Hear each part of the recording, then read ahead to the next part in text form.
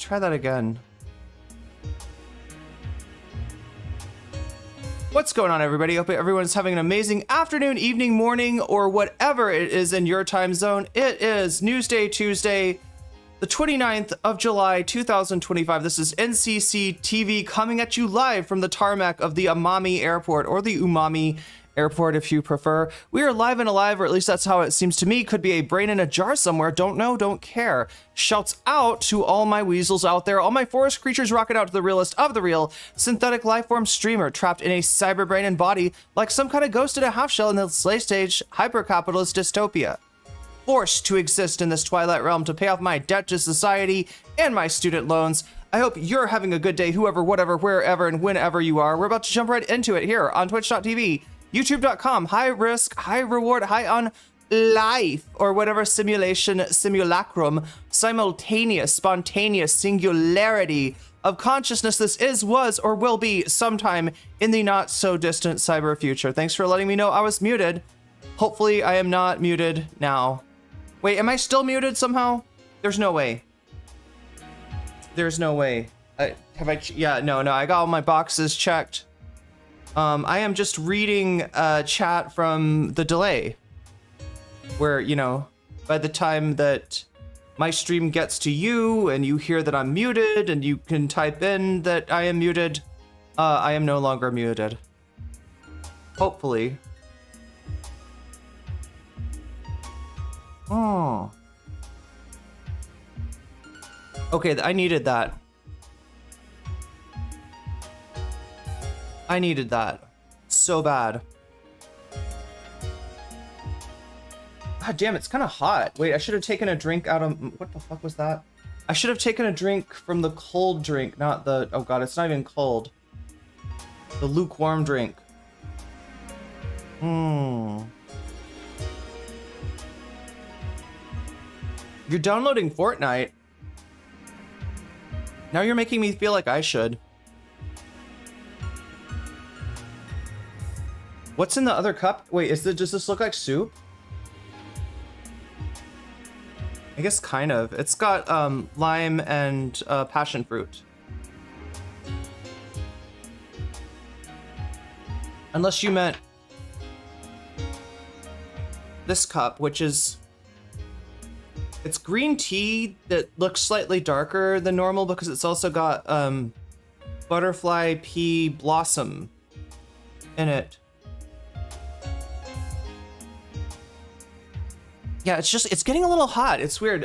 We've had well, actually no, I don't know. It was sunny this morning. We've had like we've had several weeks of rain, and I've just gotten sort of used to it. But now it's starting to get hot again. Now I'm actually having to use my air. I was so good, right, chat, for like a month. Like my next electrical bill is going to be so damn cheap because I hardly use the air conditioner at all. And yeah, it's the, you know, the height of summer. I don't know. I guess the summer just works differently in Thailand, right? The hottest months that I've experienced so far. And this is a weird thing, like, right? Because obviously if I was below the equator, it would make all the sense in the world. It looks like a soup, but I was guessing limes. Oh yeah, it does. I mean, I don't know. You could think that, I mean, you know, this could be cucumbers in like a tom yum or something.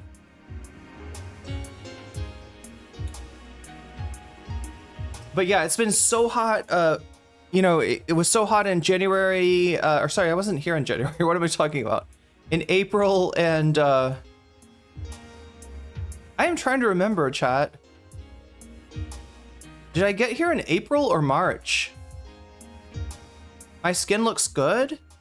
It's sweaty. It's probably looking extra moist from the sweat. I don't know. Wait, now I have to figure out.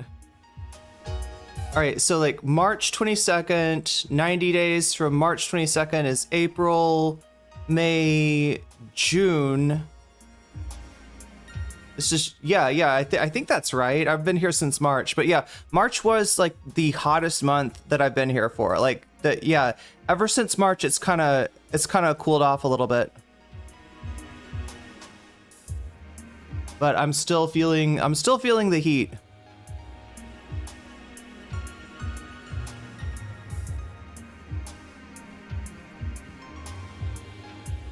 Yeah, I couldn't remember if it was March or April.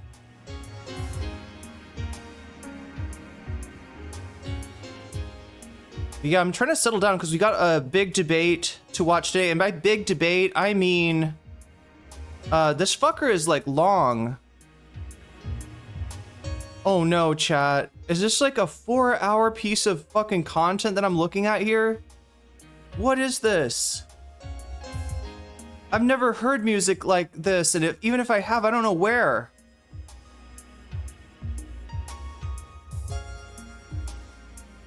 God damn.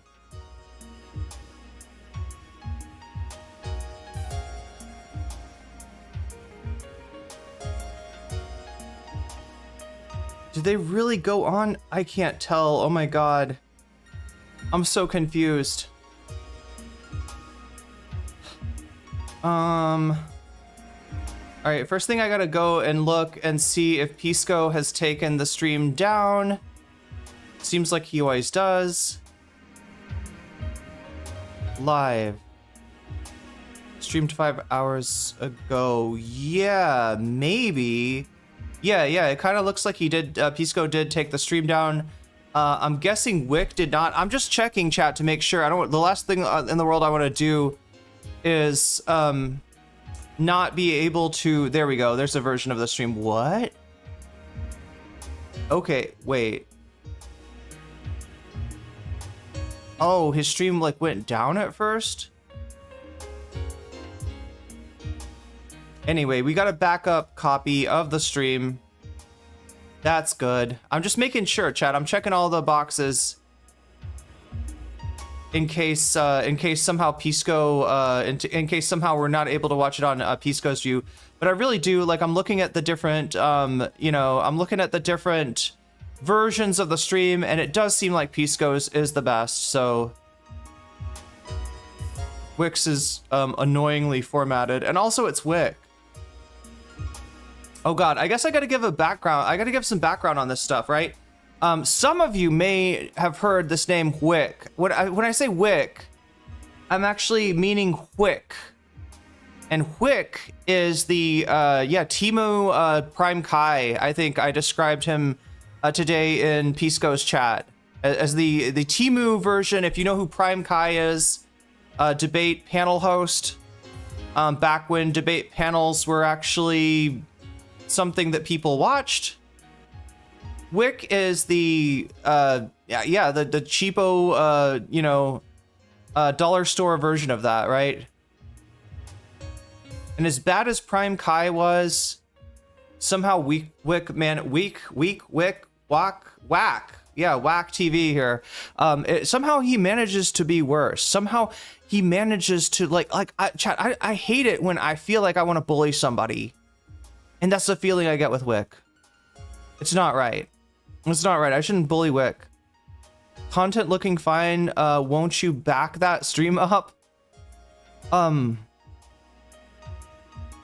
TEMU Jubilee is more like it. Yeah, well, Shakespeare, I think you got a point if you mean like there's a lot more yelling. Like Prime Kai, say what you will about Prime Kai, and I have.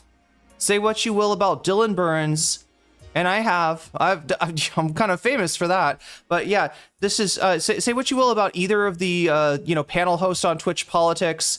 They could control their panels, right? When people talked over each other, Dylan would butt in annoyingly and say, there's this interesting thing that, when you talk over each other, it doesn't make the stream better. It actually makes it worse. It doesn't make your point stronger. It actually makes it so we can't hear your point or the other person's point. So if you could please just go one at a time. I mean, give Dylan the credit that he deserves, right? He could shut these debate lords up, and Whick is, it's a little bit like the dynamic that we're talking about with the Nelk Boys, right? The reason that the Nelk Boys, the reason that Flagrant, the reason that Theo Vaughn and all the rest, they don't say shit to the, to Donald Trump or JD Vance or whoever they're having on, is because of the power imbalance. They are in no way deserving to talk to a major world figure in the same way that Whick is in no way deserving of having a main stage debate, like one involving Destiny. However, Destiny, because of that, it creates a situation that's beneficial for Destiny. He holds a certain degree of power over Whick, and if he needs to just talk over people, he knows that Whick is going to be on Thorazine for that. I'm sorry, President Sunday. I had to bring that back. Speaking of bringing things back, chat, I had a thought, and I want to bounce it off of you. All right, before we get into this debate. Before we get into this panel, so I mentioned two former Twitch poll panel hosts. There's actually a third. There's actually a third person who hosted a panel show on Twitch, and she's actually me. Yeah, that's right. I had a panel show back in the day, the Bird Brains podcast, right?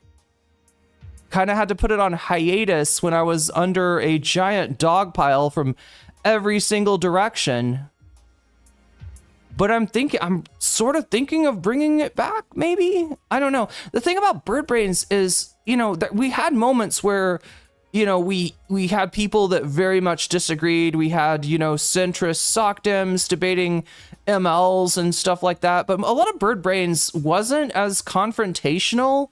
It was a little bit more discussion based. A little bit more like what you'd see on a podcast, right? Rather than, like Shakespeare said, what you'd see on Jubilee, right?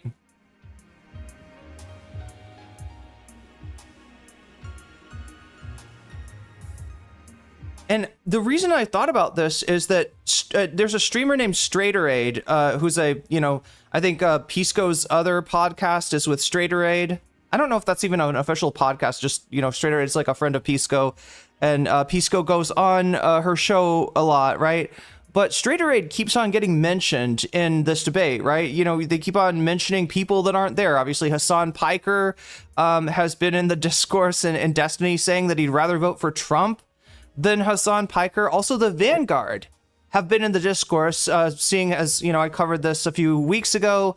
The Vanguard showed up on the Live and Learn podcast to have what I thought was going to be a dog pile, but turned out that, yeah, a lot of the people on Live and Learn kind of agree with some of the Vanguard's takes. And it was really only Hutch that was, you know, super what's the word I'm looking for? Super confrontational with the Vanguard boys, right? And this caused some problems because obviously Destiny's community, like, you know, they hear the word Vanguard, you hear an ambulance, look out, the Vanguard will be there, sir. And no, they don't understand that. They don't know that the Vanguard is named Vanguard because motherfucking Gavin, correct me if I'm wrong, Zach and Gavin, but I think it was Gavin, had a van back in the day. They're literally two best friends from you know, the middle of the country, and they had a van, as many young dudes do, right? That's not an uncommon thing. They're called the Vanguard because of the van. All right, they're not. Yeah. Like, look, I don't want to be insulting or anything, but they're not sitting there reading theory. Let's just put it that way. Right? I'm not entirely sure that when they named their podcast, when they named their stream, I'm not entirely sure they knew what a Vanguard was, a Vanguard party was politically. I'm not, you know, convinced. So peaceful up here, but now there are freaking communist invading radicals.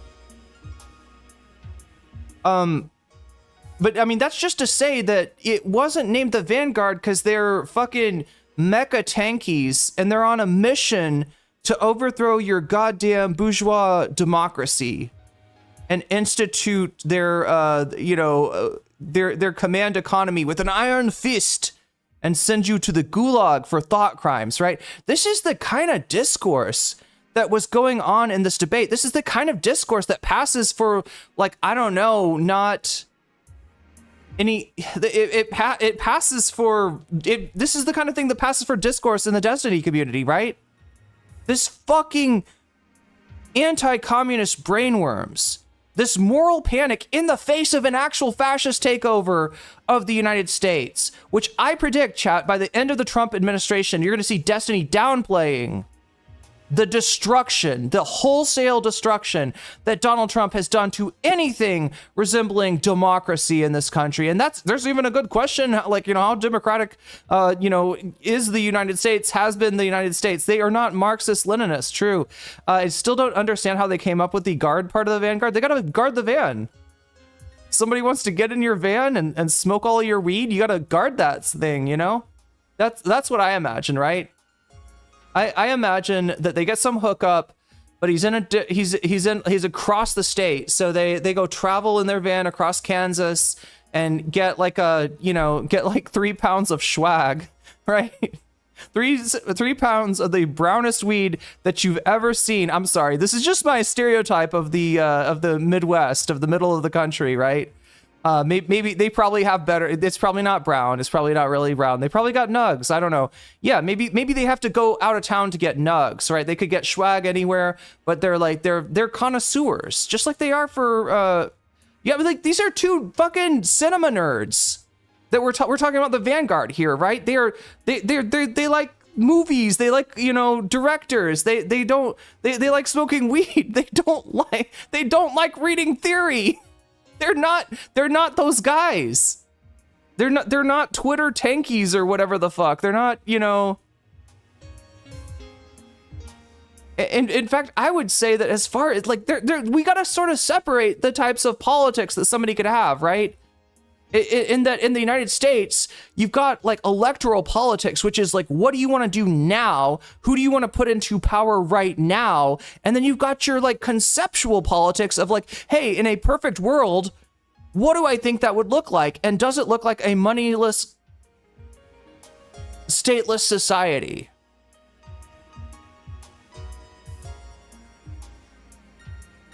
And if the answer is yes, then yeah, you're technically a communist.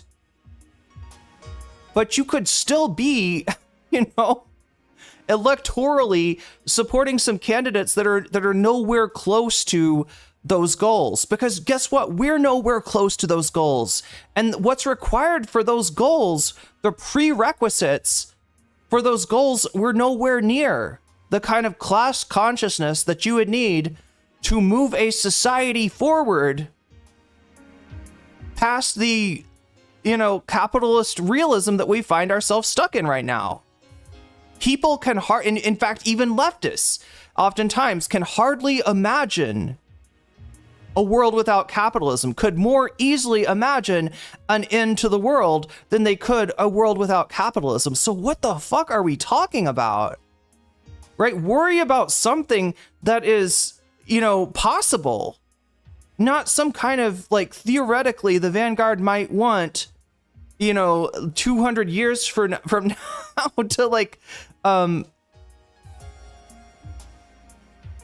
seize the means of production. It's just kind of like, because of the place that we're at right now, because of the lack of class consciousness and therefore solidarity and all the other prerequisites to a revolutionary, you know, change in our governing paradigms, it's just almost not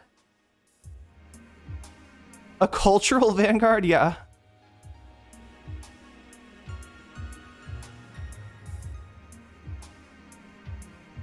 Wait, Destiny is over 40 years old? NYC just had a second healthcare relating shooting in less than a year. Yeah, I saw that happened. I didn't really know what it was about. Oh wait, is this the person that went into, like, what, the NFL building?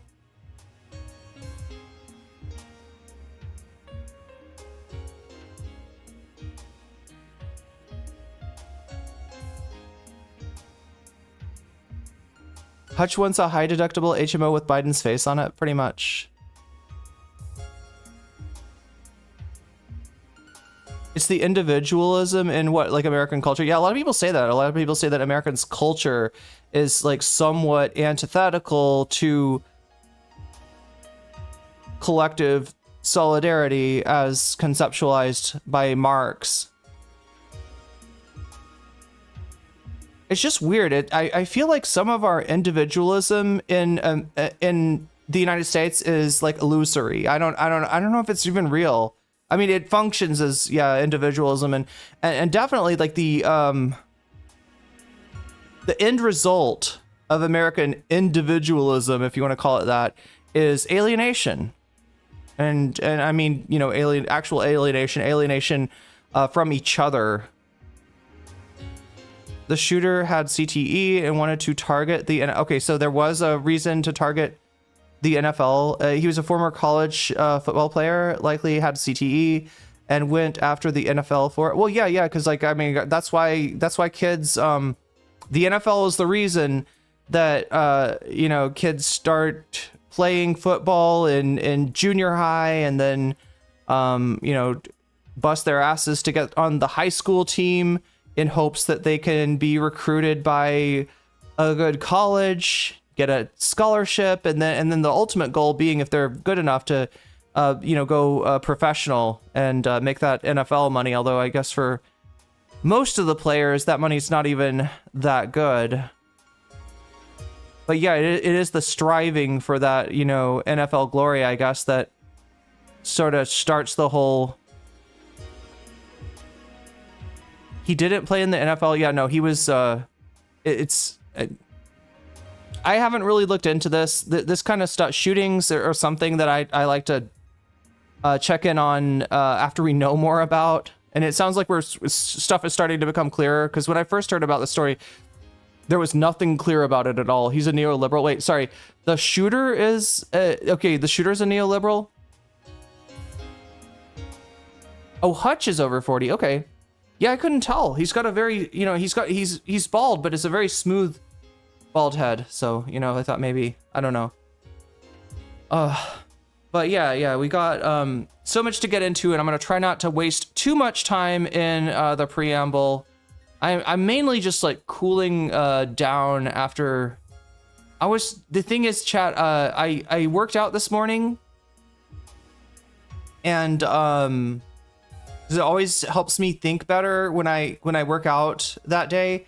And then and I came in and I put on like the that music, and holy shit, like I was dancing the entire time the stream was starting. I was trying to get my shit together to get, because I knew, I was like, you're gonna need snacks, you're gonna need drinks,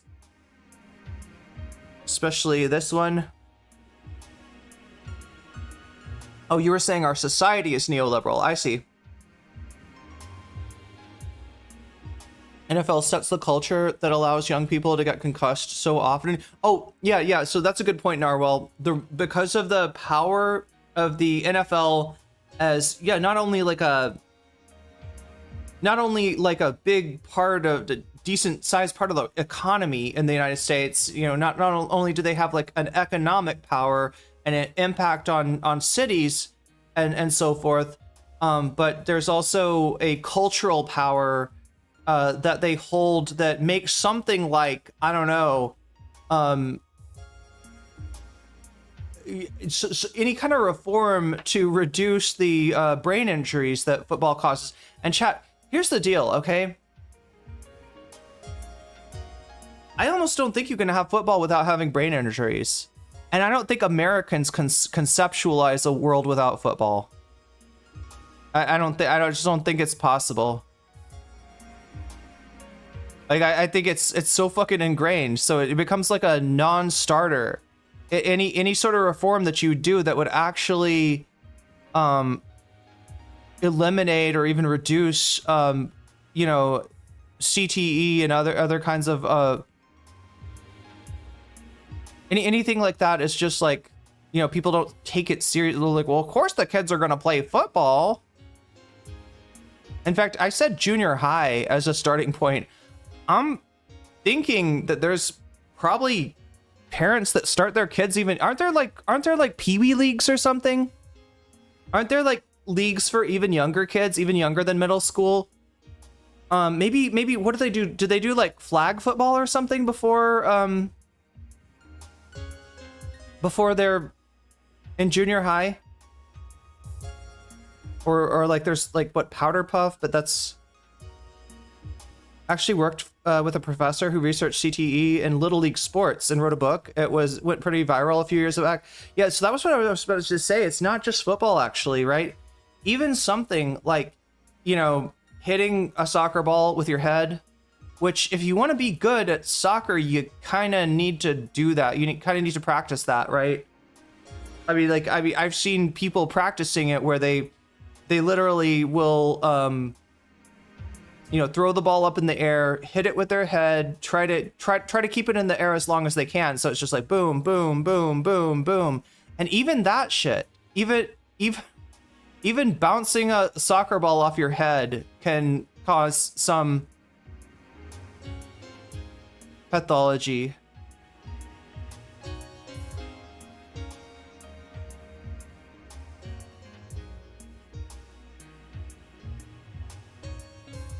Billionaires and corporations that profit off the NFL don't want us to imagine another pastime, but it's far past. It is really past time to get a new pastime.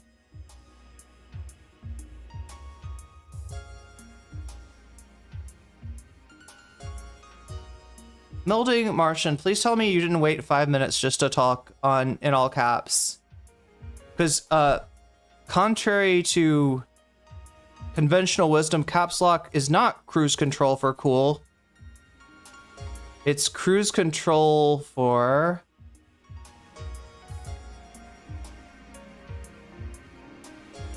five more minutes.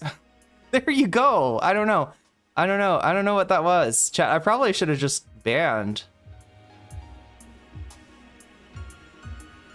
College sports are their own problem as well. Yeah, I mean, I haven't been super up on it. Back in the day, I think college sports were something that the university would make a shit ton of money off of. but the players didn't see anything. The only thing that the players would get was maybe if they're really good, they'd get a scholarship. But for most of them, not even that. So they're essentially working for their college. They're making money for their college, and they don't see any of that money. Americans are so deprived of communities and third spaces that sports and guns are the and religion. Yeah. Oh, sorry, that's not church related. You were getting there, weren't you, Charlie Kelly? I didn't see that. Yeah, sports and guns are the only thing left that's not church related. Yeah. High school women's volleyball has the highest occurrence of any. Oh God. I learned that virtue signaling about. Oh yeah, I remember that. Are you talking about the recent incident? There was like an incident where in high school volleyball, one of the players was trans, and I think what was it? Did she spike it? And then the player on the other team like got hit in the head and went down. But yeah, it's the kind of thing that happens all the time in volleyball, right?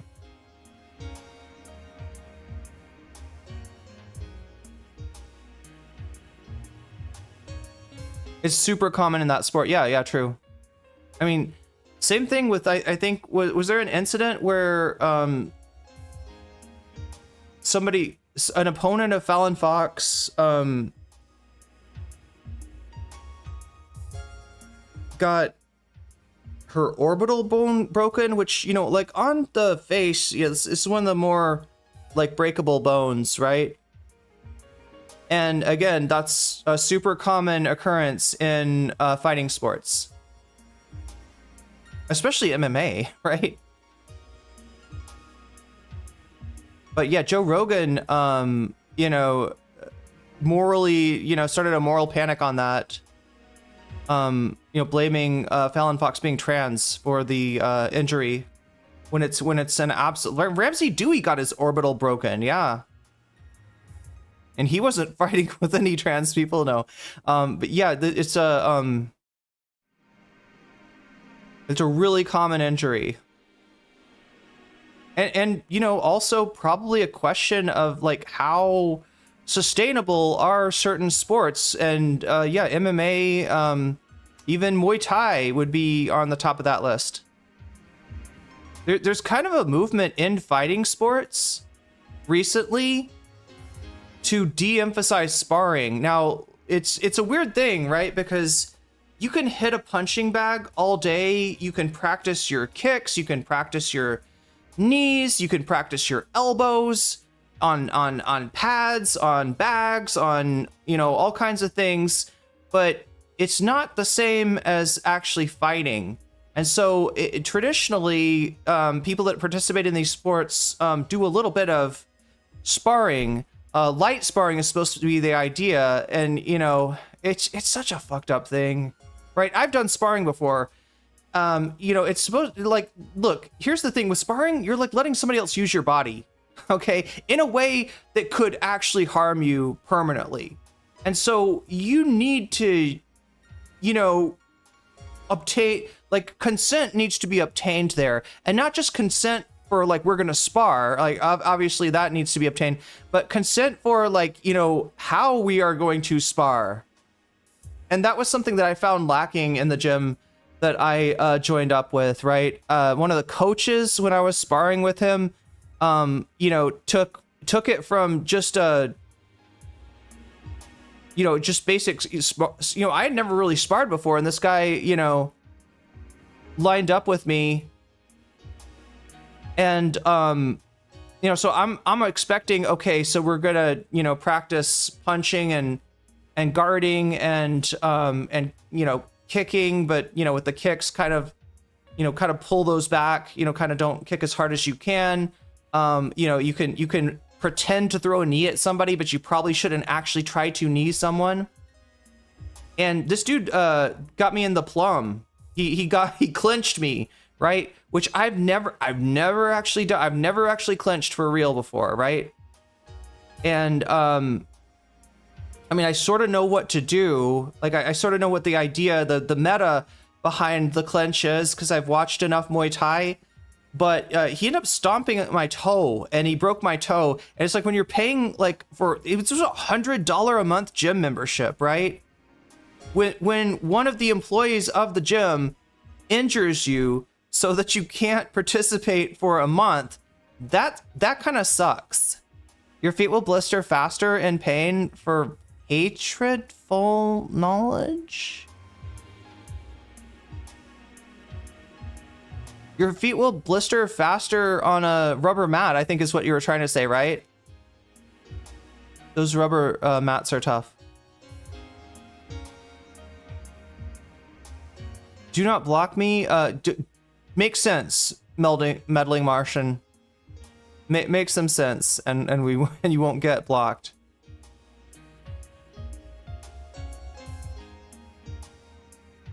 Anyway, we got to get to this debate. Like I said, it's the debate goes on for a long time. So, you know, like I said, it's like a 4-hour. Oh my God, chat! I don't even think we're gonna get done with this today. So the sooner I start, the better off we will all be.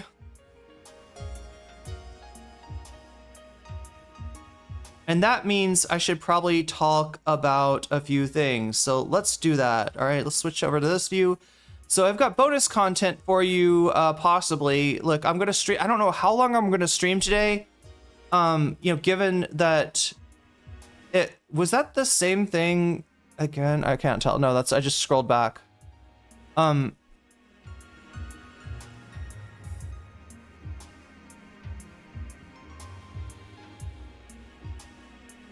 So like I said, I've got bonus content that we have the possibility of watching after the stream, after I get done covering whatever I cover of the Pisco debate. And chat, this is now looking like it might be at least a 2-day affair. If I'm gonna actually cover this, if I'm gonna get to some of the juicy parts, right? It's gonna take multiple days to cover this. But yeah, there's a chance of getting some kind of other content, something that is not debate. So, and that all relies on our ability to hit this right here, which is the bonus goal. We are now at 0 out of 100. If that shit gets to 100 out of 100, then we will get some bonus content. You know, does anybody else find it funny that I'm here trying to like limit how much I curse, both because I don't want to you know, get in trouble with YouTube. I don't want to limit the viewership of my stream. But also, I don't know. It feels juvenile. I mean, look, it's to say, you know, a well-placed curse word is fine and for emphasis, but when you say it all the time, it just feels performative. And so I've been trying to kind of reduce the incidence of that. I mean, we're not doing a swear jar yet, but and then I see Pod Save America any chance for Favreau to say fucking, right? Any chance for Favreau to call something shit, which is very much does not sit easily in his mouth, right? You can tell this is an Obama speechwriter that we're talking about with Pod Save America.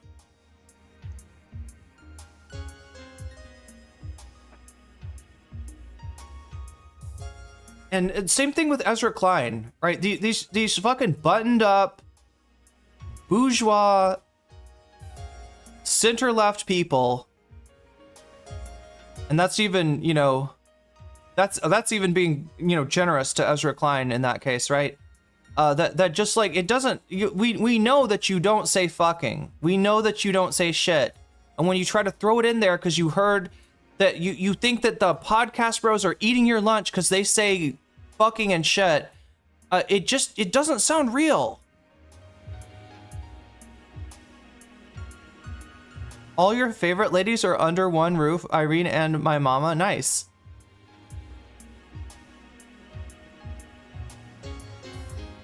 Yeah, good luck with that specialist appointment tomorrow, Rave. Wait, like Connor points? Like in terms of the center left thing? Oh, Connor, you're right, Narwhal. Oh my god. Oh my god, Narwhal. That's a good thing to point out, right? Because Connor points has been doing this for like ever. And this guy was an op when he started. I swear to God, he's even more of an op now.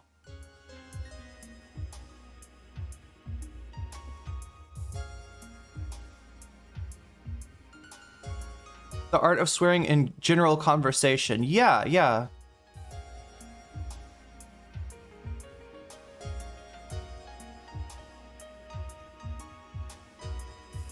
But we do, you know, people have been talking about the Kamal video that I watched yesterday. Kamal is a YouTuber.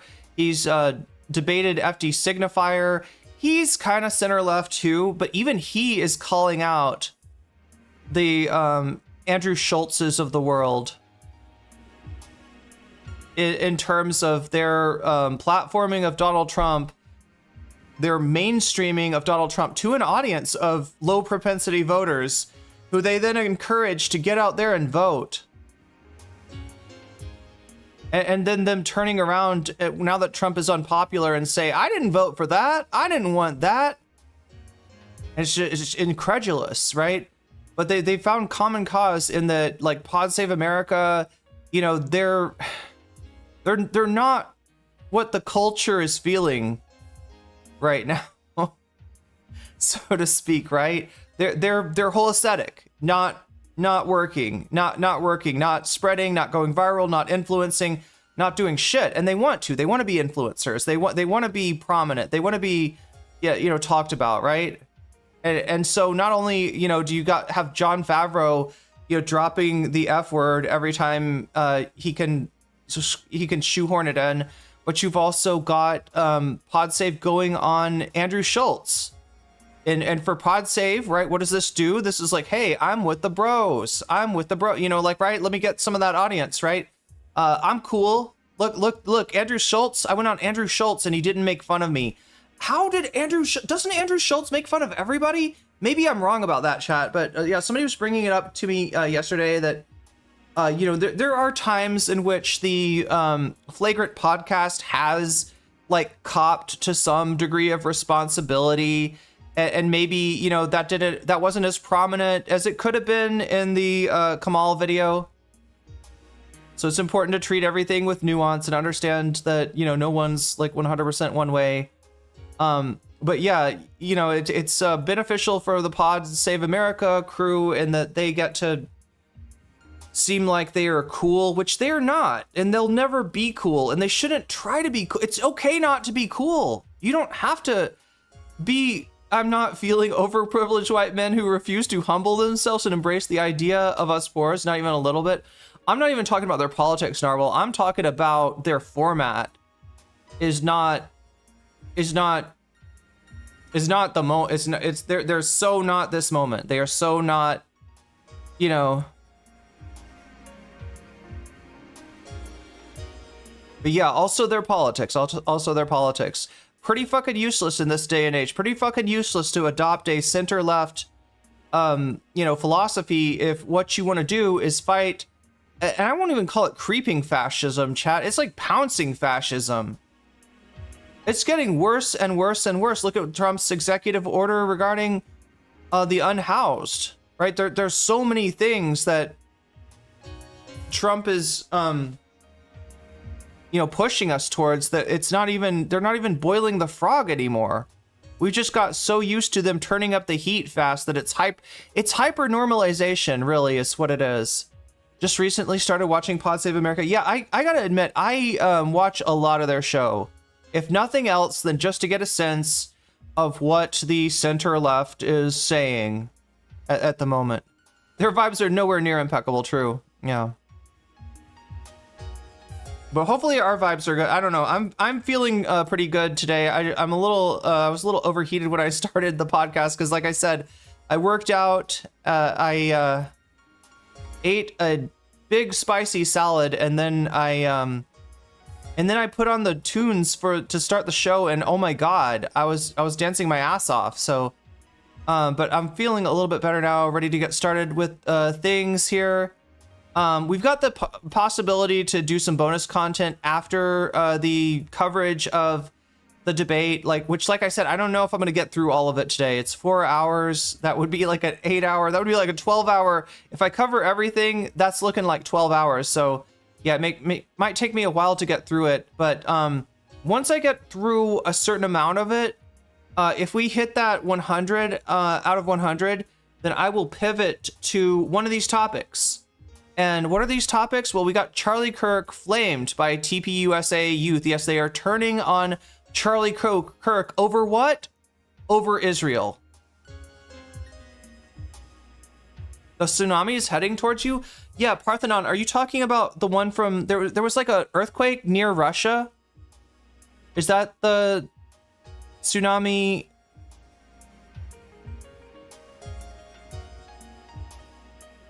And I know there was some real worries about that earthquake causing a tsunami. I think it was actually off the coast too, right? Off the coast of Russia. Yeah, definitely get that high ground, Parthenon.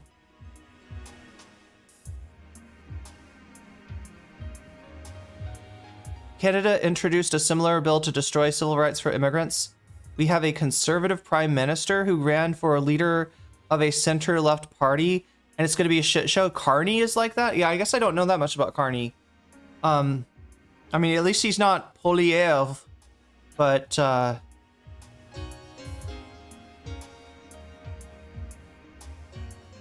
that's why I was hoping maybe the NDP was gonna, you know, maybe the NDP would come out of nowhere.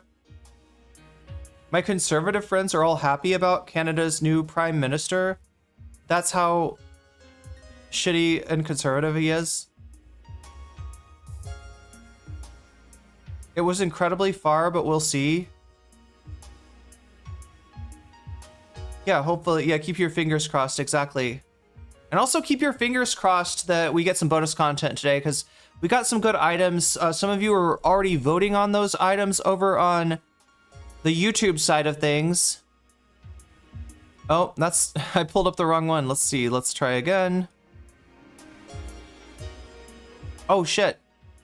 Let me do the butterfly goal. All right, we got 3 hours on the board. You have 3 hours to put a butterfly in my hair. There we go. So chat, I have a bunch of different butterflies. They look great in my hair, but I will for some reason only put them on if we get 10 super chats of the teal variety. That is about, I think, 350 or above. I think gets you a teal super chat. If we get 10 of those in the next 3 hours, I'll put a butterfly in my hair. The other goal we have right now is the goal for bonus content, which 58 of you have voted on so far. The majority of you are voting for the Vosh grooming allegations. That's been kicking around on the bonus menu for a few days now. Has not gotten chosen, but has come close a number of times. And is now leading Anna Kasparian caught lying. She made, I think, a statement about going on Tucker Carlson, which is embarrassing enough, but she felt like basically talking Tucker up to her audience, right? It's one thing to be like, I will talk to anybody, even if I disagree with them. It's another thing to go on their podcast and not really meaningfully disagree with them. And then yet another thing entirely to come back to your audience and say, oh no, this person's really good. This fucking fascist is really, really good. And he's not a fascist at all. How dare you call him a fascist, right? And so, yeah, Anna Kasparian apparently got caught in a lie. We could see what that's about today. Third place, we've got Charlie Kirk flamed by TPUSA youth. Yeah, his Turning Points USA. Like, people should be embarrassed to be a part of that. It is the most obvious. TPUSA is like the most obvious AstroTurf I think I've ever seen.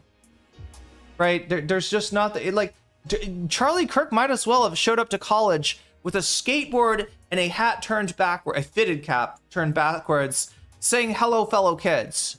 Right? And for a long time, nobody fell for it. Everybody made fun of them. You know, it's really obvious what that was. And I don't know, it's at some point, maybe enough of the students who knew, you know, who understood what that was going on there, graduated and you know, new people replaced them, and they were like, oh, cool, a thing for conservatives. Oh yeah, sign me up. So yeah, Turning Point USA and Charlie Kirk are you know, you know, have like a real you know, backing at this point, but it's still cringe as fuck. Like, everything about Charlie Kirk is just cringe. No one calls him Carney. Yeah, I wonder why. Are they just happy not to have Polyev? Is it something like that? But yeah, so the but yeah, like, look, the point about TPUSA is that some of those kids are turning on Charlie Kirk.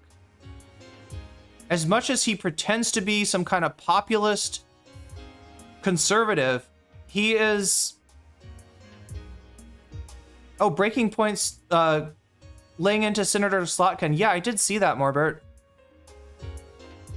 Yeah, that was pretty good of them. I thought about putting that on bonus content. But for some reason, I chose the Charlie Kirk thing instead. Charlie Dumb does not claim that Charlie. Wait, what? Oh, I see, the Charlie Dumb, because you're Charlie.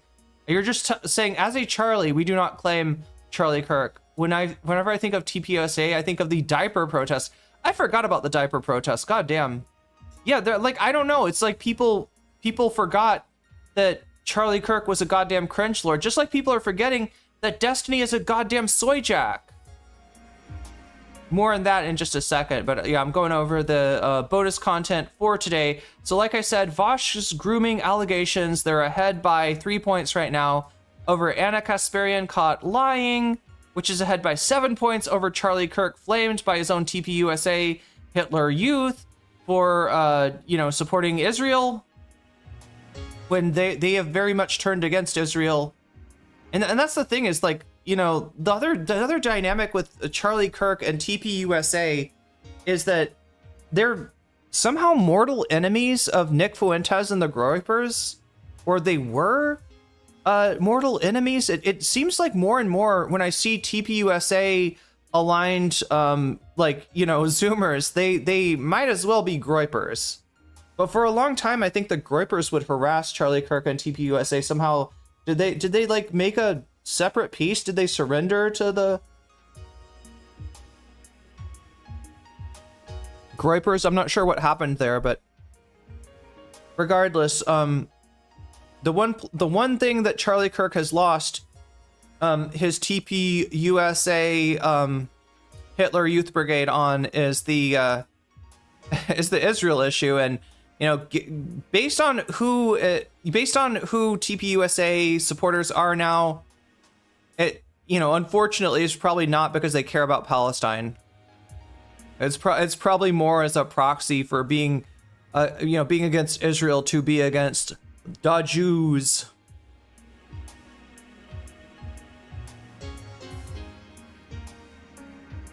But that's in third place with what's going on with Thailand and Cambodia in fourth place. And you know what? If we don't hit that today, we might just not hit that. I might not cover it. I've got some pretty good insight on that issue. You know, being in Thailand myself and having a little bit of a understanding, definitely more understanding than most Americans about how Thai politics works. But I don't know. That's at 18% now, and it's been on there for a few days, so this might be the last day for that one. Honestly, Slotkin is such a Rizless scripted Democrat. I would rather watch Pay Drive. That's what I was afraid of. Yeah, when I thought about putting... the other thing is, like, I feel like most of my chat doesn't know who Slotkin is. Oh, look at this. Look at this. Anna Kasparian just caught up to the Vosh grooming allegation, so now it's tied. It's a tight race, chat. And so, you know, and again, we're at 0 out of 100, so this may be all academic, right? If the, you know, if the number doesn't get to 100, it doesn't matter if something gets 100% of the votes. I will peace out at that point, right? But if you want me to stick around, the way that happens is whenever anybody does a super chat, a super sticker, if you get yourself a membership, if you gift a membership, if you support me on Throne, which right now I am crowdfunding for my trip to Vietnam coming up in about 3 weeks. Here, I'm going to need to go there in order to get my Thai education visa. I've got to apply at a Thai embassy outside of the country. So I'm going to Vietnam for like a week and hopefully gonna see some cool things there, take you along with me, do some streams while I'm there. So if you want to support that effort, you can support me on throne.com/nocommentchick and help me fund that. And I think we're about 25%, so we're a quarter of the way there already, and you know, so that's looking kind of good. If you sign up for my Patreon, that also makes that number go forward, or if you support me on Twitch, which you can do for free with a Twitch Prime sub. If you got Prime, hook that baby up to Twitch, and you'll get a Twitch Prime sub that you can use at no cost to yourself. It costs you nothing. You use it on your favorite streamer, and if that happens to be me, then you will get all my emojis, and you'll be able to post jellyfish and all the other emojis as well on Twitch. So that's a way that you can support the stream, throw a little bit of money my way at no cost to yourself. Of course, you can also buy yourself a membership for $6 or gift memberships to other people, which is very generous. So thank you to those of you who share the, you know, who share the jellyfish in that way. Right, any of those things, it makes this number go up. If the number gets up to 100, I'll stick around and cover an extra topic. What topic? Well, I'm glad you asked. The topic that wins in the poll, but also with the combined force of your donations, right? So when you donate, you have the ability, if you want to tell me which of these topics you want to see, which of these topics is your favorite, and I will turn your donation into a percentage and put it right up here as a plus, you know, whatever percentage. At the end of the night, I'll add that percentage to the poll, right? So you can actually bump your favorite topic into a winning position, potentially, when you donate. And again, that's whether it's a super chat, a super sticker. If you get yourself a membership on YouTube, if you gift memberships on YouTube, because that's how we get weasels. That's how weasels occur, all right? That's how most people get the ability to even post emotes, is that somebody is nice enough to gift them a membership on YouTube, and that's a good thing, as I always say, right? That's a good thing. Throne or Patreon or Twitch, right? Any of those things make this number go up. They also give you the ability to put your money where your mouth is and let me know which topic I should turn your donation into a percentage and add to the total at the end of the night. So, you know, that's another good thing that you can do. Anyway, chat. I think Nick was banned from TPUSA at some point. Honestly, Slotkin is such a rizless... Yeah. Nick Fuentes is open to socialized ideas, but only for white people. Yeah, well, we could talk to Stardust about that. She's a friend of Nick's, apparently. She's definitely talked to him a lot. So anyway, what are we doing today? What is my thankless task? It's to cover this shit right here. Oh, look at that. It's kind of perfect. As much as I was dissing Whick TV, you know, look at that. That's the perfect format right there. Let's see, what's our other option? Watch it on Pisco. Ah, no, I think I kind of like this one better. Oh my god, Pisco. Pisco. Are we gonna have to watch it on Whick? Oh no, chat, really?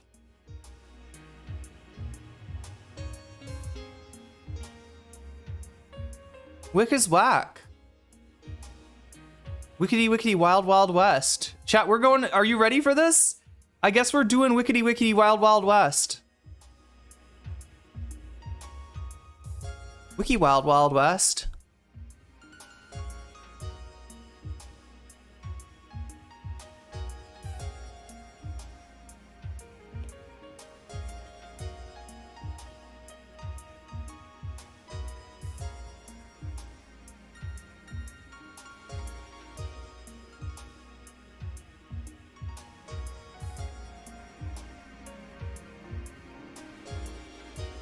I'm just catching up with chat really quick.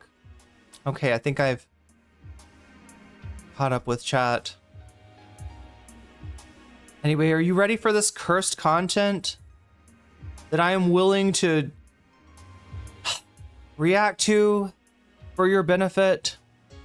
Top to bottom, left to right, we have Connor Points, Destiny, Econo Boy, Pisco Liddy. I'm predicting this is our hero. Our hero for the evening, right? And Whick TV.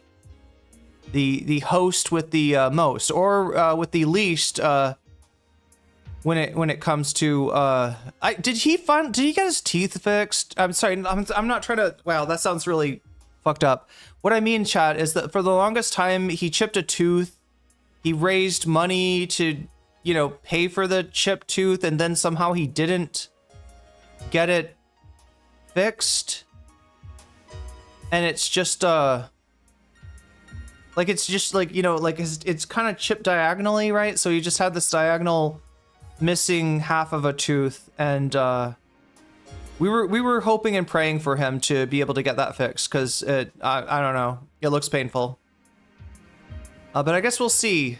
I guess we'll see if the tooth cock is still tooth cocked. He did get it fixed. Nice. Good to see you, Infallible Fell. All right, so we got our popcorn. We got our caffeine. We got peanuts, chat. We got our peanuts. We got our watermelon. Hell yeah. Now the question is, do we have mango? Ooh, these mangoes aren't looking too good. I don't know, chat. I don't know if I should eat this. Oh no, this is bad. God damn it. Is Econo Boy Puerto Rican and queer? I don't know. I do see the flags that you're talking about. Yeah, it looks like there's a US flag, a diversity pride flag, and then is that a Puerto Rican flag? Does the Texas flag look somewhat like that, or am I like tripping? I'm not entirely sure. But either way, chat, these are not, oh my god, these are so past their prime. Fuck me. Oh no, that doesn't smell good. That doesn't smell, that smells like those mangoes are fermenting. God damn it. It's not a Puerto Rican flag. What is it? Is it Texas? Is he a Texan? Is he he should have a Buc-ee's flag. You know, that's the official flag of Texas, I've heard. Have they not changed that yet? It's a Texas flag? Okay. Yeah, see, like he hasn't caught the message. Do people not know this, right? The official flag of Texas is actually Buc-ee's. Right? They switched it. Am I gonna have to get my Buc-ee's shirt on, chat?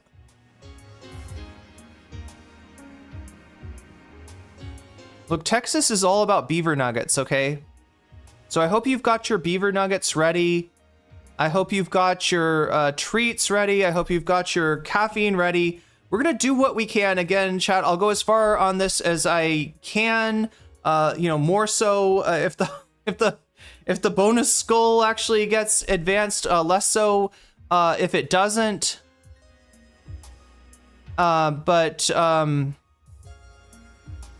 Yeah, let's just put this on for now.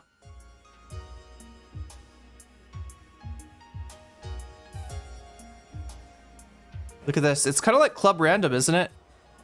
Does he have music? To hash those out. What the fuck is that? That's not music. Does Whick work in a bar? It looks like a comedy club, doesn't it? Like the Laugh Factory? I think he just, yeah, it sounds like his opening screen, chat, it's just got like a crowd noise in the background for whatever reason. Even though a crowd is not really well, I guess more of a crowd is watching tonight because of Destiny's presence here, but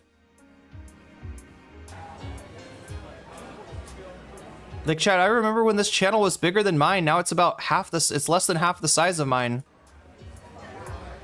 That's what you heard that right, Whick. Mine's bigger.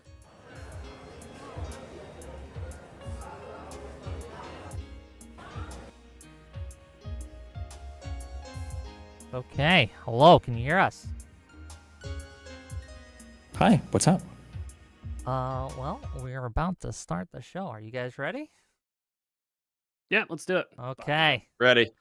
Welcome one and all to yet another episode of Whick TV. It's a cross-ideological space where we come together to talk about issues both political and cultural, from the silly to the serious. And today we are going to be talking about what I consider a very important issue. Should we be courting the far left? What or who do we consider the far left? Which is more of a threat to America in general? The question was asked, who would you vote for, Hassan or Trump? And I think it's an interesting thought experiment to go through. There was some disagreements, so I thought I'd gather people together to hash those out and have a discussion on it. Just a note before we begin, I know there's some tensions are high in different communities and things like that, so I might be a little more heavy-handed on moderation than I normally would be, because I do want the topic itself to be Club. at least Sorry, what? but other than that, I'm just going to give the mic to you guys and let you guys go at it. We're going to hand the mic first to Econoboy. Wait, what people are saying Club Random was canceled by HBO? I thought Club Random was on YouTube. Give his thoughts, and then we'll just kind of go around. Econoboy, start us off. Yeah. So, for those listening, the topic is courting the far left. I take that to be essentially a political and strategic discussion about whether or not and how exactly we should or should not court the far left. And the way that I think of the far left, there's a lot of polls on this. Based on all the research that I was able to do, about 10% of people that vote for Democrats call themselves socialist, and about another 10% call themselves extremely liberal. So if we were to think Kamala got about 49% of the vote, that's to say that... I'm sorry, I'm really sus of anybody that's like, I'm extremely liberal. I don't know if that means far left. I don't know what that means. Something like 10% of those people are either extremely liberal or socialist by their self-identification. And so I think that what that means to me is that we should take what those people say, those actually exist. It looks more like a D&D play group than a serious political panel. Well, I guess Whick must be the DM then. He's the dungeon master here. I'm in the dungeon, Chad. It's delicious in dungeon. Look, I cannot promise you, okay? I cannot promise you if we fight and slay a monster that I am not going to cook it up and eat it, okay?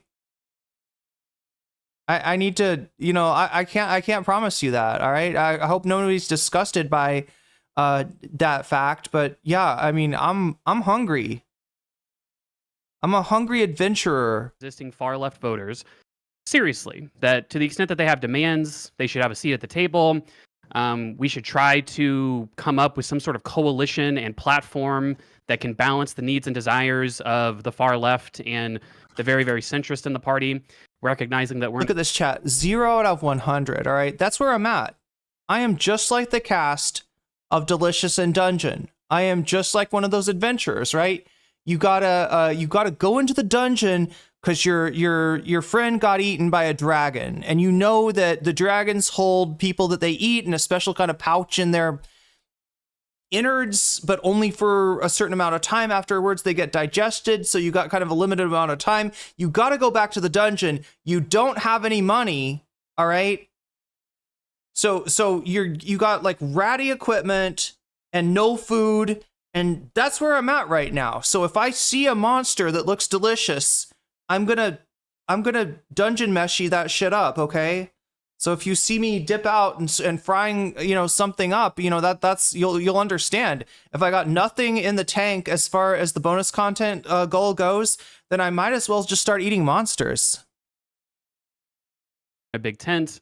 And then when it comes to anti-electoral leftists and anti-democratic leftists, which I'm sure we'll talk about on the show, I think that to the extent that those people have big platforms, Democrats should engage with those platforms. So if Pete Buttigieg wants to go on Hassan's stream and espouse... Here's the deal, though. Here's what's really annoying about this, all right? So amongst far-right people, you do have a lot of them that are like, you know what? Women really shouldn't vote. Or immigrants should not vote. Or people not born in the United States should not vote. Or, some of them even talking about, you should have to do military service in order to vote, right? They definitely do have designs. And in fact, they've already put into place voter suppression through redistricting and through purging the voter rolls, specifically they target Black and Latino voters, right, in terms of purging the voter rolls. So we've already got a group out there that is both both anti-democratic and has enacted anti-democratic legislation, which is disenfranchising voters, right? But no, we're going to worry about the evil communists plotting their evil, the communist that wakes up and you say, I hate living in America. You know what I hate most about living in America? No, it's not capitalism. It's the fact that you can vote. Ew, that's so vile. They let the common people vote, and I'm a elite communist in my ivory tower, and I don't want the people to vote. I don't like democracy. When can I steal the democracy away? And it's just like that just doesn't exist. That just doesn't exist, right? Like, because the far left is frozen out of electoral politics, their activities are stuff like feeding the poor. Their activities are stuff like, making, strengthening their community and I don't know, they're creating parallel power structures, right? Like, ending democracy is just not on the fucking list of things that are on that agenda. Was the greatness of his campaign or the Democratic Party or something, I don't really have a big problem with that. But I don't think that people like that should be part of like the inner party or should be invited to the DNC. Somebody like Mamdani, if he becomes the mayor of New York, probably should get a speaking spot at the DNC, but probably not people like Hassan, because it's not clear to me that Hassan is like, quote unquote, an ally of the Democratic Party. And what I'll say is one last thing. I'll say that, I think Destiny had said at some point, he had clarified that essentially people who use the label of socialist should be treated like Nazis. I take that to mean that they should be like very harshly socially. How about guys that have had Nick Fuentes's literal member in their mouth? What should they be treated like? How about guys that have resurrected careers of multiple fascists? How should they be handled? How should they be treated? How about guys that conspire with actual fucking Nazis to eliminate the far left from discourse on Twitch? What do you think we should do with them?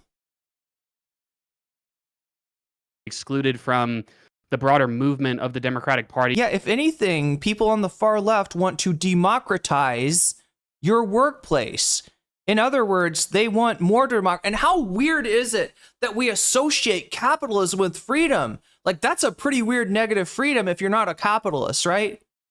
The freedom to be exploited, the freedom to be ripped off, the freedom to suffer, lack of material, lack of the materials you need to sustain your life, right? What kind of fucking freedom is that?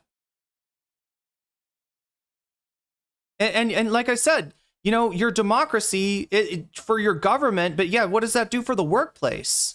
They don't want that democratized. So who's the real enemy of democracy here? I would argue that it is omni-liberals like Destiny himself or crypto-fash like Connor Points.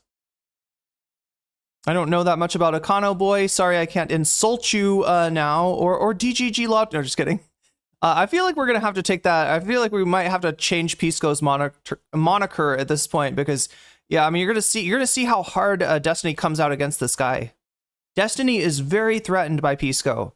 And Pisco's been around DGG forever, right? So it's kind of like, yeah, he's the enemy within now. Or like the broader left. But I think that would be extremely counterproductive because, again, these are just a big chunk of the people of the Democratic Party. I think I get accused of wanting to shrink the tent because I want to primary pro-filibuster senators, right? Pro-filibuster senators. On ideological grounds. But I think to say that we should shun basically everyone that calls themselves a socialist in the Democratic Party, that's to say that we should shun essentially 10% of the base, which is, I don't know, I just think that's much more counterproductive than just trying to build a coalition with them. Okay, thank you, and we will get into it as we go. I'm going to hand the real question isn't whether liberals should shun socialists or, the far left or whatever. The real question is, should the far left fuck with this disastrously doomed political party that is going down the toilet as we speak. Chat. Oh my God, I told you already I don't have fucking time today.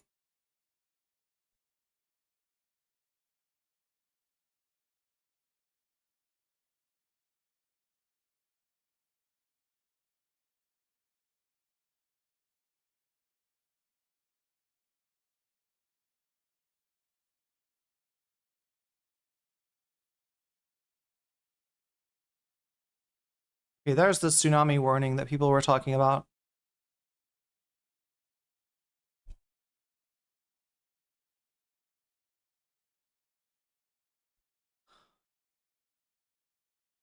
I mean, look, there's a ton of videos about this exact subject, right?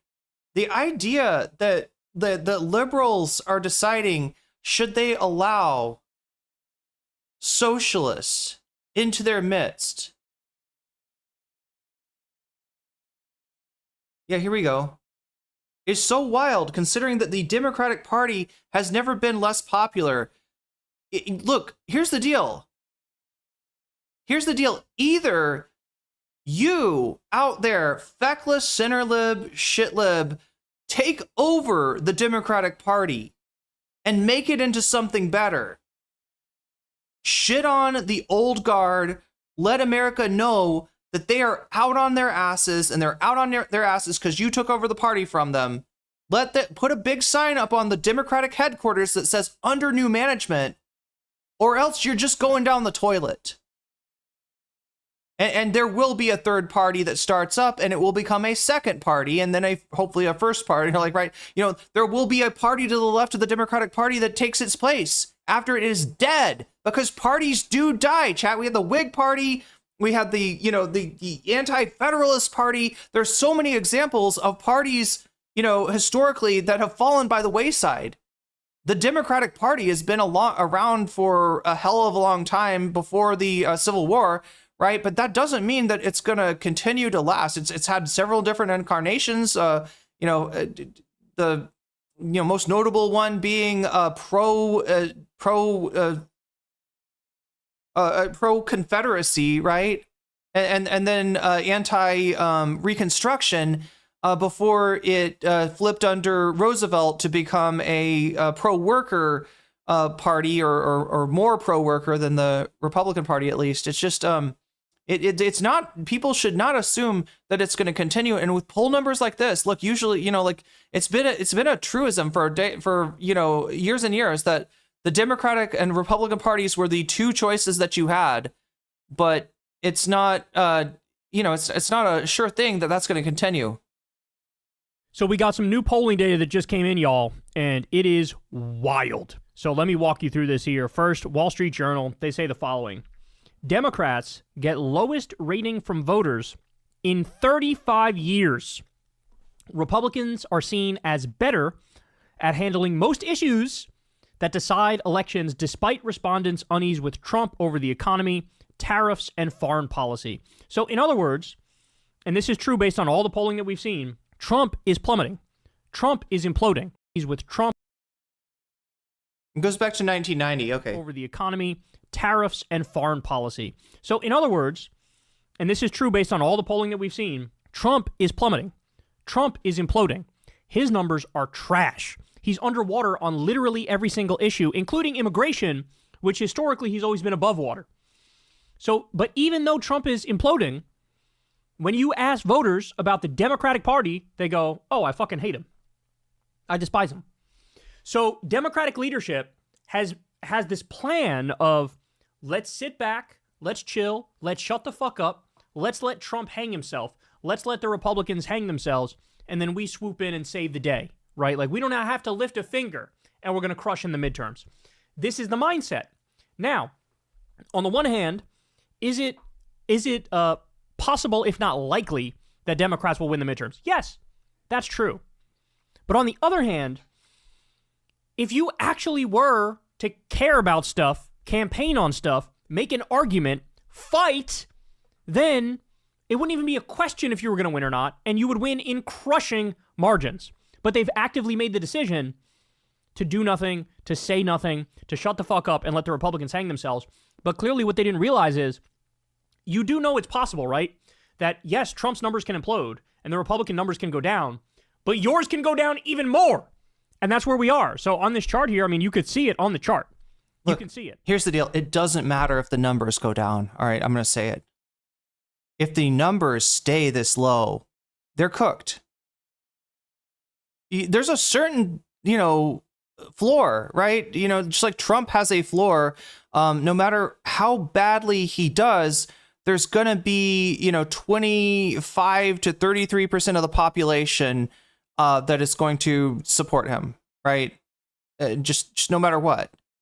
And the same thing with the Democrats. There's probably 25% of the population that, either, like hate the Republicans so much or are just like ideologically, married to the Democratic Party and can't see outside of that capitalist realism to even envision a party that's actually better, a party that actually stands up for the working class, a party that not only campaigns for working class priorities, but puts those priorities into policy when they do win, instead of dragging their feet and turning a mandate for universal health care into a program that, while it does expand, coverage through the Medicare expansion, fails to control cost, right? That's the question that we're asking at this point. Democrats are minus 30 to Republicans only being minus 10. Let me walk you through some of this. The Democratic Party's image has eroded to its lowest point in more than 3 decades, according to a new Wall Street Journal poll, with voters seeing Republicans as better at handling most issues that decide elections. The new survey finds that 63% of voters hold an unfavorable view of the Democratic Party. 63%. The highest share in journal polls dating to 1990, and 30 percentage points higher than the 33% who hold a favorable view. That is a far weaker... Wesley Thompson, I believe the Democrats have completely flipped and have brokered a deal with the Republicans to... to not interfere. I mean, how do you explain the feckless Democrats just letting everything do the slide? Sorry, letting everything they do slide. By super chatted $10. Liberals have the weirdest relationship to power, where they simply seek to hold it, but not wield it, because wielding power puts their hold at risk from their short-sighted perspective. It's unbearable. Narwhal, I've never had this happen before, but I read off a question from a chatter, and I get a response by means of super chat, which I should have up here by now, but somehow don't. Boom and boom, and yeah, I think Narwhal kind of answered, kind of responded what you said there, Wesley Thompson. Wait, come on, there we go. Liberals have the weirdest relationship to power. They simply seek to hold it. Exactly. It's about personal aggrandizement. It's just vanity projects for rich people that want to be like, I'm not like the other rich people. I'm not like the Republicans. But at the same time, they don't want to give up their domination of society. They don't want to actually do anything that meaningfully allows the working class to claw back any leverage. Because they represent the same fucking class, just like a more liberal version thereof, right? More liberal incarnation of it. Do not wield it because wielding power puts their hold at risk. It's not only that. It's that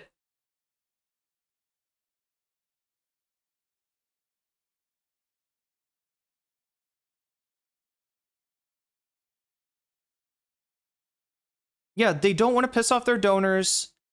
They don't want to have to fight for anything. They don't want to do anything that's going to risk their prestige amongst the, center political class that sees partisanship as being, a negative in and of itself. The Republicans are systematically dismantling their entire legacy. The Democrats' legacy. Yeah, the Democrats are fine with that. They aren't fighting back against because the Democrats had to be pushed to do the New Deal in the first place. They aren't fighting back against having the last 60 years of their legacy wiped out. Yeah, look, I don't think it necessarily has to be a backroom deal with the Republicans, although I'm sure there are some Democrats that are angling for approval by, contingents of the Republican Party, particularly the one with the power, which would be the Trump administration. I don't doubt that there are some Democrats that are probably playing that angle, but I think with most of them, it's they do want to be in power, but they think that their best route to power is to just let the Republicans have everything they want, allow the people that didn't show up to vote for them in 2024 to be harmed, because they're angry, right? They're entitled to your vote. A lot of you didn't show up to vote for them because they were fucking assisting a genocide at the time, and rolling over on so many issues and just not really inspiring people, right? But they want to blame that on you. And they want you to suffer. They want you to die. And then maybe when you die, your relative will come and be like, oh, I'm really sorry that my relative died because they didn't have medical coverage. And they come out and vote for them the next time, right? It's a very calculated thing. It's a very cynical thing. And it is not connected to the material needs of the working class in the least sense. Assessment than voters give to either President Trump or the Republicans, who are viewed more unfavorably than favorably by 7 points and 11 points, respectively. A mere 8% of voters, 8%, view the Democrats very favorably, compared with 19% who show... do they care that their entire party and everything they worked for is being erased? They've already turned against what you're talking about, which is the New Deal consensus, right? From like from the 30s to the to the mid 70s, right? There was a consensus, not just amongst the Democrats, but amongst Washington, right? Even people like Eisenhower had a 90% top tax rate, for the top tax bracket. It doesn't mean that rich people are paying 90% of their income. What that means is that past a certain amount of income, they're paying 90%, which is confiscatory, and it's an effective control on like how much one person or one family can aggregate, right? And thereby maybe the power that they can hold. The thing is, overall, it does let them continue to build their wealth, continue to build their power, and continue to tighten that stranglehold. But the problem is that when we talk about Democrats and we talk about Republicans, we're talking about fundamentally different people. I mean, part of this is easy to grasp, right? Nobody's going to, besides Dinesh D'Souza, is going to propose the idea that the Democrats of today are of the same philosophy or of the same, ideology as the Democrats in the 1850s, 1860s, the Southern Dixiecrats came later, but the pro-Confederate, Democrats. Like, nobody associates these Democrats with those Democrats. So we recognize that the party changes over time. Like, entirely different types of people are a member of that party from like 1850 to 1980 or whatever. I think what some people don't understand is that the Democrats that we have now, especially the party leadership, are fundamentally different than the Democrats during Roosevelt's time and then after Roosevelt, right? And that at a certain point, Shakespeare can speak to this, right? At a certain point, the Democratic Party started actively making fun of people that held those New Deal values. Now, I always point out that the New Deal, if it was durable, it would have stuck, right? The New Deal was not anything that could not be clawed back, could not be recuperated over time, right? So my view is that that's an attempt at reform, that failed. Essentially, the New Deal, failed. But that being said, it did provide like a base of material support for generations of Americans for 40 years or so. So it's there's a benefit to having Democrats forced to adopt those kind of policies. And I say forced because, very importantly, Roosevelt was not acting in order to reform away capitalism like we'd think a soc dem would want to do, like slowly kind of chip away at it through democratic processes until we got to a more egalitarian, socialized form of living. Roosevelt acted to save capitalism from itself. The failure of the free market to sustain people, it should be like should be like the red flag that shows you that capitalism is untenable, right? But then the FDR Democrats come in with the New Deal, and they kind of, shave off the edges a little bit. They make it a little bit more humane, a little kinder, gentler version of capitalism. But they don't do that because they want to. They do that because they have to. They do that because there's socialists and communists nipping at their heels, to the point where FDR, during his first term, had to name one of those socialists, one of those far left people, as his vice president, right? This caused a business plot against him and almost a coup against Roosevelt, with the other side assuming that, this was more than just performative. But obviously he replaced that guy with, oh my God, what is his fuck? Why am I not able to think of names? Truman. He replaced, his vice president with Truman, and Truman was, well to the right. But like I was trying to say, during the 1970s, the Democrats lost faith in their whole project. The people that ran the Democratic Party started making fun of people who still held those sort of New Deal values in their heart, calling them Eleanors. Eleanor, chat, was a disparaging term amongst Democrats in the 1970s. And yet it meant you care too much about the poor. You care too much about the working class. You're not with the realities of modern day living, right? So it only took the Democrats 30, 40 years to completely flip. And and you see neoliberalism start under actually Carter. A lot of people don't know this. A lot of people think Reagan. No, neoliberalism properly was adopted into the U.S. government under Jimmy Carter. And just expanded grossly under Reagan and under Clinton and et cetera, right? But I mean, that's the issue, is that it's not the same Democratic Party that put together what Wesley was talking about earlier, as far as, don't you drive you off topic? I don't know, Wesley. I'm responding to your question because I think it's important. I think it's really important. I know we're doing a stun lock, right? But this is crucial to understand that the Democrats of today are not the Democrats from 1850. They're also not the Democrats from 1940 or even from 1960, right? They're fundamentally different people with fundamentally different values and different goals. And yeah, ever since the 80s, they've essentially been striving to become as similar to the Republican Party as they possibly could, to make themselves a vessel for wealthy people, either as a stopgap, either in a year where the Republicans have just fucked up the bag and they're not popular enough to win. If rich people are able to donate to the Democrats, they can get those Democrats to go in there and drag their feet on all the policies they ran for, or as a or because the donor in question is a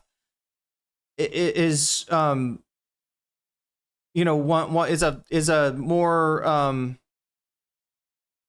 hold some sort of liberal alignment or liberal values, right, to capture that money as well. Political party represents the moneyed classes, not the people. They will endeavor to maintain the status quo, and not those who want a fairer, more humane. See, now Destiny would call you a tankie for that, right?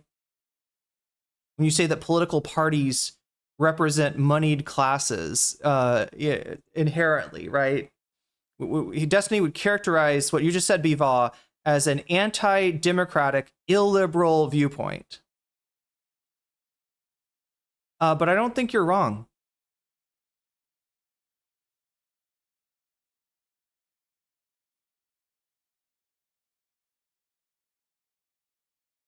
How am I spouting this off the top of the dome? I don't know. It's just that level of enthusiasm for the GOP. So more than double the number are very enthusiastic about Republicans. Why? Because Republicans... Yeah, I've been told that the Republicans are the party of Lincoln. Are they not? What do they always do? They super serve their base. And so the base is rock solid. They never abandon their base. Their base is always going to ride or die for them because the Republicans look out for their base. Democrats, on the other hand, hate their base and say fuck you to their base and do none of the things their base wants them to do. And so this is the result. Only 8% view Democrats very favorably. Democrats have been hoping that a voter backlash against the president will be powerful enough to restore their majority in the House in next year's midterm elections, much as it did during Trump's first term, but the Journal poll shows that the party hasn't yet accomplished a needed first step in that plan. Yeah, chat, everything that I've looked as far as running the numbers, I've seen some scary like simulations of if the elections were held today where the Democrats don't even take the House, which is ridiculous, chat. You've got an unpopular president, you've got an unpopular party in power, and you've got a midterm election. Like everything, it's a perfect storm for the Democrats to take like to take like a 40-seat lead or something like that, right? But right now, it's not in the cards. Right now, the polls aren't showing that the Democrats are even going to take the House. And if they don't, just like the Republicans only taking the House by, a few seats back in 2022, just like that, even though they gained control of the House, that was considered a failure because it was supposed to be a wave election. And it ended up not manifesting. So that was considered to be a success by the Democrats, a failure by the Republicans. It's even worse if the Democrats can't take the House in 2026, right? That's going to be a phenomenal failure, unimaginable failure. And talk about something that's going to dispirit people. Talk about something that's going to blackmail people, the only solution, like I said, there's two possible solutions. One is we take over the Democratic Party, we drive the gerontocracy out of power, right? And we replace, like I said, parties are not static. Parties are formed by the people that are in that party at the time, right? If we can push those neoliberal assholes out of power, correctly identify them, and pretty much like fucking purge the party, when I say purge the party, there's another thing that's going to get me called a tanky, right? Purge, when I say purge, what I mean, chat, is defeat in party elections all of the neoliberal establishment, right? And replace them with an actually progressive establishment. And yes, some socialists as well. At least some socialists, right? The thing about this is, the thing that's so ridiculous about this debate is that they're asking, should we court the socialists? Should we allow the socialists in our midst? And the truth of the matter is you're dying. Your party and your party, the Democratic Party, and your ideology, liberalism, are dying, and you need us to survive. So please, when you call out the max left or the far left or the tanky left or the socialist left or whatever, like, put some respect on that name, okay? Put some respect on that name, because we're the only things possibly standing between you and the dustbin of history. All right, you will be replaced. And the question is by what? And I would hope that you want the thing to replace the Democratic Party is either another incarnation of the Democratic Party that actually stands up for the values that these people virtue signal towards, or it's going to be a party that's further left, because the other option, chat, is not fucking good. The other option, might I remind you, is Elon Musk's America Party. That's just another form of fascism. Do we really want the election to be between two fascist parties, MAGA versus the Elon's America? I don't know. That sounds pretty fucking cursed to me. So yeah, please, stop. You don't have as Trump would say, you don't have the cards. You don't have any of the cards. You're about to disappear off the face of this fucking planet. The earth will swallow you up.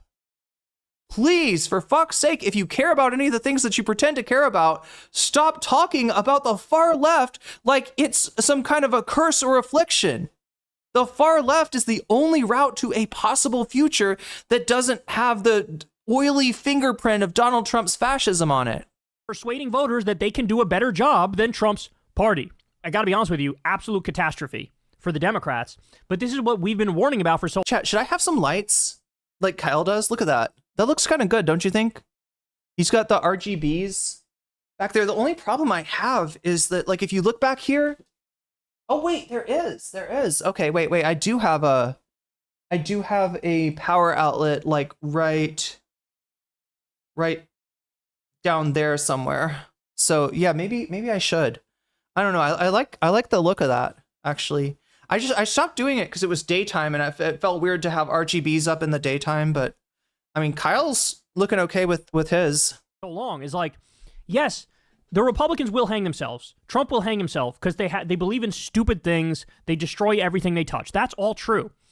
But that's not like, it's not guaranteed that like, oh, they like you because they hate them. No, they could hate both of you, right? You have to give them a reason to like you. You have to make an argument. Most importantly, you have to fight. When people think of Democrats, they think of weak. They think of pathetic. They think of loser. They don't think of like a crusading warrior. They think soy in the worst sense of the word, you know, like at various times I've kind of like, I mean, like, look, the idea of soyness, it's kind of like a right-wing meme. But if you strip it of that context and you think, you know, about the way that it's been sort of appropriated, it starts to mean something else that's not, you know, it starts to shift its meaning and describe more of a way of communicating, I guess, rather than an ideology that's forming the thoughts that are communicating. If that, I don't know if I'm making sense with this, but anyway, chat, getting into the weeds as far as the soy right goes. Who believes in what they're advocating for, right? They don't think of somebody who never backs down, stands their ground. They don't think that. So, all right, I got some more for you. Here is, we got another poll. This is crazy to me, and I'm about to lose it on this poll too, by the way. Some more not great polls for Democrats, and then I'll tell you exactly why this is infuriating. This one was a surprising one to me, given everything that's going on in Russia, what happened in Iran, what happened in Gaza. But the bottom line is Democrats in the American voters' minds cannot hack it. What are we talking about? Party trust and more in foreign policy. Well, the GOP holds an average 6-point lead in the month of July. Look at this. Fox News came out last week, plus 3 points for Republicans on foreign policy over the Democrats. You think that number is not high enough for you? How about the Wall Street Journal? GOP plus 8 points when they match congressional Democrats up against congressional Republicans. So stop and think about that. Donald Trump has been threatening to invade Greenland, threatening to steal Panama, threatening war with Mexico. He's been arming and funding a genocide in Gaza, and he wants to completely take over Gaza. Ukraine is now under assault by Russia, and Russia's not listening to anything Trump is saying with his attempts to stop the war. You have Iran, illegal and offensive strikes against Iran, a country that didn't attack us. And oh yeah, by the way, the attacks didn't accomplish what Trump wanted to accomplish, which was to destroy their main nuclear facility. So all these failure after failure after failure, insane decision after insane decision after insane decision. Do I think that socialism is a stepping stone towards communism, or an end goal still something approximating, or is the end goal something approximating a free market economy, perhaps something in between? Look, as far as electoral politics are concerned, it's not socialism and communism. We are so fucking far off. Right now, I am concentrated on things like class consciousness, right? The first step to any sort of self-determination for the working class, which is kind of what you're looking for if you're looking towards socialism and or communism, is the class consciousness and solidarity.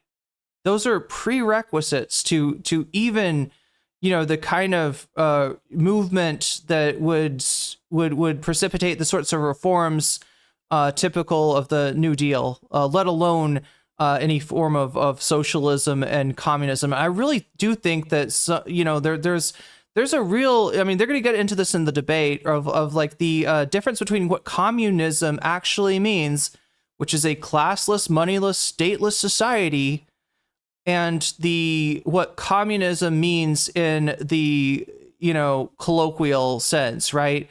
Which is suppression of free speech and the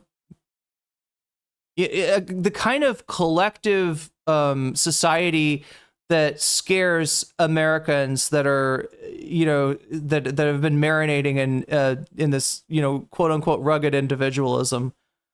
But more on that later. Decision, and voters still say we prefer Republicans over Democrats on foreign policy. Why?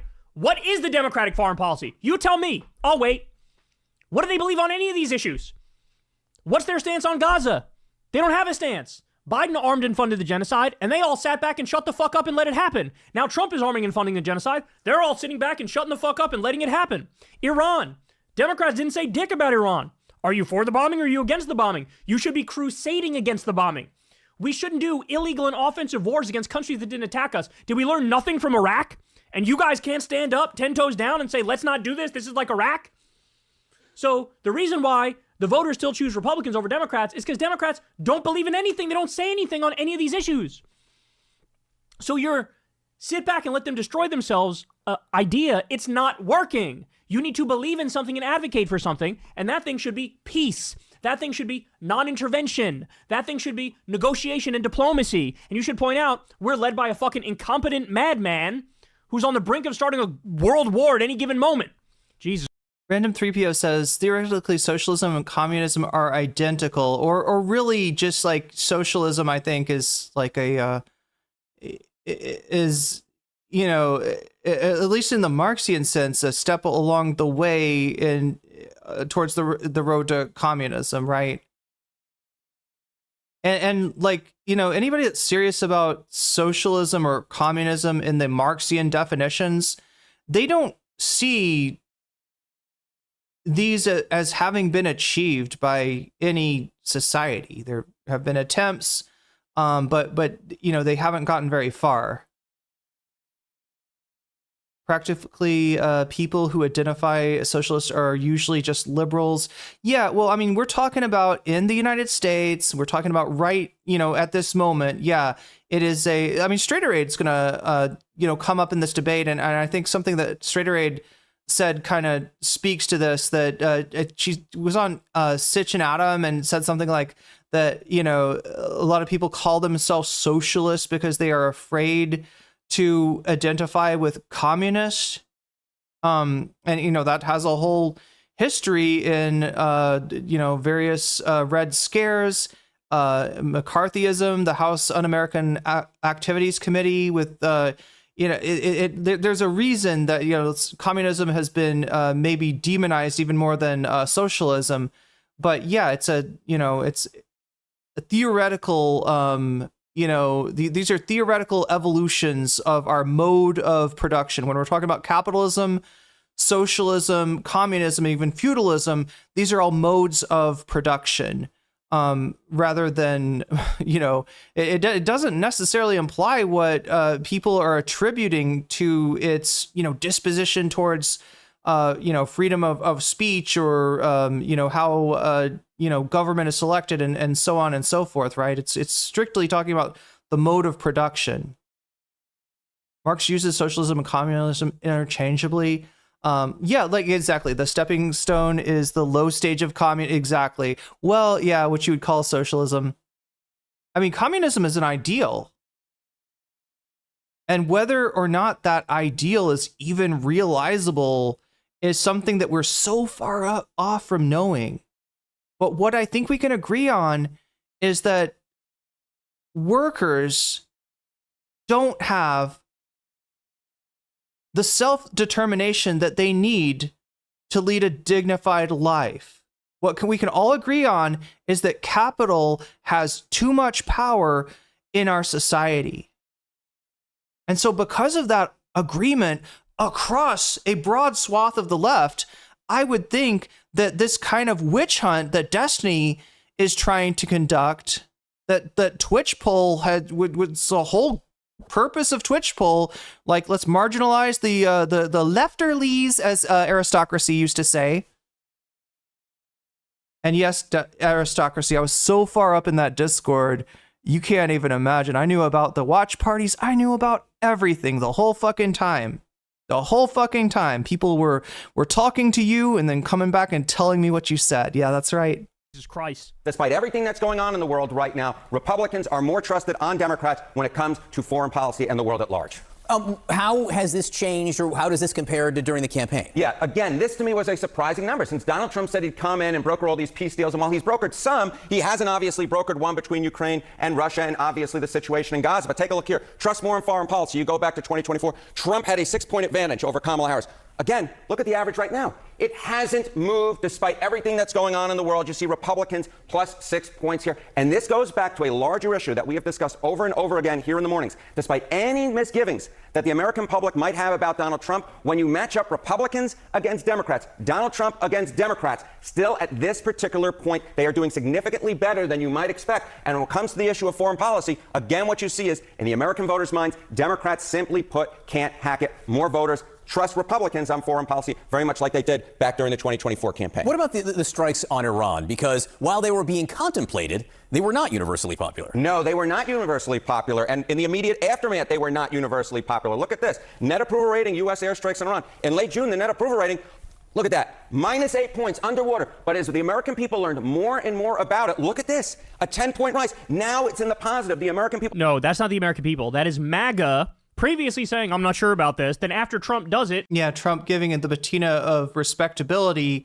on these strikes. And also, you know, the illusion that it's kind of a one and done thing, right? The way that he differentiates himself from Bush's foreign policy is that Bush got us into 2 forever wars in Afghanistan and Iraq, and they want to say that Trump is, you know, he's doing peace through strength, and that strength is, you know, joining an Israeli attack on Iran that it turns out didn't do much of anything. Right, the goals of that strike were not achieved, and but because he's able to sell this as like, well, you know, we're in and out, there's no boots on the ground, et cetera, et cetera. That's how he's able to get MAGA to, you know, change their tune on his really act of war. And it's the second act of war that Trump has done. The first one coming during his first term in the, you know, assassination of a high Iranian official. But this is you know, yeah, this is basically Republicans, you know, changing their mind based on being in line with Trump. They go, I love this. That's what that is. Like the move that Donald Trump put on Iran, the U.S. airstrikes in Iran, a positive +2 net approval rating. So again, the bottom line is this. As the American people learn more about these airstrikes, as the American people compare Donald Trump and the Republicans against the Democrats, they see them far more favorably than you might expect. Interesting and notable that the president is overseas today. Foreign policy may be an area that is stronger for him. Harry Hatton, thank you. So understand something. How can we be in a place where now the illegal and offensive bombing of Iran is popular? The reason we ended up there is because there wasn't a Democrat in the entire fucking country that stood up and told the truth. There wasn't. The Democrats are somehow still traumatized by events in the 1990s. Believe it or not, right? There were Democrats who opposed the Gulf War, driving Iraq or out of Kuwait, that George W. Bush did, right? And because that was a fairly quick conflict with minimal American casualties, it was a popular war. It was extremely, people forget, I've looked at the statistics, right? People seem to have forgotten how popular that war was, or how popular George H.W. Bush, George W. Bush's dad, H.W. Bush, was with the American people in the immediate aftermath. If you watch the movie Bush, right, which is not, it's an Oliver Stone depiction of George W. Bush's life, right? His involvement with his father's administration was becoming frustrated with the fact that his father's popularity after the Gulf War was not enduring. By the time they got into the campaign and the economy became more and more of the issue, rather than the Iraq War, which was still popular. There wasn't like a hangover to the Iraq War, Gulf War. There wasn't a hangover to the Gulf War the way there was for Afghanistan and Iraq, because it was just so quick. As soon as the Iraqis left Kuwait, the war was over, and Bush did not pursue Iraq. So W learned kind of like the wrong lesson from his daddy, in that what he saw was that my dad was really popular right after the war, but then he didn't keep conducting the war, and so he lost his popularity. So I'm gonna fuck up Saddam Hussein, right? I'm gonna finish the job on Saddam Hussein, and I'm gonna be bold, and that's my secret. That's my innovation. That's what I've learned from the failing second campaign for H.W. Bush, right? But yeah, obviously, you get kind of the return of Vietnam syndrome, which is now Iraq syndrome. And that's the reason that, actions against Iran are not, popular even amongst the MAGA base, at least not without the patina of approval from Trump being placed on it. And a single Democrat that said, hey, remember when we had the Iran issue figured out completely and perfectly? Remember when Barack Obama made a deal with them and then they abided by that deal perfectly and they didn't get a nuclear weapon and we gave them back their own money and everybody was happy and secure and making money? Remember that?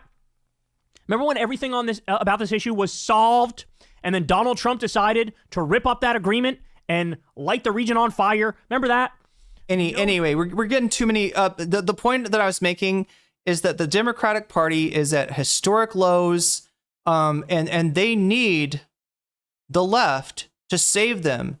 And this kind of shit, trying to marginalize us while you yourself become the marginal ones, this shit is, pushing it towards, the end of the Democratic Party and its replacement by hopefully something to the left of it, right? And that's, look, as much as I hate the Democrats, as much as I even have critiques of the New Deal Democrats in that their policies didn't have the, staying power that you would have liked to see. I also recognize how difficult it is to make a new party and how little time we have before the 2028 election, let alone the 2026 election, right? So I don't envy the idea of having to, bury the Democratic Party and replace it with something better in such a short time. Like, that's a huge uphill slog. I would much rather replace the gerontocracy, replace the neolibs, and have a new formation of the Democratic Party. Right? We've spent since 75? God damn it, chat! 50 years. Oh my God, chat! It hurts. It hurts to think about. We've spent 50 years with the Democratic Party pushing neoliberal politics. That is fucking ridiculous. I'm surprised it lasted this long, especially considering that if you want, nobody wants diet evil from the Democratic Party when they can get the full calorie beverage from the Republican Party. And the mic next to Pisco. Go ahead. God damn it. Chat, is his volume not low? Is his volume too low? That's the other reason I didn't want to watch this on Whick. I'm afraid we're having a problem with volume. What do you think, chat? Let me know if this is too low. Whick, I'm sorry, just nothing about Whick that's professional. I'll be honest, all right? I think his volume's too low. It depends on what you mean by court and what you mean by the far left. It's way too low. So obviously, I would be in support if by far left you mean people like Mamdani, people like AOC, these kinds of people who identify, Bernie Sanders as a socialist. I think that there are absolutely things that we can agree on with socialists, and we're a big tent enough coalition. Is that better?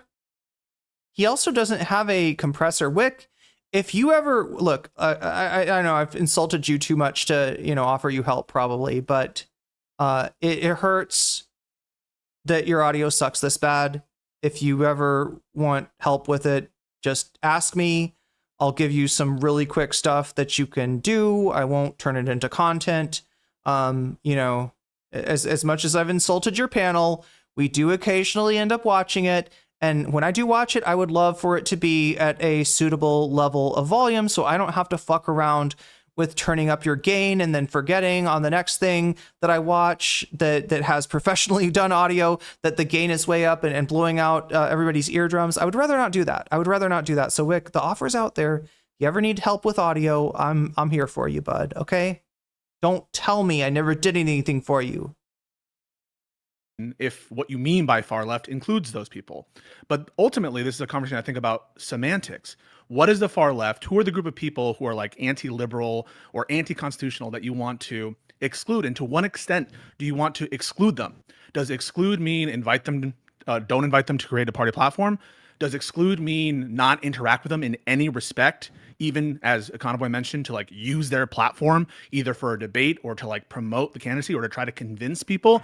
I don't know if I'll go that far. I certainly wouldn't want to incorporate any Marxist-Leninist ideas into the Democratic platform if that's what's being meant by courting the voters or courting the far left. So ultimately, it's a semantic argument, but we're not here for that. We're here because, in my opinion, there's been a bad faith campaign to basically smear me and Econoboy and Josiah as having moved to the far left, as having put Josiah? Look, Josiah can see the positive aspects to Bill Maher. I don't think Josiah has like slid to the left. I don't know what the fuck they're talking about. We're talking, chat, when they say Josiah, we're talking about Pondering Politics. I don't know if any of you ever watch him, but it's just like, it's like a Midas Touch type channel. There's nothing far left about Josiah. You know what they're talking about is the fact that Josiah, I think, is friends with the Vanguard boys, right? Not to be confused with the Vanguard that, that Charlie Kelly was just talking about, like an actual Vanguard party or something, but like the Vanguard podcast, right? Which, you know, I've emphasized this a few times, but yeah, they're not called the Vanguard because they're MLs who read theory. They're not MLs. They don't read theory. It's called the Vanguard because one of them had a van at some point, and it sounded cool. That's it. And look, colloquially speaking, a vanguard can mean a variety of different things. Like the concept of vanguard is not something that only exists in, in ML, ideology, right? It's used for plenty of stuff. It means like the tip of the spear.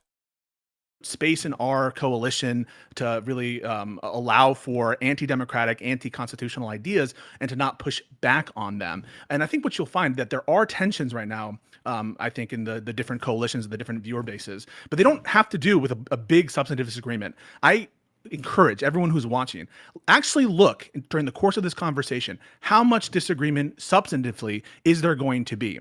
If we're talking about like this semantic game about what a socialist is a socialist a Nazi? Stephen is going to just fucking get crushed on that argument by Econobo in terms of what a normal person means by the term socialist and how those terms are used.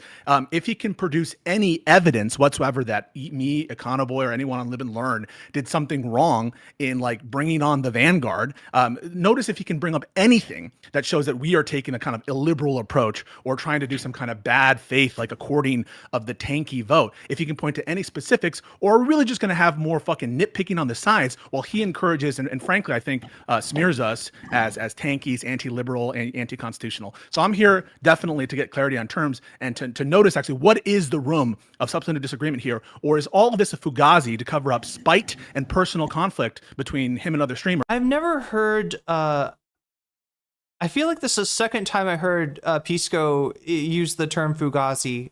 Like, honestly, chat, like, I had to look up what this was. I've only heard of the band Fugazi. I don't know what the actual word means, but is it this like a Pisco thing?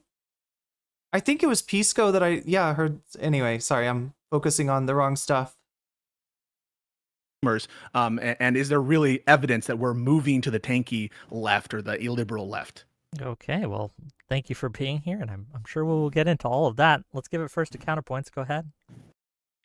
Yeah, so my issue with this whole thing is that there are socialists, which I define, I think, in a good faith way, for the decommodification of basic human need and workers owning the means of production.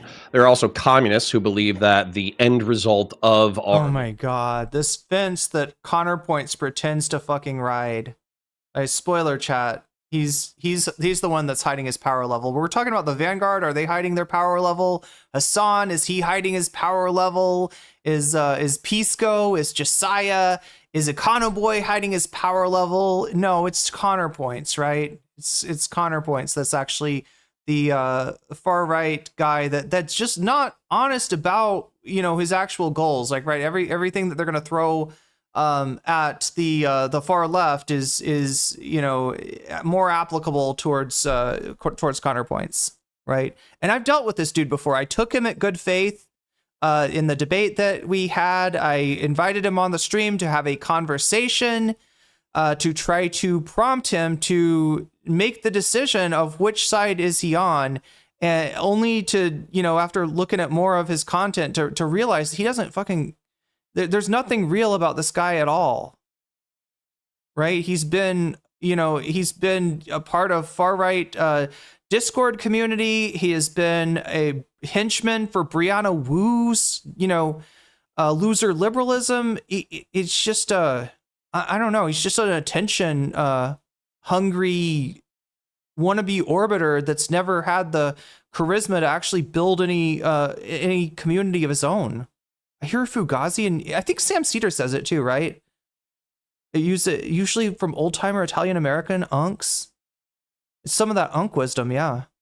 My distaste for the Democrats began when they abdicated the fight during Bush versus Gore, when they gave up they're so enamored by institutions that they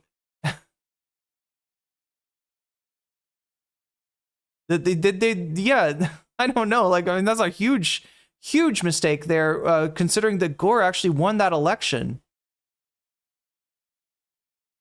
Material analysis should be a moneyless, stateless, classless society. I think these people exist. I think they have clout. I think they have influence. And I would use specific examples in our sphere of influence, like Erin or Straight Raid, who says that she's a communist. I would use the examples like Hassan Piker, who I just watched earlier today, is effectively holding hands with Marxist-Leninists and saying that he is a Marxist-Leninist. He's just, you know, plain soft. Hassan is a fucking, like... Hassan is a pincushion for Marxist-Leninists. What are you talking about? When 90% of the time Hassan getting criticized from the left, it is you know, from Marxist-Leninists. It's not with the social the idea that he is like their leader or something like that is frankly laughable.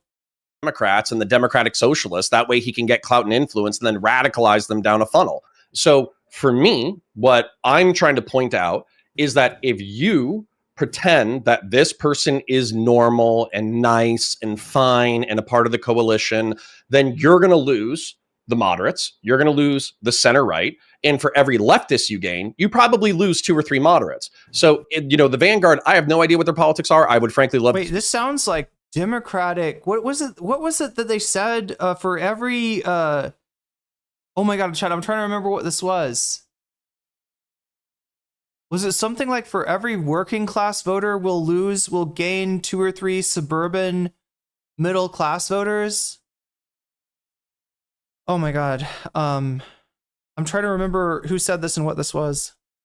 Speak to them specifically about their politics, but if MLs are a part of the coalition, you're losing people. You're being politically ineffective. And like, if I'm being real, the MLs don't generally have any sort of interest in electoral politics. If they do practice it in any way, it is supporting third parties. I've never seen, you know, like a hardcore ML. I don't know, like like working for the, you know, to get Democrats elected, right? That's my argument. Okay, thank you for being here. And last but certainly not least, Destiny, go ahead. Yeah, so I think that when I was making the rounds debating Nazis in 2016 to 2018, one of the most common things that I heard from kind of like the centrists that basically gave more credence to all of the far-right ideas was point to where I support this. Show me where I said that I'm racist. Show me where I said that I hate Jewish people, or I'm anti-Semitic, or I'm, trying to be a white supremacist. And there was always... All right, I found it. I found almost the exact point that Connor Points just made, being spoken by none other than Chuck Schumer. This is from a long time ago too. And it's already won a large percentage of those people over. On the other hand, Trump is so new that for every, this is the second point, for every blue-collar Democrat we will lose in Western PA, we will pick up 2, 3 moderate Republicans in the suburbs of Philadelphia. And you can repeat that in Ohio and Illinois and Wisconsin. And repeat it they did, chat. Repeat this strategy they did, even up until the 2024 election, where Kamala Harris embraced Liz Cheney, was endorsed by Dick Cheney, and on and on and on. This is a failure. This is a massive failure. Chuck Schumer should apologize for saying this, and anybody that says this without irony should be laughed off the fucking stage. This like annoying fight that I would have to do, where in order to start debating the Nazis, I'd have to chew through all of these epic centrists first, who would say, well, yeah, this is why Connor's incoherent. Like, half the shit you hear from him is it's like some kind of far right shit cooked up on a Nazi Discord. The other half of it is essentially loser liberalism that he got from Brianna Wu. Like, there's nothing real about anything this guy says. I'm just a classical liberal. I'm Sargon of Akkad. I'm not actually a white supremacist. I just happen to give cover for all of these people. I don't think Econoboy or Pisco or Josiah or any of these other people, I don't think they're becoming tankies or anything like that. I just think there's a very annoying cover that's given to a lot of these people, where there's like, we can 100% discern and decipher every single intention that Donald Trump has. We have no problem calling him a fascist outright. But then when you have people that hate the Democrats, that shit on our candidates, that attack everybody on our side constantly, we're like, well, I don't know what they really think or how they really feel. Or when it comes to people like Hassan, Destiny, what do you think the results of 50 years of a lot of failed elections, frankly, and then when they do get elected, failed policy? Do you think that might have anything to do with the fact that people hate the Democratic? And it's not just tankies. It's not just the far left. I just showed you that poll. Destiny, the American people hate the Democratic Party. The American people don't trust the Democratic Party. All right, now that's a label, and like I said, different people can be the Democratic Party if they're able to take hold of it. So, that's not something that is etched in stone. If the Democratic Party did something for the American people like they did in the 40s, you could have the American people love the Democratic Party. But that's going to necessarily be a different Democratic Party than the one that is currently in power. Like even earlier today in my subreddit, Econoboy, when asked about supporting Hassan, will say things like, well, I don't think I necessarily agree with him on everything. He says, I don't have a generally positive view of Hassan, and I think I would flatly agree with many of the criticisms levied at Hassan. That's just in my mind, even though it seems like there's some kind of separation there. That's just a wild statement to make from somebody who openly supports terrorist groups that kill civilians. I gotta slow your roll, Destiny, because somebody in Twitch chat actually had the answer for who said that before I even was able to dig it up. Yeah, congratulations, Uzubix. You are correct. It was Chuck Schumer.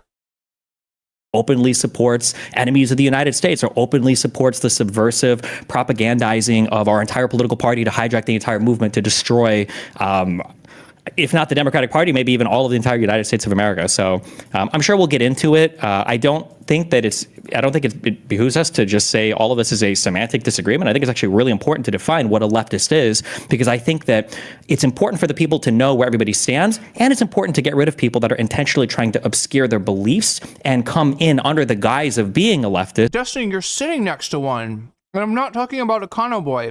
Without actually stating, what their position is, and then having this this dual role that they get to play, where they can propagandize people and radicalize them without actually ever stating what it is they're trying to do. Are you for the complete and total abolition of our democracy, or are you just somebody who wants the government to do more stuff? And just to get clarity, so we know what we're talking about, Destiny, are you saying that Econoboy and Pisco are running cover for those leftists that you think are... I'm sorry, but democracy is not a stumbling block for the far left, right? It's not a target for the far left. It's not a priority to get rid of democracy for the far left. The far left is trying to spread democracy into the workplace. It's trying to make the society, not just the, government, more democratic. Infecting the Democratic Party, or however you want to put it, right? Yes, but I don't think it's like they're secretly tanky, and so they want to provide cover for their tanky friends. I think it's more just like this.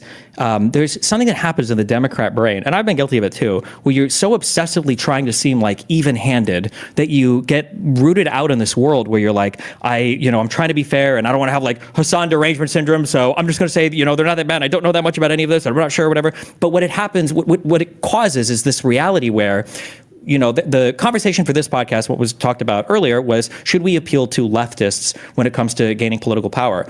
When do leftists talk about appealing to liberals to try to gain political power? Or when do leftists say, hey, maybe we should chill on shitting on the party, forever and ever when it comes to getting political power? Like, why is the conversation only ever on the Democratic side of things? That's just very wild to me. Okay. The floor is open. Go ahead. I was going to say they do. I have a question. I have a question. Yeah. So here's another frustration about this conversation. The real fight here is between Destiny and Pisco. All right. Now, Whick likes to do panels, and he's friends with Counterpoints, but I really don't know, why, no offense to Econo Boy, I really don't know why there's other people here, right? Everybody that's watching, they want to see Pisco versus Destiny. That's what I'm interested in. And yet, granted, chat, most of this debate does end up being Pisco versus Destiny, but it's just a constant attempt by Counterpoints to try to interject. This is both to Connor and to Stephen. Should some socialists, at least some, be catered to, be appealed to, and be part of the coalition? No. So you would agree, therefore, that Bernie Sanders, AOC, and Mamdani should not be catered to and part of the coalition, correct? Depends on what you mean when you say catered to. Should they, for instance, the head of the ticket being a socialist like AOC? For Epstein, Hassan's hog is the hog that got away. Yeah, pretty much. Donnie, if they are the nominees, should we support them?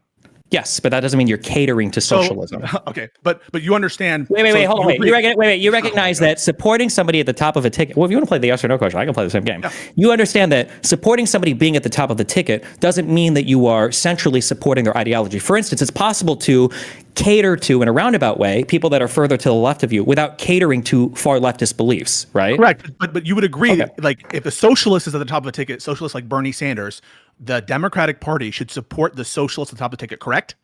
It depends what you mean by support, but generally, yeah, I think you should support. Okay, so you're okay with socialists being part of the coalition, correct? I don't really know if I consider Bernie Sanders or AOC to be like socialists. And why is that exactly? Because I don't think that they're like. Here's the deal: if they weren't socialists on some level, it would not behoove them to call themselves that, right? Having that baggage, having that label. Even if they were to disavow it, even if they were to say, look, I was much younger when I talked about socialism, I didn't really understand. I've like learned and I've grown, and now I'm a liberal who believes in a strong welfare state, or that the government actually can do things for working people. Like, that would be so much of an easier sell than the baggage of socialism, right? None of socialism is not there. When's the last time that Bernie or AOC have played up their socialism? Like, I don't even know.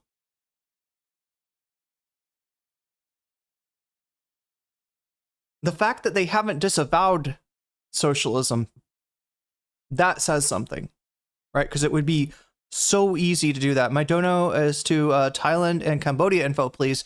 Thank you for the super chat, Crotchy. Fit under conventional definitions of socialism. Do they want the decommodification of basic human needs and workers owning the means of production? Yeah, so that's your definition. That's your proprietary definition of socialism. That's you agree. Most socialist definition. So, for example, do you disagree with my definition? Yeah. Okay. So just to hop in here. So yeah, I disagree that is. Okay. Do you want me to answer the question, Connor? Give Econoboy space to answer. Go ahead, Econoboy, please. So I want you to do a line of Adderall. Let Econoboy answer. Go ahead. The fuck? What even was that about? Wait, so I'm sorry. What?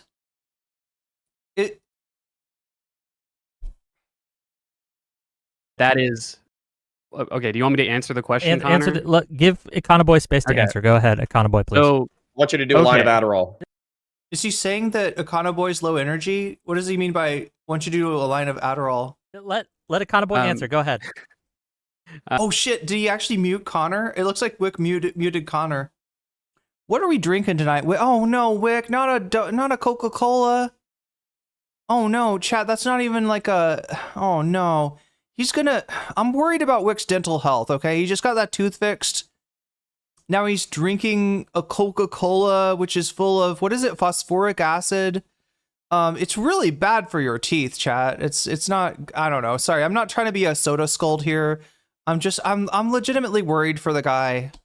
I probably should have done. We have to protect Whick. We have to take care of Whick. An edible instead of Adderall before entering this debate. But to answer your question, similar to capitalism, socialism is a diverse universe of people. There's a lot of people who call themselves socialists. Some of them are Marxist-Leninists. Some of them are like what you might call like the worst thing that could happen is he raises the Coke to his mouth too quickly, and he breaks off the cap or whatever he's got on his tooth. Right? That's moderate, like right-wing socialists, I guess, like me, who say that we should just collectivize the ownership of production.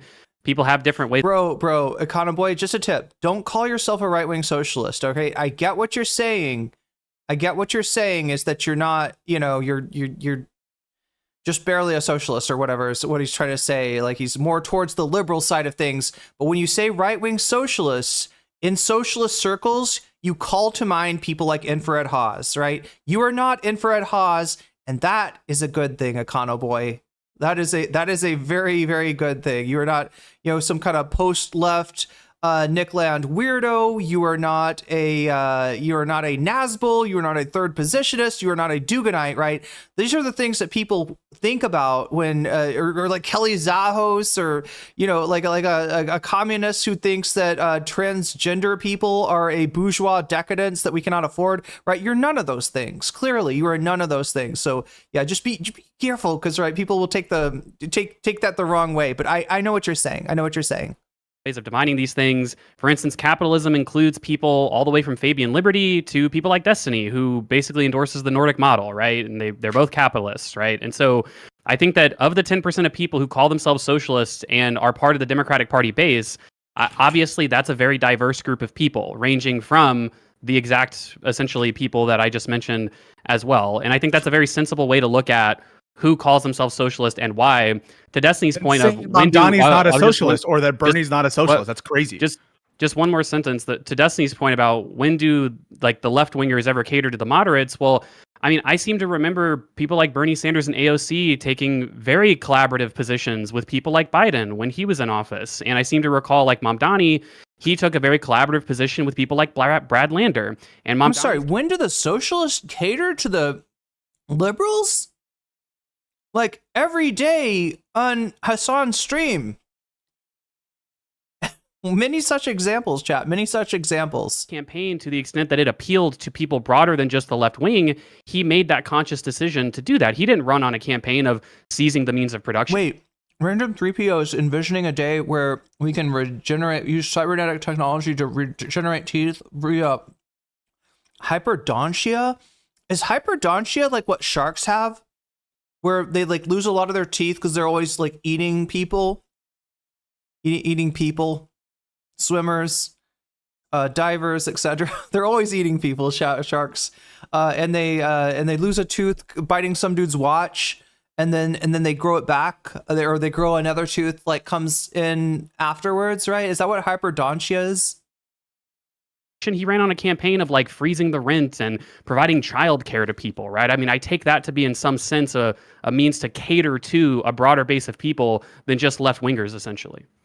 So I think that if we want to talk about catering to socialists, I think that the issue that we have is there exists a world where you only have, or you have a bunch of like Bernie Sanders, AOC, maybe Mamdani types of people that are part of your movement and part of your coalition.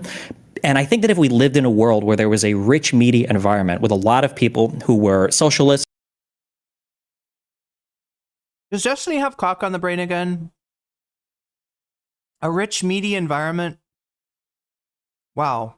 You should throw veiny in there too. Like, right? Can we get some vascularity along with that maybe? Who, you know, some supported the liberals, some kind of didn't, and some were like really against it, then we could have that conversation. But right now, it seems basically ubiquitous across the entirety of the left-wing media landscape to aggressively and violently shit on and attack Democratic candidates as harshly as possible. It can happen in humans where your body doesn't stop producing. So you're talking about like the replacement? Like you can, so like the way that you replace your child teeth or whatever they're called, you know, like the, you know, tooth pops out and another one grows in. Some people have a tooth pop up and displace their adult teeth too. Is that real? Damn. I just saw, and I'm sure you guys saw, that Vanguard tweet saying that Pete Buttigieg looked like and smelled like a rat. Pete is one of the most like popular Democratic figures making the rounds on shows. I just watched Crystal Ball fucking roast the. I'm sorry. That says something. Roast Elena Slotkin. Is that what he's gonna say? Pete, chat.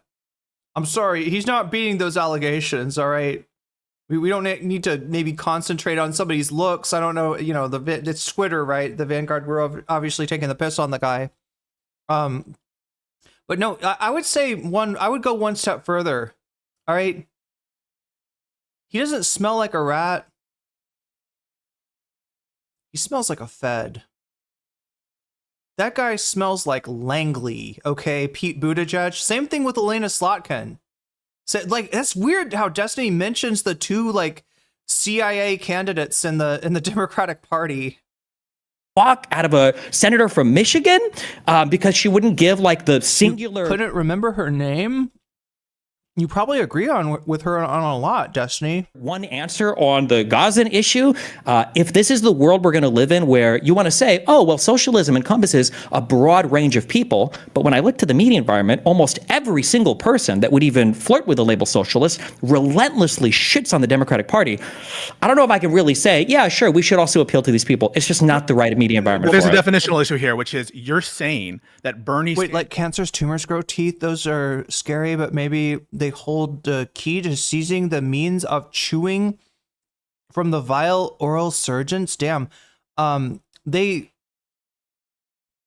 know, yeah, the tumors that have, what is it, like tooth tissue, hair tissue, nail tissue in them. And Zoran Mamdani are not socialist. Explain that. That's not really responsive to anything I just said. No, because you were not responsive to the issue at hand, which has to do with the definition. Yeah. So the question is, if you're this panel is a nightmare blunt rotation, says Leah Exicult.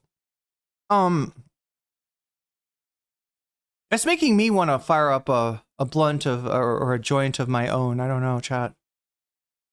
I don't know. I don't really want to do that in the apartment though. If you're defining socialism to only include the people. That popsicle looks delicious. It's actually just like a I don't know, for some reason in chat they sell sell cut fruit here, but the watermelons always come in these big slices. And I kind of dig it. Yeah, you just put it on, this little, you turn a watermelon into a popsicle. That's what you do. People that Steven doesn't like, then maybe there's not actually a disagreement here in terms of who should be leading the party or something. So I wasn't defining socialism with people I don't like. I was defining socialism. So we can talk about definition of socialism. What I'm looking at right now is the socialist media environment. My earlier argument was that I don't know if I would even consider Bernie Sanders and AOC to be hardcore socialists. If I wanted to supply that argument, sure, socialists at all. Well, right now, who are the socialists all shitting on almost more than anybody else? AOC and Bernie Sanders. So, I mean, whether they're shitting on them or not, Stephen, whether they're shitting them or not isn't the question. That's a separate question. Are they shitting or not shitting? The question is, should socialists be part of the coalition? You just said that Bernie isn't a socialist. He identifies as such. AOC is not a socialist. She identifies as such. Mamdani isn't a socialist. She identifies as such. What's your evidence they're not socialists? So identifying as a political thing doesn't make you that political thing. That's a tautology, and that would be nonsense, number one. And number two, the question wasn't should they be part of the coalition. The question is should we appeal to them? Those are two fundamentally completely different questions. That's me. To be clear, though, you're narrowing your position. It was just last night when you said explicitly anyone that uses the socialist label should be treated like a Nazi, right? Now, in the media environment is what we're talking about. I'm commenting on your show. You clarified then, Destiny. Okay, well, that's what you said last night. If you're clarifying just people within the media environment, then I'm just saying that that's a useful narrowing of the discussion then, because you can call it a narrowing if you want, but anybody that's watched I don't shit on AOC, I don't shit on Bernie Sanders even, and I've been supportive of Mamdani for the. I think useful is one way to put about it. I think useful is one way to put it. I think weaselly is another way to put it, and I think it is weaselly. I think you're backing off of the strong. Oh my God, Pisco, you're making me wanna you're making me wanna weasel the fuck up. Let's see, where are my weasels at? Somewhere here. Oh shit, I need to. Okay, wow, Morbius Dragon, you just got in the Discord. Yeah, there was one time there were mods that were letting people in the Discord. Now I guess it's just me letting people in, but let people in I shall. Let's see, so 3 people that were waiting in the Discord. I just gave you your roles, so you should be able to see the Discord now. And with that, what I was really going for... Actually, just pop into Bird Brains, why not? Yeah, Pisco, I don't know. There's something about what he's saying. It's just like weasel.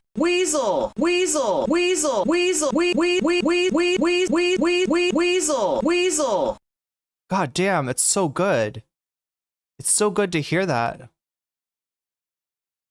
This is going bad. Well, to be fair, President Sunday, it is a Whick panel. I mean, it's not like we got Tipster doing the panel, which would sound like cheers, my dude. Love ya. No homo. Right? It would be a little different with that. Oh shit. Oh shit. Strong position. The strong position is socialists shouldn't be a part of socialists shouldn't be a part of our fucking coalition. And now when you're getting pushed, I guess now it's the media environment. And now it's but you took the strong I didn't position. say socialists shouldn't be part of the. Ooh, is he trolling Destiny because Hassan called him a weaselly little liar? Maybe so. I forgot that's where coalition. I said we shouldn't be trying to actively appeal to socialists. Do you understand that those are two separate things? They're different statements. They're correct. They're different statements. But you said no. They mean fundamentally two completely different things. They're two different statements that mean different things. They're two different statements that mean two different things. But your position, is it your position, therefore, that the Democrats should, as part of their coalition in terms of who to vote for, what kind of policy support, to humor people like Mamdani, humor people like AOC, and humor people like Bernie Sanders? And if that's the truth, then I think that I don't know what that statement means. Should they humor them? Like, what does that mean? Like, put them on the ballot? Well, I don't know what that question means. Like, should they have a seat at the table? Whatever you take the seat at the table. Seat at the table? Whatever you're they go to the Outback Steakhouse. That's what I'm asking you. So for example, you're the one. What are we doing? Getting a Blue Man on an Outback Steakhouse? What are we, Australian for beer? What's going? We're going to throw a shrimp on the Barbie? The one who says that we need to excise these people from the party. I actually don't know what you mean by that. So whatever your vision of having a seat at the table, not being excised is, whatever you're using when you say these people need to be gone. Under that definition, do you think? Sure. Okay. Let's let Destiny chat. Just an update. We got 1 hour and 14 minutes left to try to put a butterfly in my hair. It's going to take 9 teal super chats, right? That is a super chat of, I think, around 350 or above. Gets you a teal super chat. If you want to see the butterfly in my hair, time is a ticking. Time's a ticking for the bonus skull as well. We're at 11% right now out of 100. I hope this isn't like a bad topic that people just are like not interested in here. But you know, if we want to make the stream last, it's gonna take some work. So I'm just letting people know that now. Also, thank you to everybody who's clicked the pinned link. That is the link to the blast off skeet on Blue Sky, and gone over there and started a little bit of a conversation. If you want to join that conversation, click that pinned link, and you too, you know, if you have a Blue Sky account, you too can participate in my blast off thread over there. Those are good questions, Pete. Also, thank you to everybody who's liked the stream, because that really does help us get the stream out to more and more people. And it makes the stream more interesting, because potentially brings in interesting voices into chat. So if you want to help that happen and you know, make more people aware of our presence here, hit that like button. It really does help. Like, one of our thumbs alone doesn't do much, but when we put our thumbs all together. Narwhal_by super chatted $5. Teal super chats, not Thiel. Very important distinction. Yeah. Well, yeah. Don't you pronounce it the same way though? I don't know how. Would it be Dutch or Afrikaners, right? I don't know how Afrikaners works, but is it? I don't know if you pronounce it like a th or like a t. But I think Peter Thiel's, it's pronounced Thiel, just like he's like the TLDR of, anyway. Oh God, I forgot that was a cursed anti-SJW YouTuber back in the day. Do anybody remember TLDR? Pisco? And I'd like to know the answers too, right? What do you mean, Destiny, when you say we need to excise these people? How do you see that? Yeah, my fixation is almost universally on the media environment when I'm having these conversations. I think when I was watching you guys talk, it was also generally on although sometimes you guys would try to go back to AOC, but like politicians operate kind of in a different world than the media environment operates in. Most of my criticism on the media environment that all calls themselves like leftists or socialists seem to relentlessly shit on Democrats. And I just think it's a really unhealthy and bad world, again, where you see a Michigan senator wants to dip her toes into the podcasting world. And one of the jokes I made about Kamala is one of the reasons why she probably didn't do any shows is because she would get fucked by the right, the centrist, and the left. And she goes on a leftist show and she gets fucking shit on because they only want to talk about fucking Palestine. This is a senator from a blue state, from Michigan. Jesus, that's insane. I'm sorry, Destiny. There was a while where you only wanted to talk about Palestine.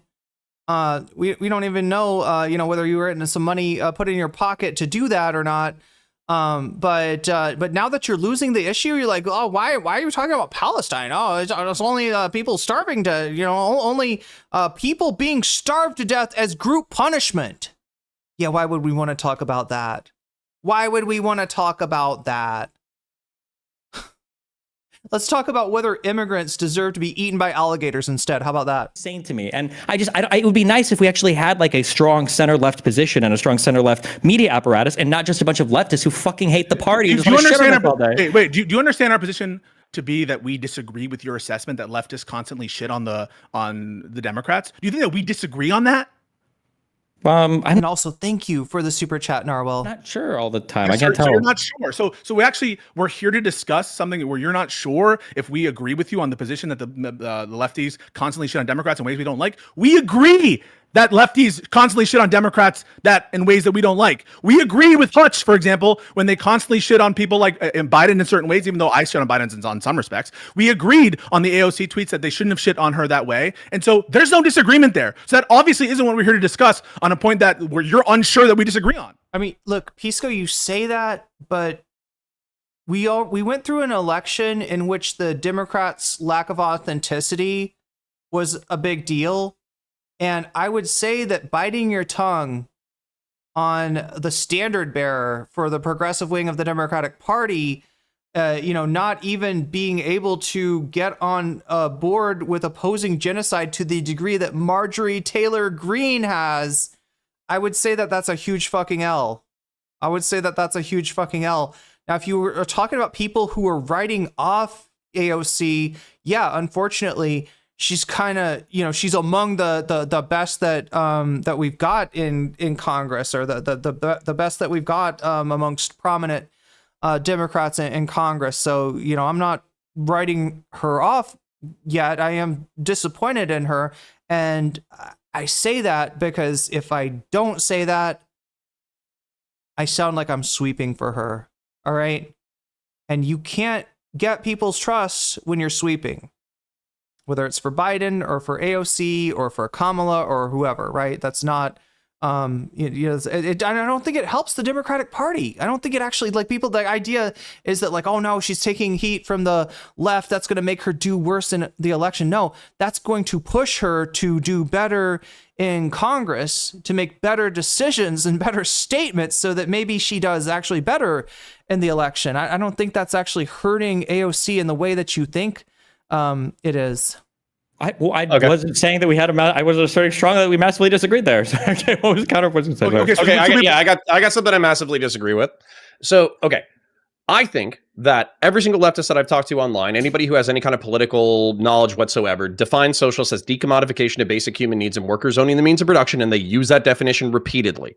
I think that my frustration is that there are a bunch of quote unquote social democrats who talk about universal health care, or they talk about, making rent cheaper or some shit like that, which are social democratic Scandinavian policies. And I think they're using the term socialism backdoor in order to rehabilitate the image of this. And not just that, Hassan Piker and plenty of far lefties, plenty of MLs, probably the Vanguard as well, they're ecstatic that this is happening. They're ecstatic that Mamdani has social democrat policies. They're ecstatic that AOC have social democrat policies. They're ecstatic that Bernie Sanders have social democrat policies because it rehabilitates the word in my mind. That shift of the Overton window to the counterpoints, the biggest thing that's rehabilitating that word is the die-off of boomers. All right. It wasn't a bad word to begin with. It was only a bad word because we let anti-communism take hold in this country to the detriment of the working class, to the detriment, I would argue,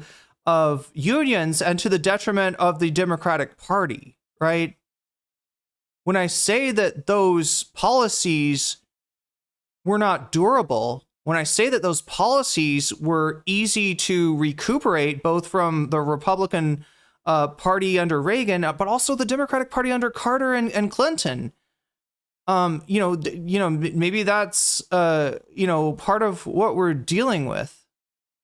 Maybe they agree with the policy. An insidious plot by twats to manipulate the Democratic Party.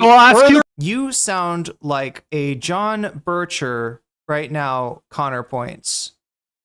I'm sorry, but I got to call out the conspiracy theorists on the panel.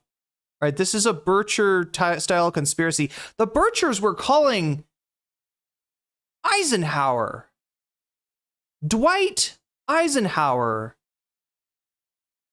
a communist, right?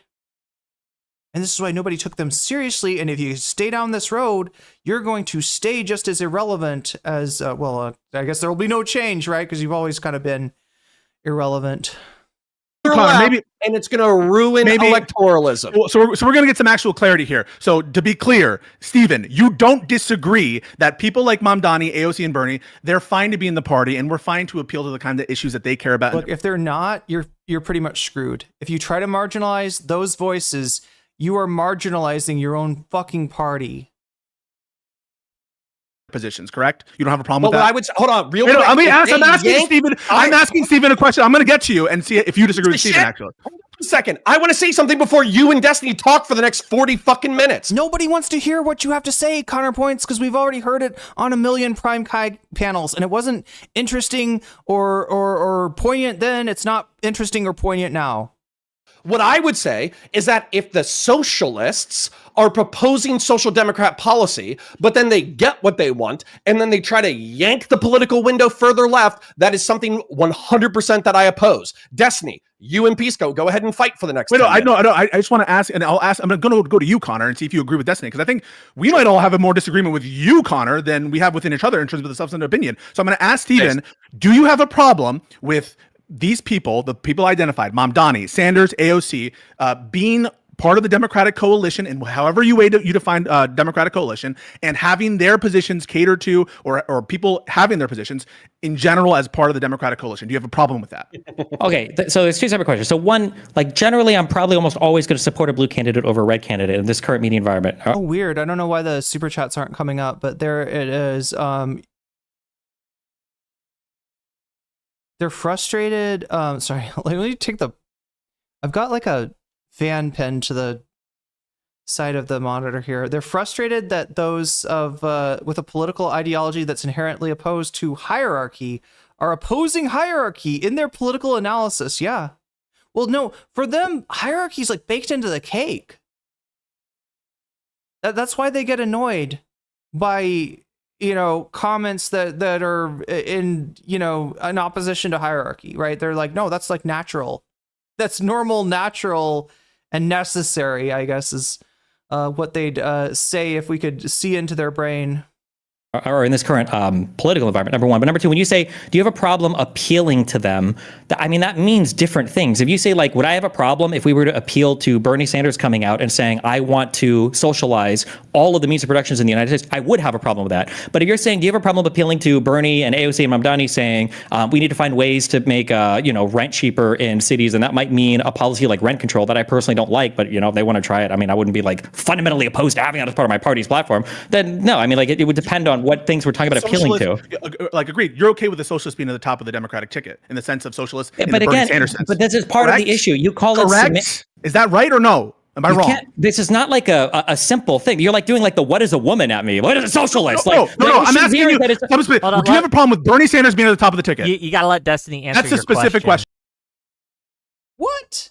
I don't. When Destiny's this incoherent, I don't think you gotta let him answer anything. What the fuck? That's like your what is a woman? I'm sorry, what?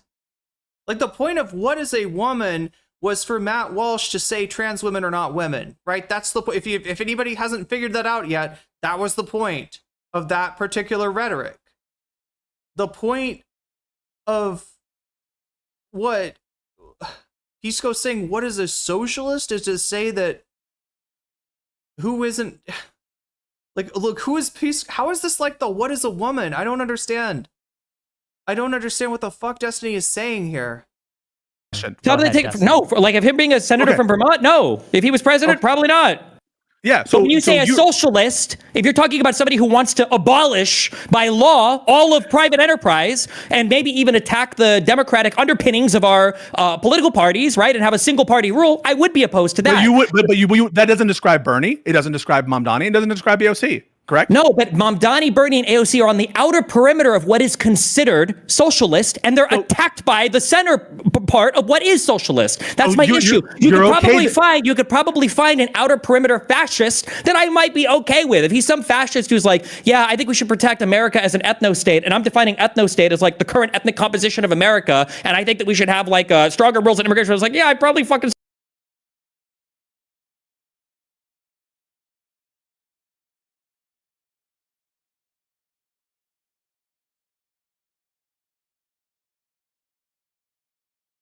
God damn. God damn. Do you miss Nick Fuentes, Destiny? Because I'll tell you right now, he does not miss you. He doesn't think of you. He doesn't remember you. All right. That was the worst blowjob of his fucking life.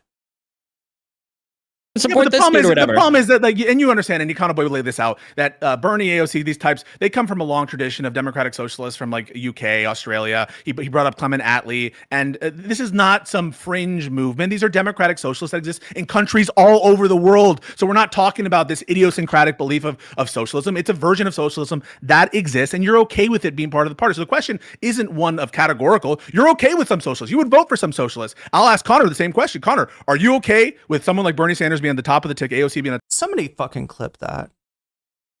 Somebody fucking clip that shit. All right. Top of the ticket of the Democratic Party. No, I would either abstain from voting or I would fucking vote against them. Like, for instance, if there's a moderate Republican compared to AOC or Bernie. But not that moderate Republicans exist anymore. But if they existed, I would pick a moderate Republican over AOC or Bernie. I think the bigger disagreements between you and Destiny, therefore. I think Destiny's okay with some Well, socialists to be clear, being a part of the Democratic coalition. Connor is a Republican, so I would expect him to say that. Yeah, no shit. But voting for somebody is a lot different than appealing to somebody. These are two different things. And what is he doing? Okay, God. I was watching Connor.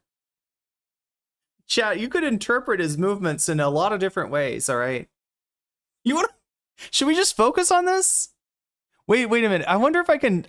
Can I center Connor for a second? All right. I promise I'll change this right back. I just want to show you what I'm seeing here. All right. Here, I'm going to momentarily let's see right there. Let's just take a good look at Connor points here. Right, as Destiny calls him a Republican. And if anybody can tell me, what he's actually doing, if anybody can guess what he's actually doing before I tell you. Not that moderate Republicans exist anymore, but if they existed, I would pick a moderate Republican over AOC or Bernie. I think the bigger disagreements between you and Destiny, therefore. I think Destiny's okay with some Well, socialists to be clear, being a part of the Democratic coalition. Look at this. Republican, so I would expect him to say that. Yeah, no shit. But voting for somebody is a lot different than appealing what's he to doing? somebody. These are two different things, and we keep playing. What's he doing? He's grimacing. What's he doing? Like clever game. Look at this. Where do you think? Let Destiny finish. Hold on. Let Destiny finish his thought. Anybody know what that is? Before I explain it.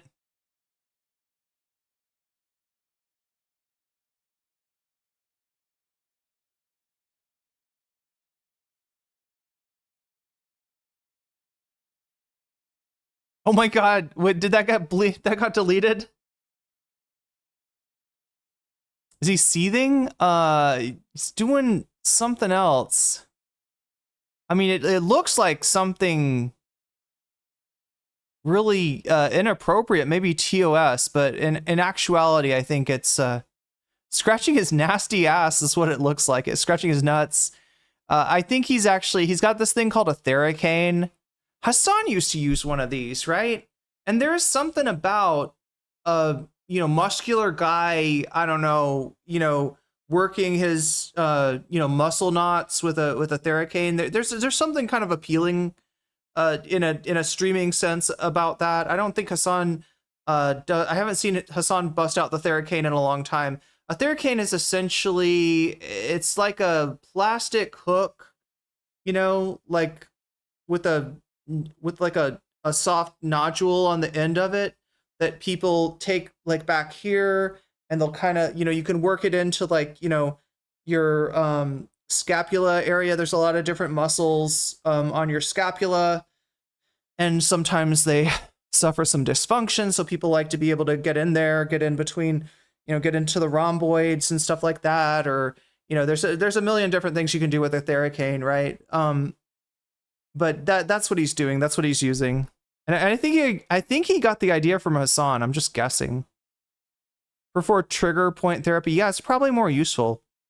There's some argument to, that the, sort of massage, the self-massage that you can do, even with something like a Theracane, is, gonna have, it's gonna, if you do manage to relax, one of your muscles that's having dysfunction, in doing so, you might actually give yourself dysfunction in another area. So he looks like he just farted, and he was afraid it had follow through. God damn. Yeah, the gluteals. Yeah, the glutes are something that you can maybe treat with. I don't know. I've used them before. I don't really. I didn't find it particularly useful. Please go. Well, although I sort of get it that, like, if you're hurting, it feels better to do something than to not be able to do any. You can at least concentrate on trying to make yourself feel better with a Theracane rather than concentrating on your painful muscles. That's it. No, I'm just saying that, like, appealing to somebody is a lot different than voting for somebody. I'm guessing if I was in New York and there was a plethora of candidates, Mamdani probably wouldn't be my first choice, but I'd probably vote for him in the primary, or I'm sorry, in the general. But that doesn't mean I would want to appeal to a socialist. Oh, but Destiny, there's a plethora of candidates in the general as well. I don't know. Destiny strikes me more of as a Cuomo voter, don't you think, chat? Do you think he just doesn't know shit? Do you think he just doesn't realize that Cuomo and Adams are running? I mean, maybe he wouldn't support Adams because Adams has been too friendly with Trump, but he really does strike me as a Cuomo voter. Or whatever. I agree okay, that like we have to. I think there's a useful thing to look at what this actually looks like in actually existing politics, right? So in 2016, when Bernie Sanders got 45% of the vote in the primary, something like that. He was involved in the platform committee for the DNC. He was like a main speaker at the DNC in 2016. He was able to extract a lot of concessions to the party. Like, I think that because of him, the party added in marijuana legalization, a $15 hour minimum wage. I think carbon pricing. And I think maybe there was some stuff about the death penalty. I want to say that was something that Bernie Sanders really pushed to add into the Democratic Party platform. And again, that's like a very direct appeal to Bernie Sanders and like an appeal to the unity between the centrists and the socialists and the Democratic Socialists. No, nothing. What policy there was socialist? Okay, so Destiny here's again. We're going to run into the problem because nothing that you just said there was socialist, and there's this game that's played where Destiny, you're wrong about that. You're completely wrong. Okay, 15 an hour is socialist. Okay, do you think a progressive income tax is socialist? Not necessarily, no. Right. So the Communist Manifesto proposed a progressive income tax, right? So does that make it a socialist policy? I would say, generally speaking, that the Communist Manifesto, the manifesto of the Communist Party, like it probably is something of an authority on what it means to be a communist. Not just a communist party, right? The modern day originator. I mean, look, Marx didn't invent communism.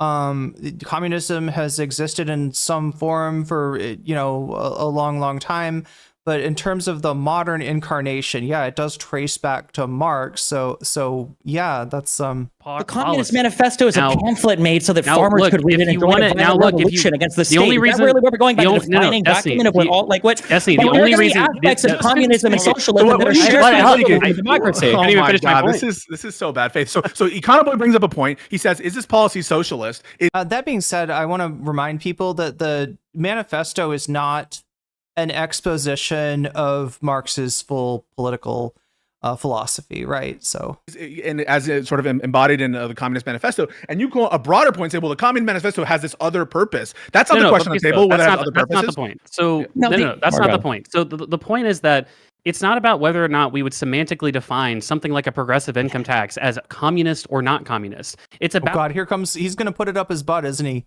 These broader movements and what their general ideological disposition is on all of the different set of possible positions within the policy debate. So I would agree to your point that like in terms of socialism being the decommodification of labor and also like the collective ownership of the means of production, if that's the way that you define socialism, then obviously these aren't like socialist policies, quote unquote, but that doesn't mean that you're not appealing. Connor, I feel like you need to maybe switch personal trainers. I don't know, like rather than trying to fix your muscle knots with your Theracane, maybe you should I don't know. I feel like he's doing his exercises wrong if he's getting that much. He's got that much muscular dysfunction.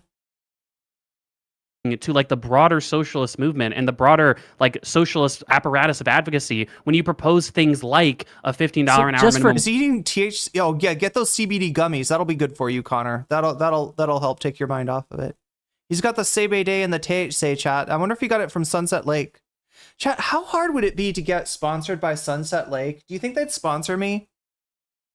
I don't want to do like ad reads for Ground News or for Factor or for Better Help or anything like that. But I wouldn't mind selling some THC and CBD gummies. Clarity, or Econoboy, just for clarity, so I understand, you're saying when you say I want to appeal to socialists, you're saying things like, oh, pick policies that socialists would also like. I'm saying that insofar as socialists and very progressive Democrats are a part of the actually existing base of What do you think, Chad? Is bro just eating gummy bears there? Is he got or are these like vitamin gummies, or is it the CBD? Democratic voters They should have some proportional say in things like party leadership positions, committee assignments, the platform of the Democratic Party, fundraising distribution, activists. Ooh, I should get sponsored by a vibrator. I don't know if I could. Chat vibrators are illegal. I think this is the weird thing. I mean, maybe not vibrators. I don't know. There's some kind of weird thing where at least like get a sponsored so I can use your discount code. Hell yeah. That's what I would love to do. Raid Shadow Legends, #1 RPG of inserts current year. Yeah. Look, those kind of sponsorships are through Stream Elements, and we did those a long time ago with the Star Trek Fleet Commander, game. But I don't want to make any money for Stream Elements anymore. I know too much about the There's something where you can't. Like, and I'm sure you could get them if you knew where to go, but somehow, it's weird. Thailand is, in certain ways fairly conservative, while at the same time, like being way more accepting of trans people than any other country I know of. Based organizing, strategic discussions. They should have some kind of proportional say in all. Pisco's fully glazed over. Yeah, I'm trying not to. Try not to get there myself. All of those discussions. But the problem is those people, if they truly identify as socialists and not just like liberal light or socialist light or whatever we're calling these people, they're not going to be pushing for these outer perimeter things that socialists might agree with when it comes to liberals. So when you say like a $15 an hour minimum wage or like a progressive taxation system, these are quote unquote socialist policies because they're mentioned in the Communist Manifesto. You don't need communism or socialism to talk about either of those issues. And what I don't like is this weird game that's played where somehow socialists are allowed to no true Scotsman every single good thing that our capitalist liberal society has produced and say, oh, well, you like vacation days? That actually came from socialism. You like... Literally, those were the people agitating for those sorts of things, right? They've been adopted into the, capitalist democracy, as you misnomer it, but there was the agitation of, so the whole point of like, probably even something like the presidency of Roosevelt, could be attributed on some level to socialist agitations, right? Roosevelt being the liberal alternative to socialism, or at least making some giving some lip service towards reforms to capitalism. You like minimum wage? That came from socialism. You like labor unions? That came from socialism. And every bad and shitty thing is ascribed to the capitalist part, despite the fact that that's what's even creating the necessary prerequisite wealth to even have these other things. Wait, Destiny, what does that have to do with? Wait, I don't know what that. Creating the wealth? It doesn't create shit, Destiny. It aggregates wealth. It moves wealth from. Like unless he just believes that inherently workers are not capable of organizing themselves without somebody skimming the surplus labor value, that nothing of value can be created, right? Despite like millennium showing you otherwise. Has to do like at all with what I just said. That what I'm saying fundamentally is that I think it's sensible to make policy concessions to the broader socialist apparatus insofar as they're a part of the base. It sounds like you don't even. We don't have to make that's not a policy concession to a socialist. It's literally not. Hold on. Wait. Without, no, absolutely not. If yes, you got it absolutely would. If you got rid of all the socialists, could you still get a $15 an hour minimum wage? Yeah. Then it's not a policy concession to socialism. Wait. No. Under really quick, Pisco.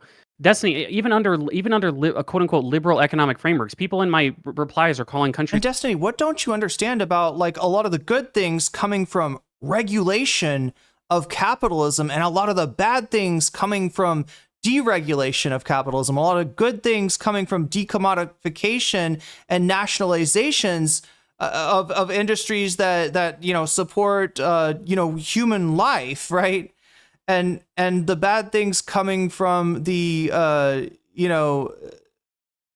opposite, right? It's like the Nordic societies, liberal capitalist societies, even though they do quote unquote socialist things as you would just define, like social ownership of the means of production, like privatization. Yeah, I mean, like, look, you can look at so many different, vector. You can look at so many different, policies and see that, yeah, the good policy. And how do we define good or bad? What does that mean? I'll give you a clue, chat. We're talking about people's interests, right?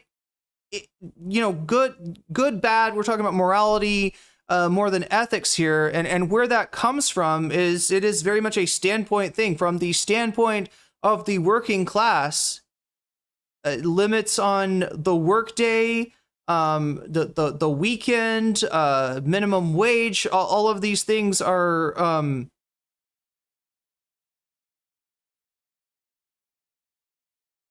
beneficial to our material conditions, right? Whereas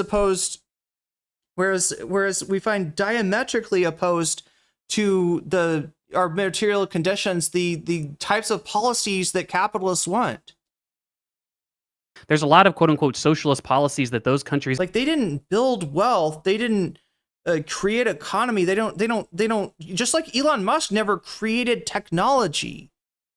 He bought it. He put his name on it. He privatized it. He, enclosed it. Right. That's what capitalism does. It doesn't fucking create shit. It takes shit. That's what it does. Anything good that you see out there is because the working class built it. And the only difference is that they did not benefit from it as much as they should have, considering that they are the primary input into those things existed. You want to say that, like, that's what he's saying is that workers can't build wealth without capitalists, without somebody, that's like saying that bees can't make honey without a bear coming along to eat it. What the fuck is that, Destiny? What the fuck is that? Or a beekeeper, more to the point, in terms of like modern, not like primitive accumulation, but modern capitalism. Liberals take credit for the good things socialists fought for, deny the struggle, claim socialists never achieved anything. They don't get that by choosing to cling to power no matter what.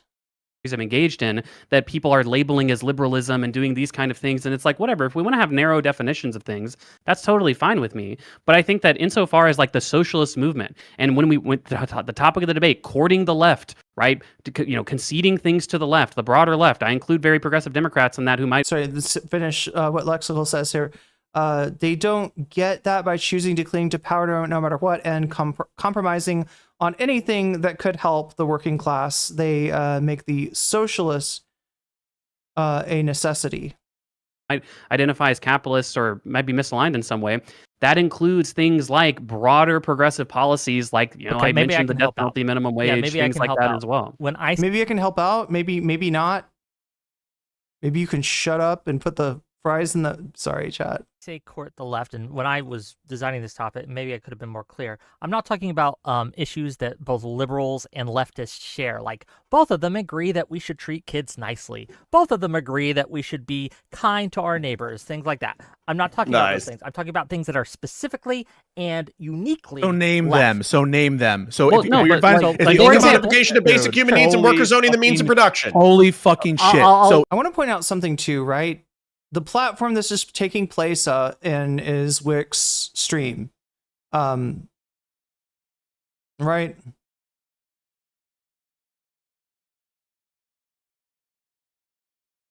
Because of the people that were the centers of gravity on the political left at the time, you've always had, panel hosts who were complicit with those interests, right?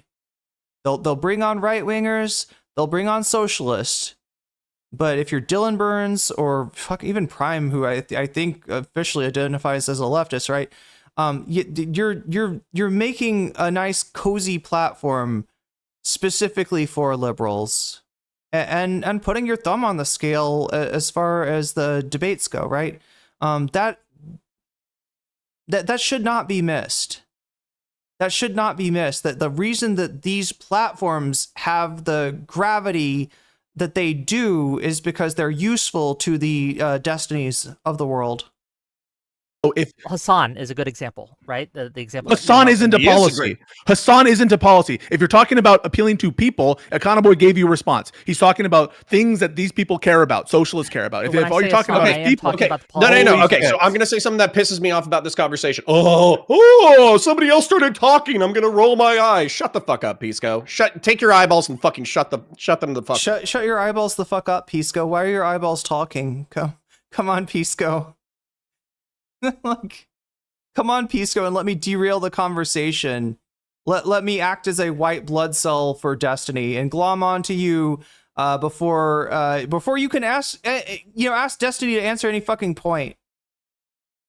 Okay, so saying everything good is socialism is dumb as fuck. No one okay? said that. Not what I'm doing. Yeah, we did. No We one just fucking did. I just said listened to it. that, Hey, shut the dipshit. fuck No up. one I listened to fucking you said that, bots for the dipshit. past 5 minutes. Yeah, Shut the but fuck we didn't up. straw Shut man the the fuck shit up. out of you. It's not that everything good is socialism. It's that socialism is a philosophy of workers clawing back what's been taken from them. And that, like I said before, what's good or bad, what's beneficial to a certain standpoint, to a certain group of people, right? Socialism is almost by definition what is good to the working class, right? Capitalism is diametrically opposed and stands at contradiction to the interests of the workers, right? It's almost axiomatic. And the fact that this is what Connor Points is choosing to argue against is actually pretty embarrassing. Speaking of embarrassing, chat, we're at 21% out of 100. Let's see, the butterfly goal has only 37 minutes left. We're at 3 out of 10.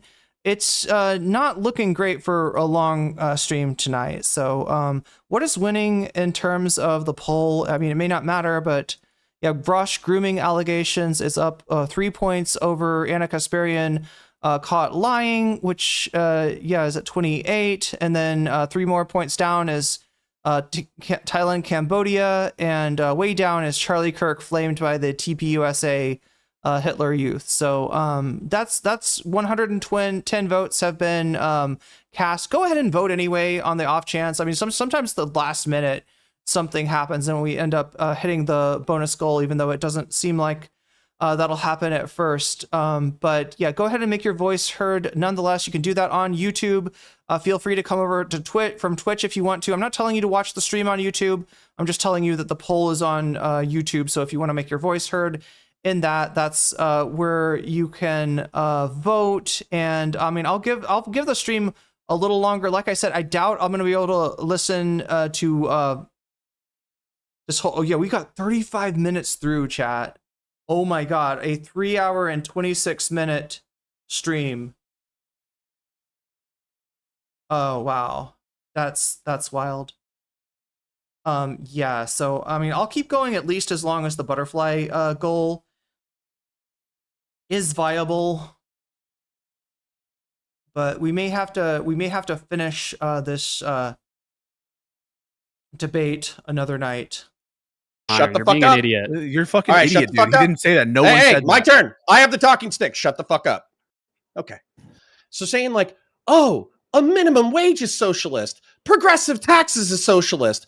Firefighters is socialist. Police are socialist. Teachers are socialist. This is the kind of fucking bullshit that is the obfuscation that I'm talking. It's axiomatic, Connor. Why is it called socialism? Did you ever think about that one? Why do we talk about socializing healthcare? What the fuck does that mean? I'll give you a clue. It's people, workers, doing things for people. Whether it is a fire department that specializes in being able to put out fires and then comes and saves your house, saves your family even when you're imperiled from a fire. Just like, it's literally socialized. The opposite of socialized is privatized, right?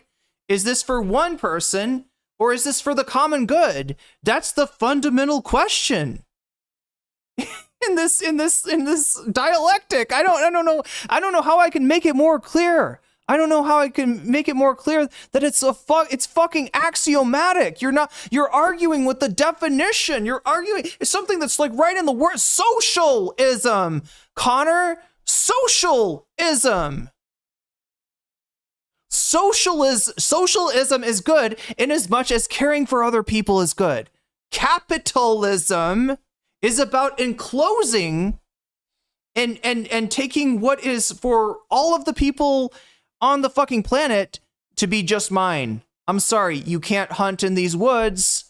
They are my woods, or the animals in these woods are my prey to hunt, right? You cannot you cannot pick these berries. They are on my property. You cannot have an apple. The tree is on my property, right? This is just the definition. This is just like he's like I don't know what to say, chat. I don't know what to fucking say.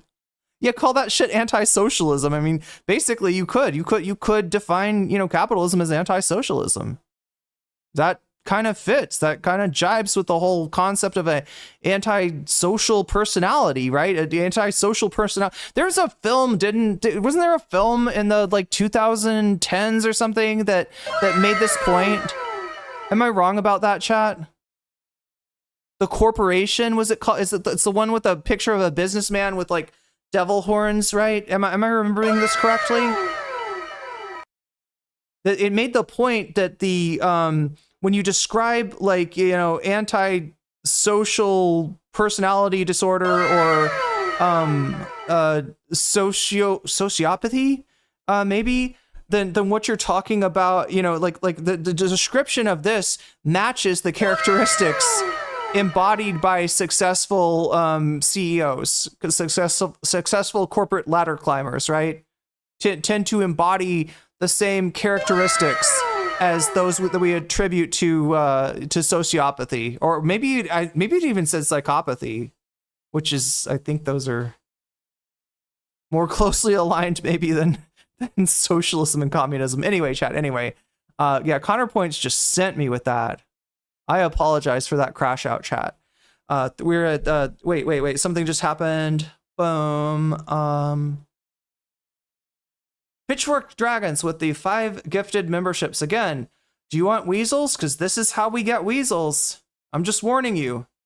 The more you donate memberships to other people in chat, that's a socialist activity. Pitchfork Dragons, are you now, or have you ever been a member of the Communist Party? I got to ask you that question, right? Because what you're doing is socialism. This isn't in your good. You're not benefiting from other people getting weasels.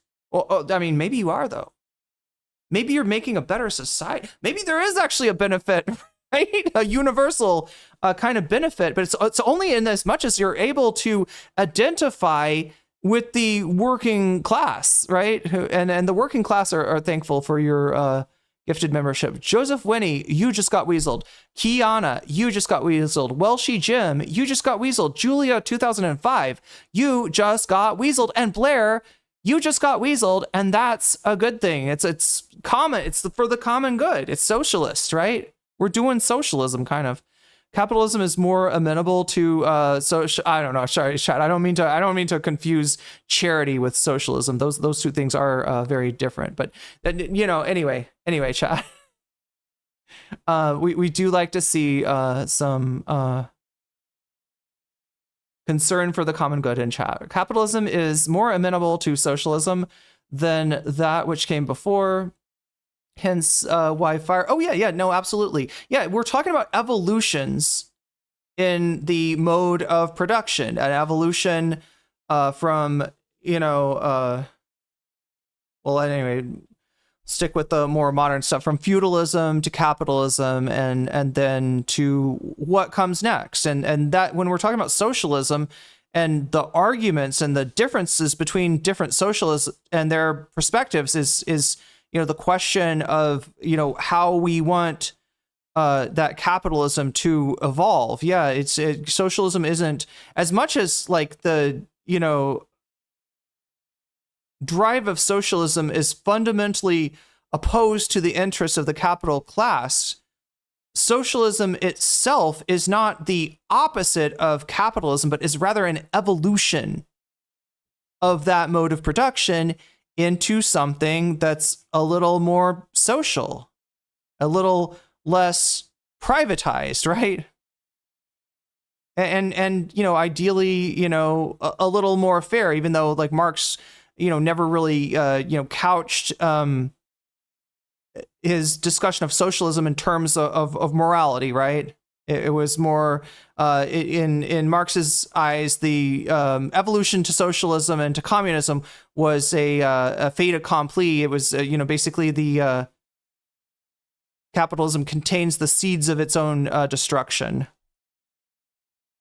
About where you're basically talking about normie lib governmental policies that are perfectly conducive to a free market fucking state, and you're like, oh, all of the— You thought there was a mommy and daddy weasel that loved each other very much, and they moved very close to each other in bed, and then a stork comes and delivers little weasels in the mail?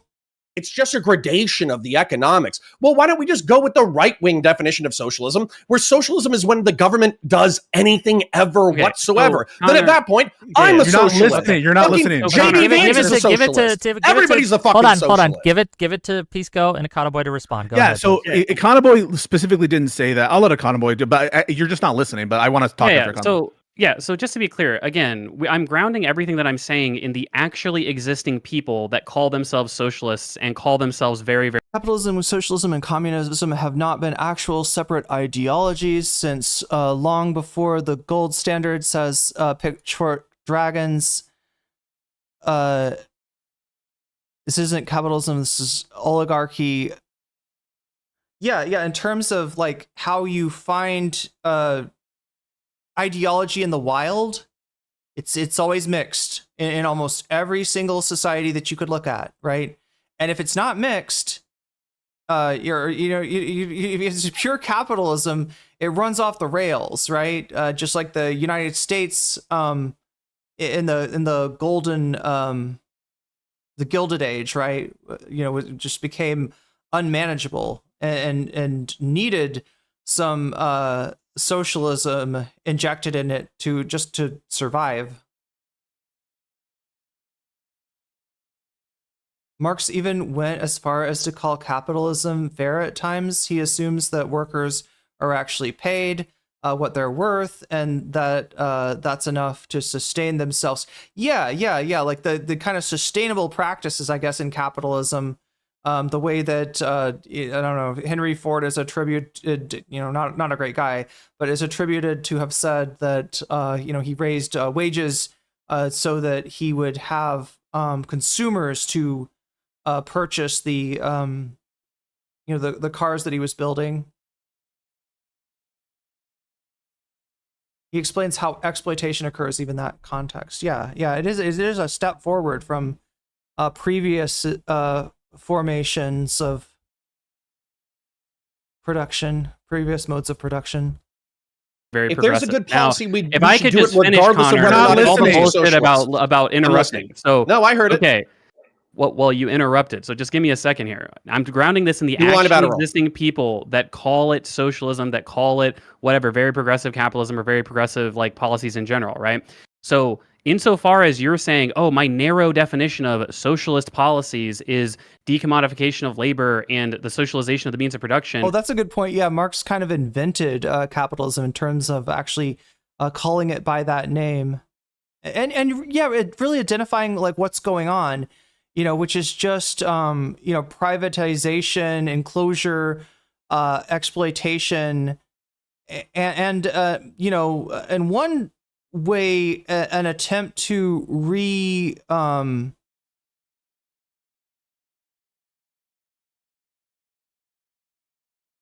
in some ways, even a way to reintroduce nobility in the form of sorry, what's the word for it?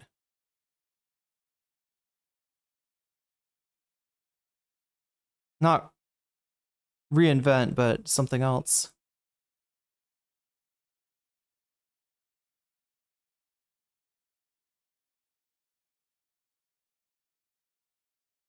then to be fair, according to me and according to some other policies that have been proposed, that is like almost exactly what we would be doing. Give us an example, just an example of a Wait, actually, wait, stop. Is there a good example of a policy that Fuck this! I didn't come here to play the no true Scotsman for fucking wait. Also, wait, not the policy game. I'm just curious because I'm doing the exact opposite. Okay, wait. Econoboy keeps bringing up like AOC and Bernie Sanders. Can you name somebody in the media environment that identifies as a socialist that is friendly towards the Democratic Party?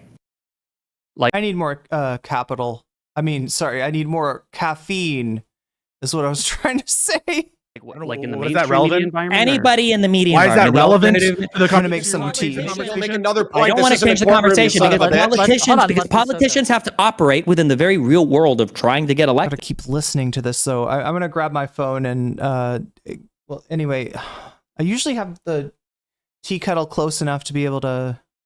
So necessarily their positions are going to be probably a bit more constrained. And also, these are people that, I mean, maybe Connor has, but I don't shit on AOC or Bernie Sanders. That was never what this conversation was ever about, like ever. Like, I'm curious, in the media environment, are there any people that identify as socialists that are friendly towards the Democratic Party in the United States of America? Why is that relevant to whether or not the Democrats Because my main criticism, I'm telling you, because my main criticism is that you're saying Democrats should appeal to socialists, and you're picking the outer perimeter socialists that are the least socialist people who have won elections by being the least socialist people, saying that the outer perimeter beliefs that we're appealing to are things like a 15-an-hour minimum wage, which aren't even necessarily socialist policies, when the issue we have is that the central tenets of socialism, like the abolition of all free enterprise, the abolition of all private property, the destruction of the political parties in the United States of America, those are the people that are dominating the media environment. And you're asking us to appeal to those people to capture people like AOC and Bernie Sanders. I'm not worried about the AOCs and Bernie Sanders. I'm worried about the people that worked for Bernie Sanders, like your Brianna Joy Grays, or the people that are running the entire left-wing media online apparatus, which is why I'm asking for a single person who identifies as a socialist that supports the Democratic Party. So if you're asking for a single person who identifies as a socialist that supports the Democratic Party, there's obviously a lot of those people. I just said those are 10% of the people that vote for Democrats. Media people. I want to make this point because it's relevant to the conversation we're having. Okay, fuck you, Pisco. Oh, every time you open your fucking mouth, I go, shit. It's impossible for you guys to linearize because your whole job here is to muddy the waters. I think you're muddying the water. That's exactly what I'm going to accuse you of momentarily. So shut up. You were brought in. You and Whick are being brought in to give cover to Destiny. Counter. I'm going to offer. Hold on, counter. Stop. Counter. Stop. Pisco first, and then you can respond. So go ahead.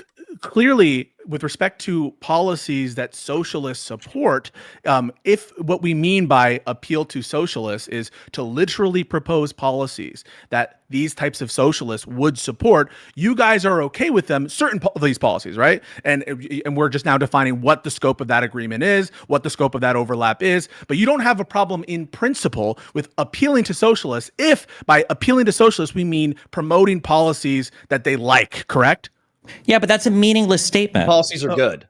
Okay, so now let's actually wait, because the question would be, are you okay with appealing to members of the Ku Klux Klan? They like clean drinking water. No, are you sympathetic? Let's say that you do like city renovations.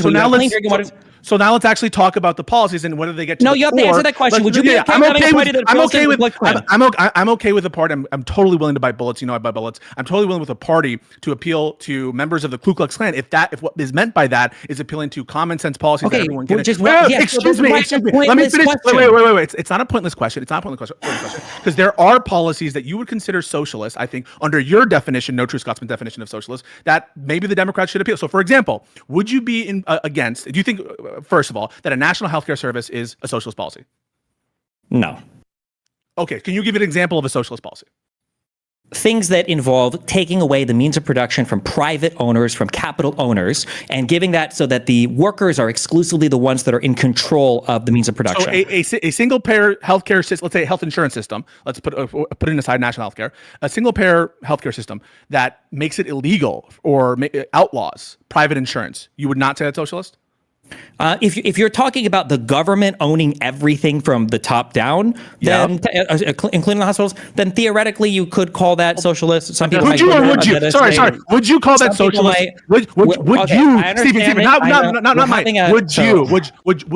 that socialist? Yes or no? I would call it a state-owned enterprise, or state-owned enterprise as socialist. I mean, like technically not really, but sure, we can say. Is your answer that a single payer system is not socialist? Is that what your answer is?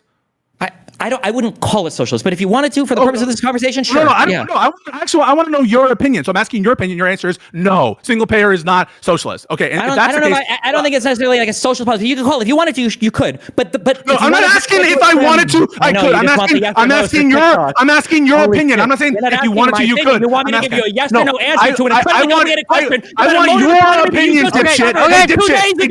Hey, dipshit. I want your opinion. I want your opinion. You don't want an opinion. You want a yes or no. I want your opinion. I want your opinion. You don't even know the difference between a state-owned enterprise and anyone else. Do you think single payer? Hold on. Let Pisco ask his question. Do you think single payer? Pisco's going to shut up while Destiny answers the question. I'm not asking would someone else, could you? I'm asking you, Stephen Bonnell. Do you consider single payer to be socialist? Okay, now that you've asked that, shut up and let him respond. No. Okay, so this is who's the no true Scotsman here? You guys were saying like the policy that most people who would absolutely consider to be socialist is not socialist, and so our working framework of socialism is only tankyism, only people who want to decommodify everything and have government ownership of everything, and it's preposterous. You're just not operating with the way people use those words. That's great. That's literally not the argument, though. But if you wanted to argue that if we were to call it socialist and you wanted to socialize the healthcare system, the reason why you would be doing that wouldn't be because you're trying to appeal to socialists. Weasel words, Stephen. Weasel words. It's called politics. I know that if you want to. Can I finish my answer?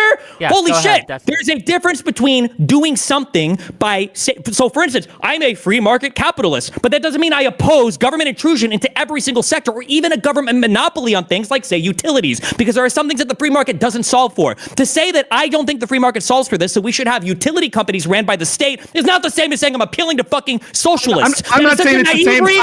I'm not saying. So when you ask me if a single payer system would be socialist, I might say, I guess you can consider social if you want. The reason why I'm advocating, though, for a single payer system isn't because I'm trying to appeal to socialists. It's because I think free market capitalism cannot solve our problems. So this is the obfuscation. Yes or no? Yes or no? What is a woman? What is a woman? If we're doing that with socialism, we can do that. Okay, go for it.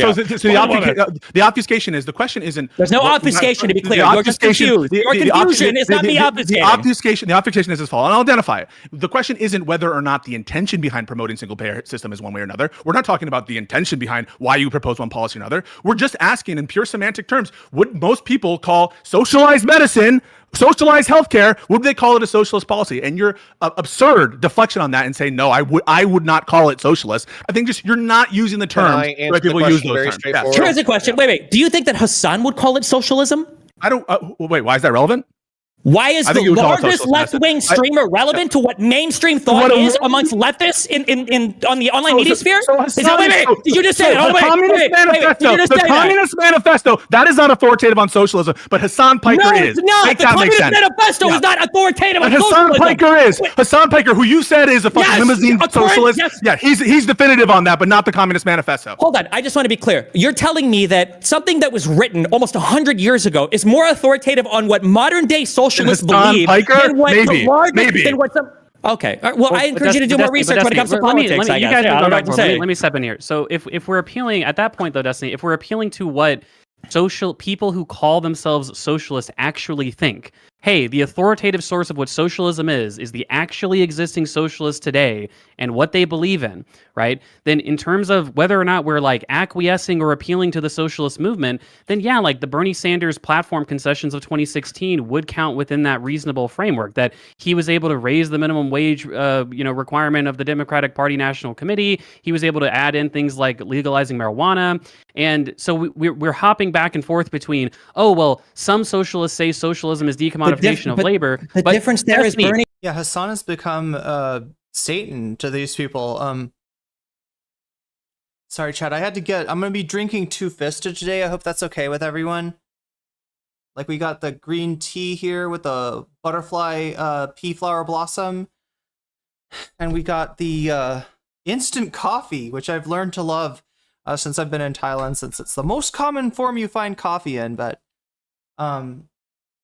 wait, somebody said something in chat that I wanted to get back to. Let me see if I can find that.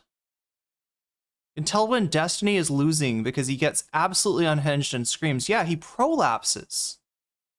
He prolapses and his brain slides out of his ass.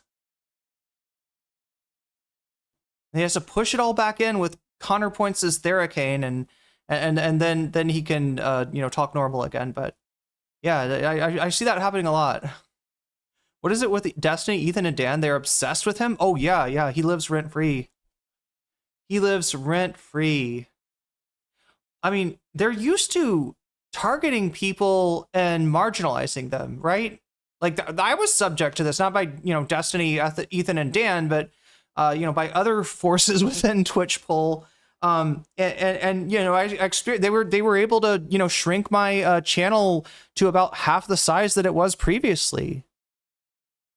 So I've seen it up close. They're used to being able to, have that kind of effect. They're used to honestly being able to silence somebody. And what happened is when they went against Hassan, somehow instead of being silenced, he got the volume turned up. I don't know how much of that is just, that Hassan was, on the road to success, that he's like a better and more interesting streamer, that he's got, charisma that these people don't have, and how much of that is actually a function of them fighting against him so hard, right?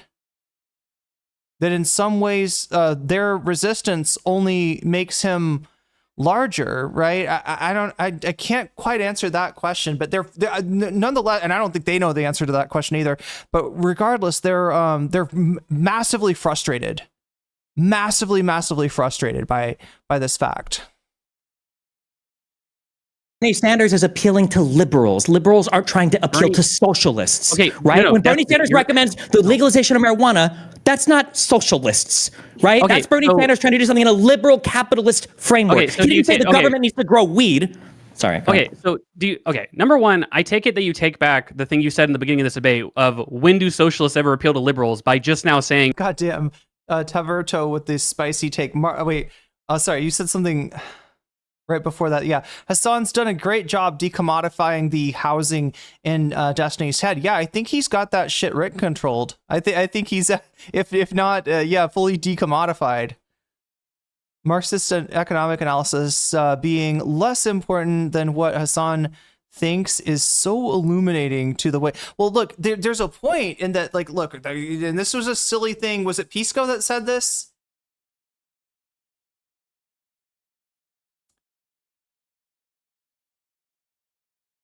I mean, look, Pisco's got his points of ignorance, I guess, but he said something like, the Communist Manifesto is a defining document as to what communism is, right? And it's absolutely not. It's a pamphlet.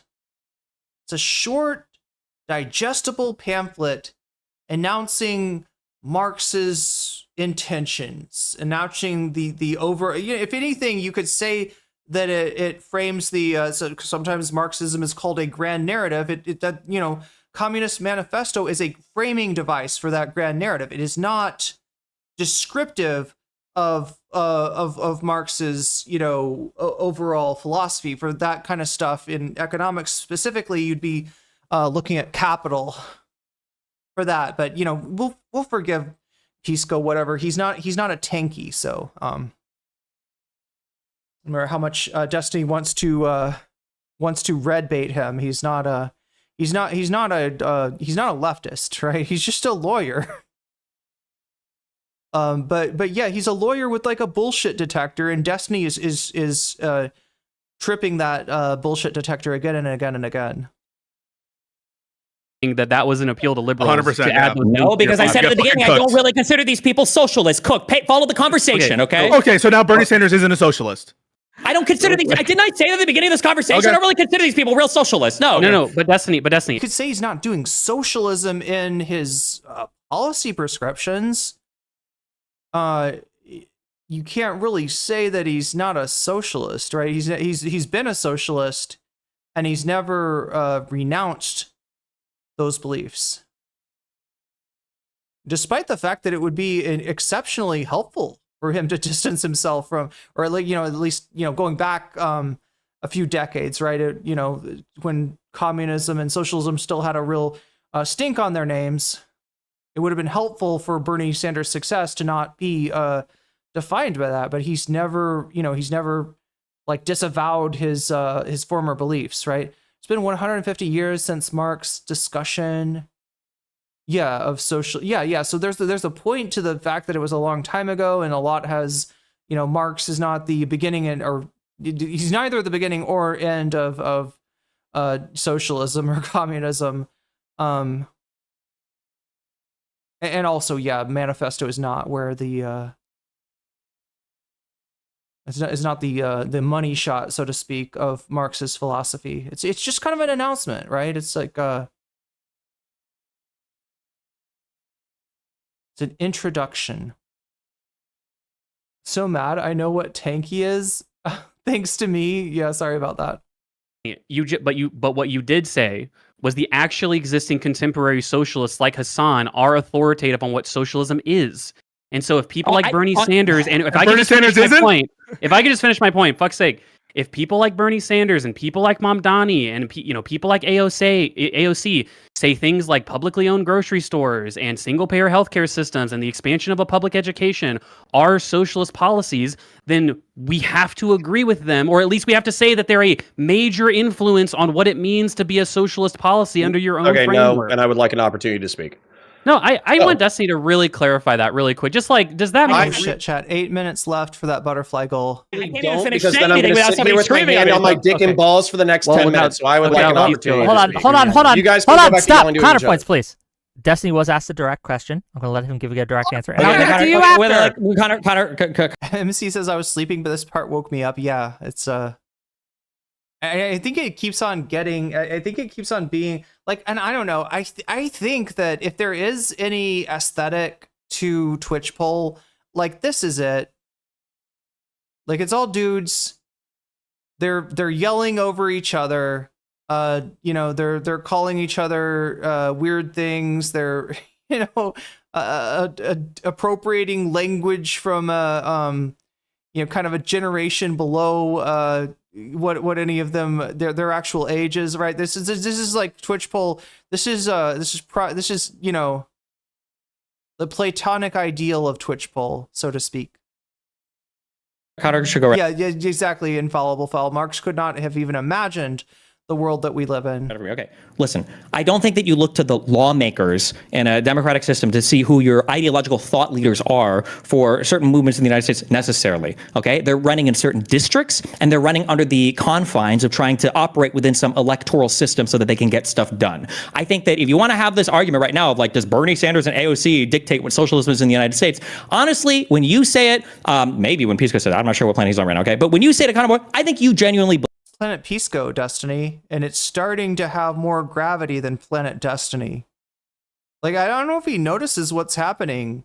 He does. His fucking, thumbnail guy or his title guy, like, called, the recent video was Pisco. No, it wasn't Pisco. It was Hassan is stealing Destiny's orbiters. But really, you should be more worried about Pisco stealing your orbiters. He's making more sense than you. You've, kind of niched yourself down through mainly your hatred, right? I understand like Destiny's opposition towards communism, towards socialism. It's not as ideological as it is spiteful. This is mostly a reaction to Hassan Piker starting to supplant Destiny.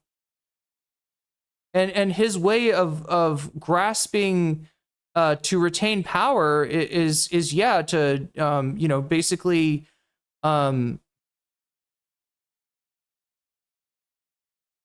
basically do this McCarthy shit. Believe that, and I don't think you're saying that like with stupidity, and I don't think you're saying that with malice, and I don't think you're a secret tanky or anything like that. Okay, I understand what you're saying there, and I want to agree with you. Check but your the problem comments. is that, but the problem. Check your comments. He's saying that Destiny's his commenters are calling Pisco a tanky, apparently. The problem is that when I go outside, let me explain where the comments come from. Okay? The problem is that when we go outside of where Econoboy is, there is nobody in the United States media environment, okay, that like calls themselves like really like a socialist that would look to people like AOC and Bernie Sanders and say, oh yeah, those are socialists. They would call those people stepping stones in the radicalization funnel and good like liberal capitalists at the end of the day, which is why these are some people that This is what you want. Fuck Hassan. Hold on. I want to turn. Go ahead. I want to turn because, frankly, you guys are talking past each other, okay? The reason why I've reiterated my definition of socialism as narrow and tailored is because I'm not doing no true Scotsman. Okay, I'm telling you what a fucking Scotsman is. It's a Scottish person from fucking Scotland. Okay, it's a dude. He wears a kilt. He has his fucking dick out all the time. All right. So the point is, I'm describing very specifically what it is, and the reason why I. Why does this guy love talking about dick and balls so much? You get a lot of dick and balls from counterpoints. It's a very scrotumnal aesthetic that he is a very scrotumnal vibe that he is kicking right now, and I'm not sure how I feel about that. No true Scotsman, unless their dick and balls is out, right? Is that what we're getting?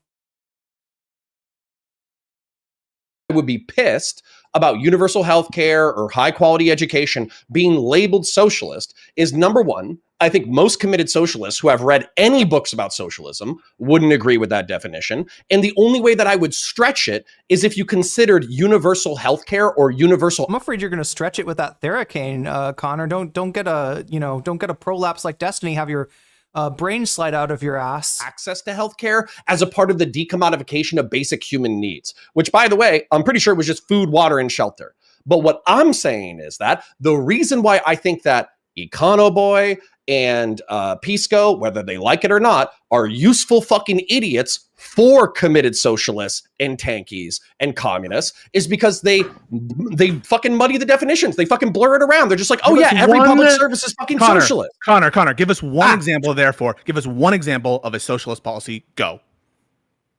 Making food, water, and shelter available to human beings at the point of service for free. So you think, so why is that socialist, but doing the same thing? Not exactly.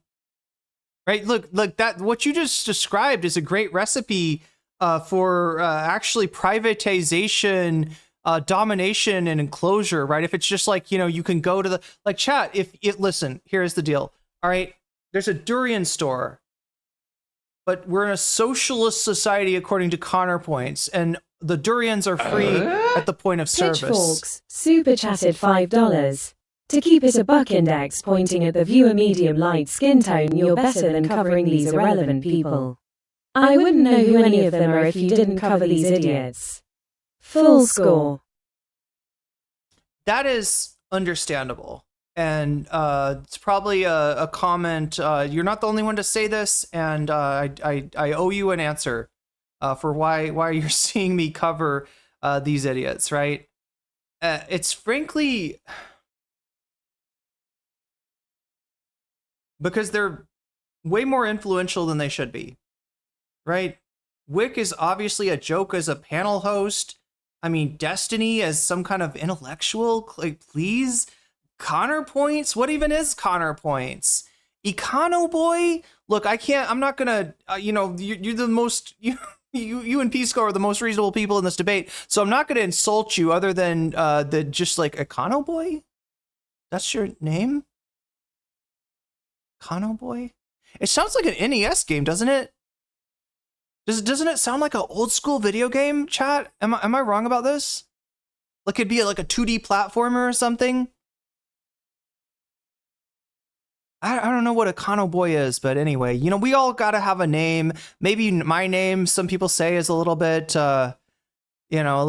ironic, considering that I do nothing but comment. So whatever. What's in it? Rose by any other name.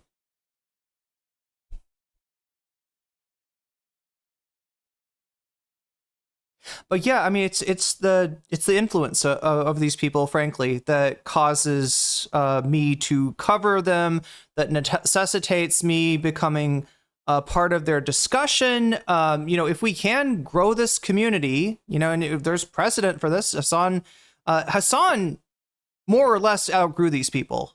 And that means that there's hope. There's hope for those of you that want to see me, covering the news, for those of you who want to see me covering world events and the like, and having interesting conversations with truly interesting people, right? We just got to keep grinding. And part of that grinding is, shooting down, these failures.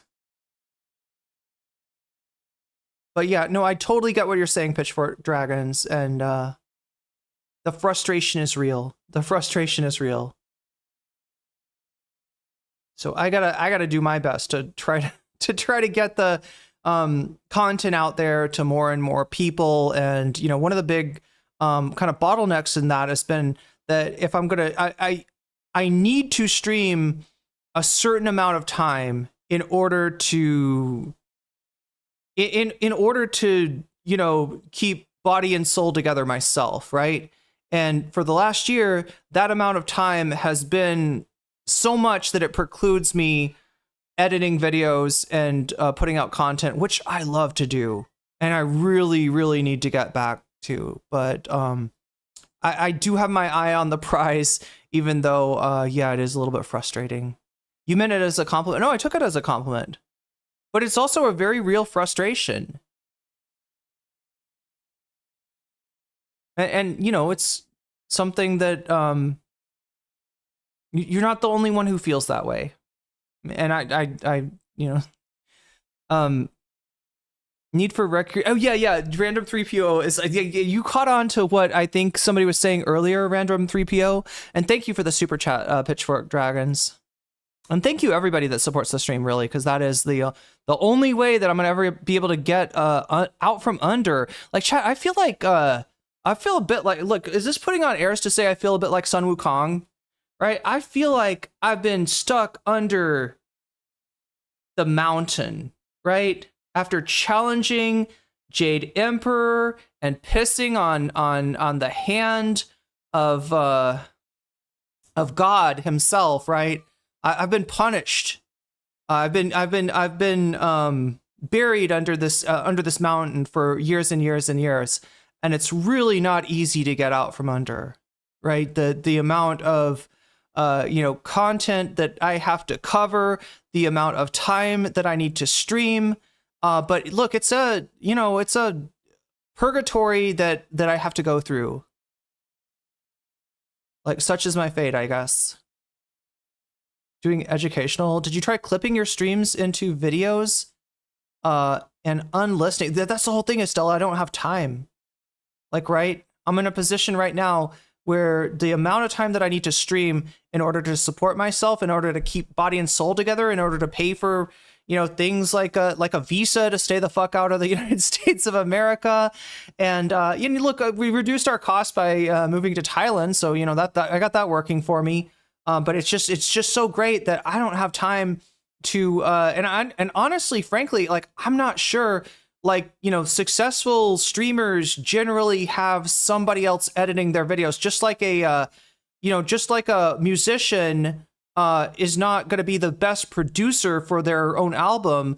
A streamer is not necessarily going to be the best you know, producer for their own videos. So, you know, until I can figure out how to you know, kind of, you know, secure my existence and secure the bag enough to be able to pay, because editing is hard work.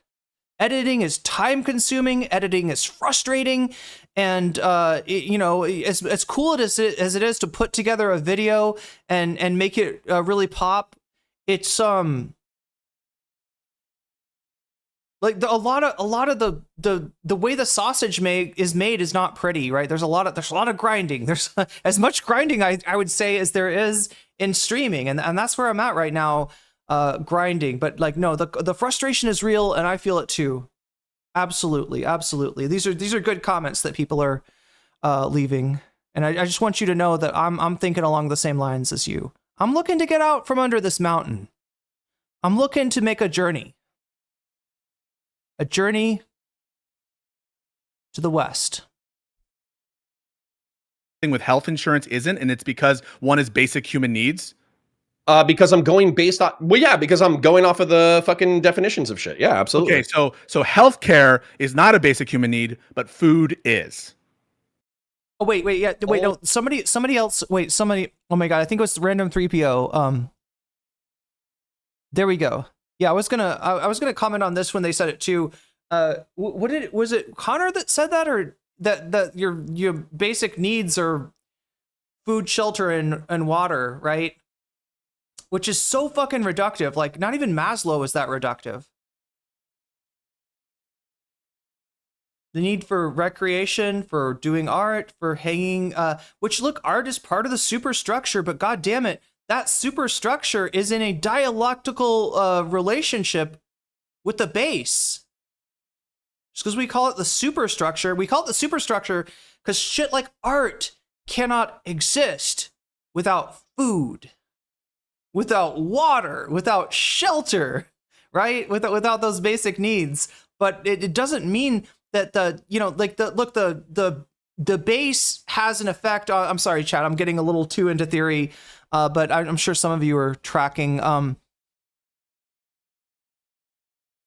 I'm tempted to pull up a non-compete video here to illustrate the point for those of you who haven't heard this terminology, right, of superstructure and base. But yeah, hanging out with your buds, socialization, right? For going on vacation to the beach, for getting an education, are also decommodified, but they're treated differently. Yeah, I think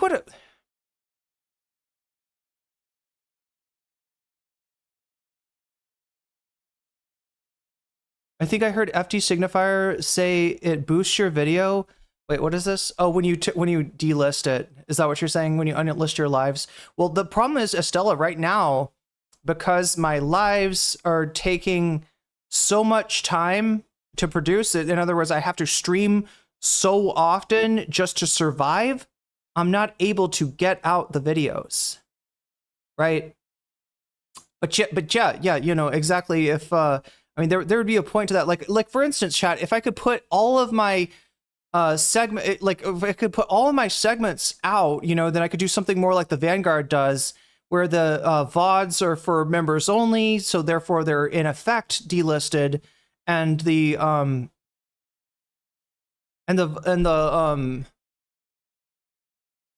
and then everything that's covered, all the segments of the VODs are released as separate videos, either on my channel, on or on NCC Industrial Complex channels, right? I mean, that's how Hassan does it, for instance, right? Yeah, really good points in chat. That's what I love about my community, is like there's engagement, but it's not just people spamming stuff in chat. It's like really good points and really good discussions that come from chat that I probably wouldn't be, you know, I wouldn't think to drive the discussion in certain directions other than from the input from chat, right?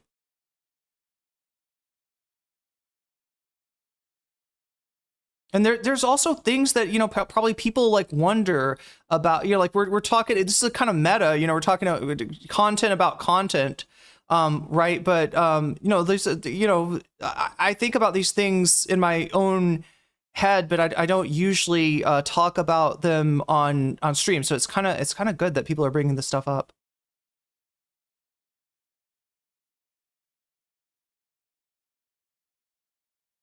USA and Israel are the only countries in the world that voted against food being a human right. This panel is like dumb, dumber, and dumberer. Sorry, dumbest. I don't get the Destiny appeal. Look, Destiny is more of a, he was in the right place at the right time at the very beginning of political streaming content, right? He's older than time. He's older than dirt. Destiny is a dinosaur, basically, and that's why he's so big. Yeah, and just like the dinosaurs, right? The amount of mass that he's accumulated is potentially unsustainable going forward. And you know, he's only like one comet away from being extinct. Anyway, it looks like we got 4 super chats before the butterfly goal ran out. So I mean, like, that's something. All you're arguing is that healthcare is. I'm asking a question. I'm actually asking you a question. Is food more of a human need than healthcare is, as you're seeing it? Yes, absolutely. Okay. All right. So I think that's cooked. I think that's fucking cooked and arbitrary. I don't think you can. Hold on. Wait. I gotta ask, because every You think that's cooked? I don't know. It sounded kind of raw to me, but whatever. We're gonna misuse if we're gonna misuse Zoomer terminology, then Everyone Wait, needs wait, food, wait, you wait, fucking wait, wait, I idiot. need to Not know. everybody Wait. needs healthcare. Pisco, What the fuck do you are think you that talking healthcare about? is as think important everyone as needs food? wait, did we just get not everyone needs healthcare? Oh my god. As he attempts treatment with a Theracane. As he attempts through treatment with the Theracane, as Whick's tooth rots in his mouth and is about to, fall out due to overabundance of phosphoric acid from the Coca-Cola that he's drinking, this man is going to tell us that not everybody needs healthcare? Like seriously, Connor, you like I said, you could probably use switching up your trainer if you even have one. And maybe, I don't know, your massage therapist as well. I don't think that you should be, having to struggle with your Theracane. That's not very effective. You could use some healthcare yourself. I prefer Barney, the dinosaur. Yeah. Barney's much more sustainable. He's sustained by love, chat. He's sustained by hugs. Unlike Destiny that needs to eat, fucking metric kilos of, that's not a real thing, is it? A metric kilo. I'm sorry. Metric tons of biomass in order to sustain himself. No, I think food is more important than healthcare. Okay, so you agreed with Connor there. I don't know why you just said No. Connor. You're cooked in that I would consider. There we go. That's how you use cooked. Yeah. Basic human necessity need healthcare as well as food. Not that food is more important. Or You less asked important. him which was more important, didn't you? Did I miss that? Hold on, wait. I'm sorry. I'm dealing with the moderator. Wait, did he ask which one was more important, or did he say we're both which is important? more important in healthcare? Thank you. Okay, he did. So you just totally mischaracterized Connor's point there. No. You did. Is it more of in the sense of is it more of a You could have misspoke. Is it more of a basic human necessity in the sense that it's a separate category of thing, that there are separate categories that food is a basic human necessity in a way that You don't need to isn't. cope. You can just say you Hold misspoke. on. Also, hold on. Wait. Just to be clear, because you're trying to bail yourself out. It doesn't make sense what you just said. Is something more of this in a category, or is it just in the category? No, it makes sense. Like, is a Ford Focus more of a car? Let Pisco explain. Hold on, Destiny. Let Pisco explain. No, put out this category. He fucked up. He realized he said fucking Okay, retarded. hold on, Now you he's gotta trying let to walk it back with the word game. Hold on, This Pisco is wants all to weaseliness. Jesse, stop. This is all weaseliness. Pisco wants to It is explain weaseliness. I himself. agree with that. Let We all agree Pisco on that. explain himself. So Pisco, go ahead. when you say the word a basic human necessity, all right, a basic human necessity. In what respect is food a basic human necessity? With respect that healthcare is not. And I'm trying to see what are the metrics by which you assess healthcare to be more of a basic human necessity. I would like to as answer opposed this question so it doesn't become a screening match. Wait, stop. I'm clarifying. No, wait, I'm clarifying. So just because I say something is more important, and I'm going to get Destiny to this, just because something is more important, I consider something more important, doesn't mean it's more of a basic human necessity, yes or no? Who? Steven. You're tripping over your words. You just said Smooth, got that silent glow. Bombardino, crocodilo, engines roar. Jet croc snapping through the ocean floor. Brr, brr, pat up him floating slow. Cooler than ice, got nowhere to go. Fully frula, flaps with speed. Coffee bird buzzing like he just got freed. Spanero, Rogalubero, shades on tight. Pigeon detective in the dead of night. Trippy chopper, whiskers twitch. Shrimp cat sliding through seaweed rich. Burbaloni, lalaloni, chillin' round. Coconut capybara rolling on the ground. Banana dog, dolphin need a splash with flair. Banana fin flying through the salty air. Tralalero, tralala, leads the way. Deep sea party, no need to behave.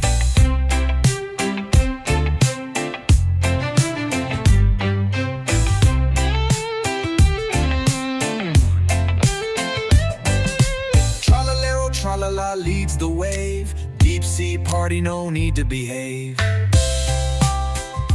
Anyway, chat. Tralalero, tralala. Oh my god, stop! Stop! The sea like he's got nothing to lose. No! Tung tung sahur! Yes!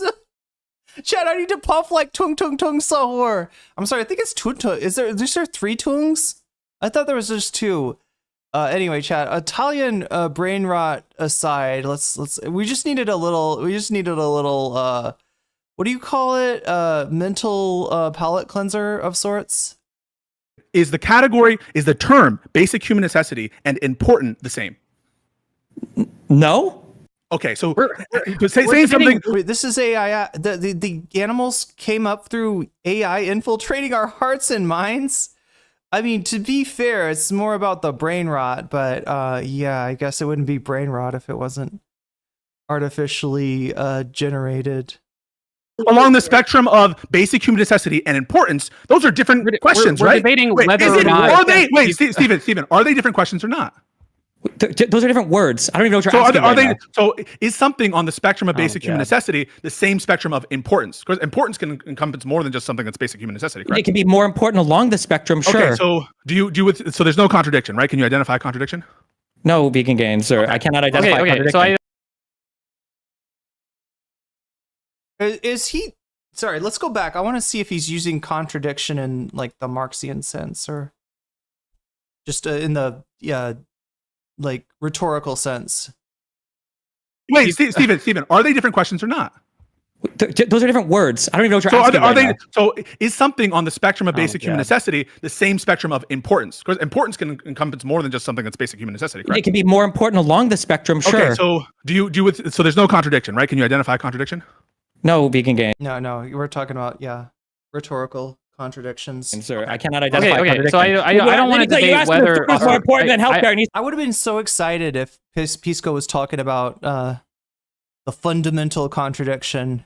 Yes, you said I don't think it's interesting. I don't think it's interesting to debate whether or not Pisco got dunked on just now. Okay, I want to go back to what Destiny said previously, which Wait, did I miss? I wanted to highlight this. The thing that Destiny does is, in the midst of a debate, which is supposed to be your exposition of your ideas, your retort to your opponent's ideas, and then your defense of your, against the opponent's retort, right? Instead of that, with Destiny, a lot of times we get like this like end zone dance that's so performative, it almost seems to be designed to convince you that he made a really good point, or that his opponent couldn't defend themselves, even though that's not true. It's almost designed to it's just kind of Trumpian, right? This whole thing that he does. I didn't notice him doing that just then. Was he doing the end zone dance? Wait, Stephen. Is the category, is the term? What is Counterpoints doing?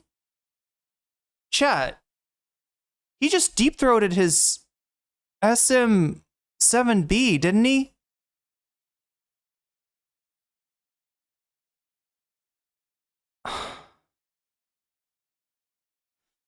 Wow. Term basic human necessity and important the same? No.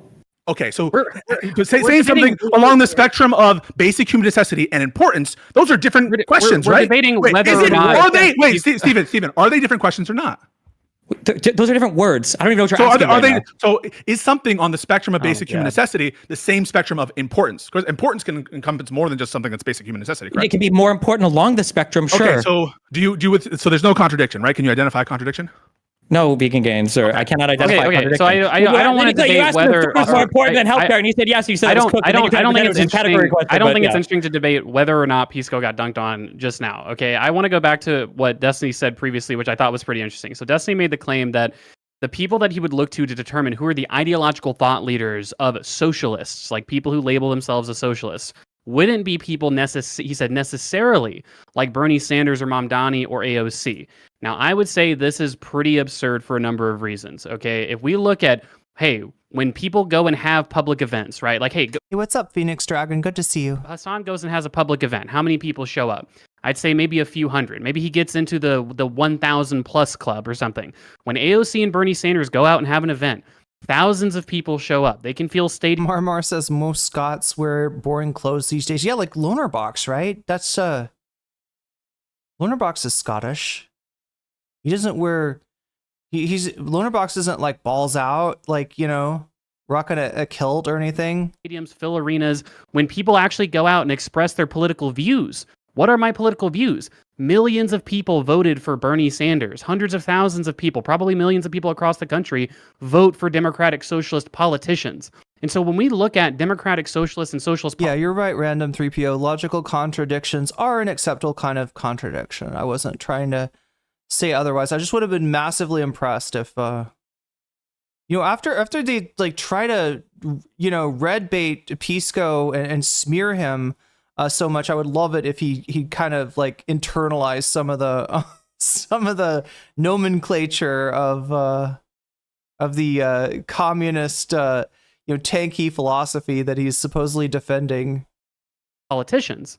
They are clearly, by ideological standpoint and by their propensity to collaborate within Democratic Party frameworks and electoralism, much different than Hassan and much more emblematic of the standard by which we should judge people who label themselves as socialists in this country. I would like to address this directly. Real quick, I got a quick. So hold on. I'm sorry. Why didn't the DSA then endorse AOC? Because she came out with that vote on for the national DSA. Retracted their vote because of the Iron Dome vote that AOC took. Seems like kind of a problem. But that's not a socialist. That's not a socialist. The DSA is not socialist. Destiny, you're obfuscating. It's a bad example. The point is not. It's a horrible example. No. Please go, Destiny. 1 second. The reason I say you're obfuscating is because my point was not that, for instance, within DSA, within all of these different Democratic Socialist politicians, even within those people, Mamdani is not the same as AOC, and no one DSA member is the same as any other one. Okay, we're not talking about one DSA member. The national DSA did not endorse AOC. The woman who runs they did endorse Mamdani. They did endorse Mamdani. Okay, they did endorse many other Democratic Socialist candidates. I understand that there is an exception. If I could just finish, I understand that there is an exception to the general rule of Democratic Socialists, like the organization endorses, different people who call themselves Democratic Socialists. But that's not an argument against my fundamental point, which is that when we agglomerate all of the people who call themselves socialists and run for parties and have people come out and vote for them and support them, that is a fundamentally different group of people on average by the normal distribution of their beliefs than people like Hassan. And I think that we should judge them by who they vote for more so than by Hassan basically. Yep. Yeah, I don't disagree with that. Well, Destiny agrees. You agree then? Okay. Well, then thank you. Okay. Counterpoints. Go ahead. All right. I love you, Connor. Okay. I think what happened with socialism was that if you actually go back to Bernie Sanders in the fucking 80s and the 70s, he was doing apologia for Cuba. He was doing apologia for the Soviet Union. He did apologia for Venezuela in the fucking 90s and thousands. And what kind of apologia needs to be made for the Cuban people overthrowing the puppet government that we imposed on them? What kind of apologia needs to be made for, now when you're talking about Venezuela, I'm assuming you're talking about Chavez, the Bolivarian revolution, and again, in the interest of the working people in Venezuela, there's no apologia that needs to be made. What apologia needs to be made for a country that's been under an embargo for years and years and years and has one of the best healthcare systems in the fucking world? I'm sorry, counterpoints. I would be thinking more towards your own apologia for this shithole country that the United States has become. What's your apologia for the fact that the median wage of American workers has not gone up since the fucking 70s?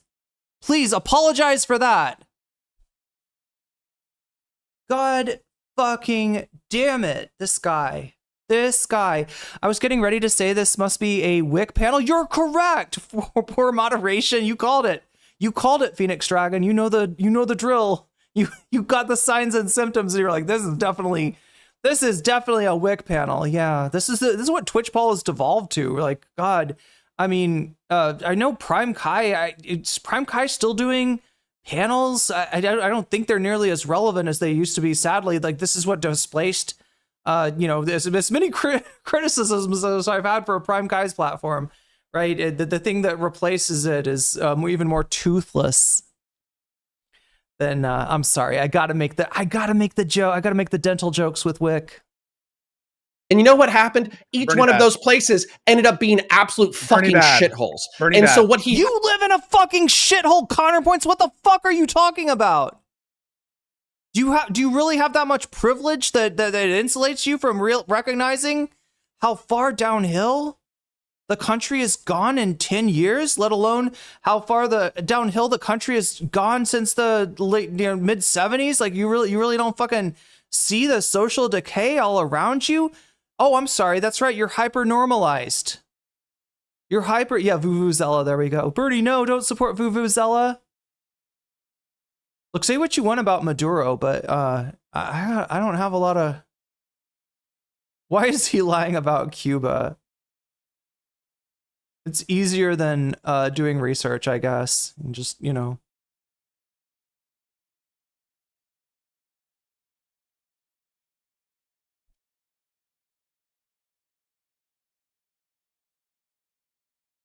Oh yeah, there was that attempted coup in Venezuela. had to do, shut up, is he had to move to social democratic models in the Scandinavian system and abandon his previous hardcore shit. But there's a question of whether or not social democrats are actually just hiding their power level because they're trying to inculcate a left-wing philosophy I'm not done yet. Let's Connor finish. Shut up. Why is it relevant? This is the entire conversation. The entire conversation is whether or not social democracy. The entire conversation is your conspiracy theory about socialists. The center left. That's the whole fucking conversation. Okay, so you're just you're asserting a conspiracy without. What is he doing? Is he doing the Donald Trump? Is he doing a fake blowjob there? Pitchforks super chatted $5.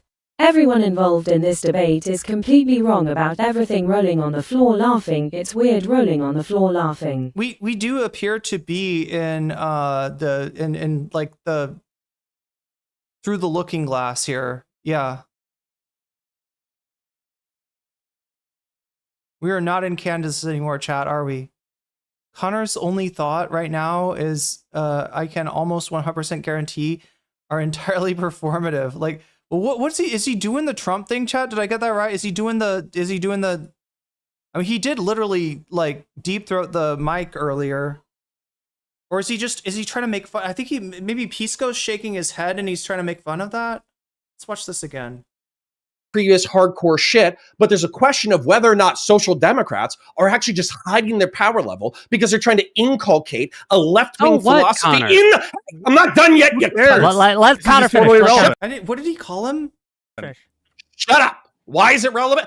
This is the entire conversation. The entire conversation is whether or not social democracy. The entire conversation is your conspiracy theory about socialists. The center left. That's the whole fucking. Again, Connor points with the John Birch society talking points. Okay, so you're just you're asserting a conspiracy without much evidence. I think he's trying to make fun of Pisco shaking his head, which is, you know, like that's a nonverbal way to own somebody, and he's trying to, I don't know, trying to defuse it by it's just like, I'm sorry, but your head shake is indecipherable as being a parody of what Pisco was doing, right? It doesn't work, Connor. Evidence. You're just saying, Bernie actually conspiratorially supports things like Cuba and the Soviet Union, and he didn't have any genuine changes of opinion. Ideas. He might have moved off of hardcore. Hold on, just real quick. Like the idea. But Hassan hasn't. Hold on, just real quick. The second bot hasn't. Hold on, stop. The idea that Counterpoint is expressing is that there are leftists who have said explicitly that their goal is to infiltrate the Democratic Party to move it towards leftism. I believe that you are confusing leftists making statements of their intention to infiltrate the Democratic Party with Xanderhall making statements that he is of his intentions to infiltrate the drama YouTube space. Yeah, I think I'm sorry, you're mixing up leftists with Xanderhall, Whick. That seems to be your problem. It is not a conspiracy in the sense of it's crazy. It is a conspiracy in the sense that these people have said, this is what we're going to do, this is our goal for doing it, and this is how we're going to do it. Why is that relevant to our discussion? Is anybody going to ask him for what the fuck he's talking about? Give us a quote. It is perfectly acceptable at this point to ask Whick, based on what he said, to quote the leftist who, and I'm sure you could find an example, but I just don't know what the fuck he's talking about at this point. And again, finding examples of individual leftists talking about what this is entryism. This is entryism. Are we in 1950s Britain? Is that what we're doing? Are we having a discussion about the entryist, plots of the communist and, like infiltrate labor? Is that what the fuck are we doing here? It's relevant to the discussion because should we, the Democrats, allow or invite into our house as influencers, invite into our house as staffers, invite into our house? You don't have a house. You are politically, as Anna Kasparian herself said, politically homeless, okay? There is no house. You're at 20, you're in the 20s as the Democratic Party as far as approval, right? It's amazing that they're able to have this conversation of like, should the Democrats allow, should they accept this dirty, rotten socialists, right, into their midst when the Democratic Party is burning to the fucking ground? Xander Hall's own family probably forgot he existed. Oh no, poor Xander Hall. God damn. Yeah, exactly, Taverto. There's camps and factions and discourse, etc. Any room of leftists is going to have a ton of different opinions. Xander Hall sounds like a pill Big Pharma wants me to ask my doctor. Ask your doctor if Xander Hall is right for you. I don't think Xander Hall is even right for Alex, right? Probably could have come up with a bit. I liked Pig Puncher. Chat is. Do you think we could do that, chat? I don't usually, engage with other content creators, other leftist content creators. But if we could get Xander Hall to switch back to Pig Puncher, I feel like that would be, my good deed for the day, right? Do you think we could do that? Do you think we could put some pressure on Xan?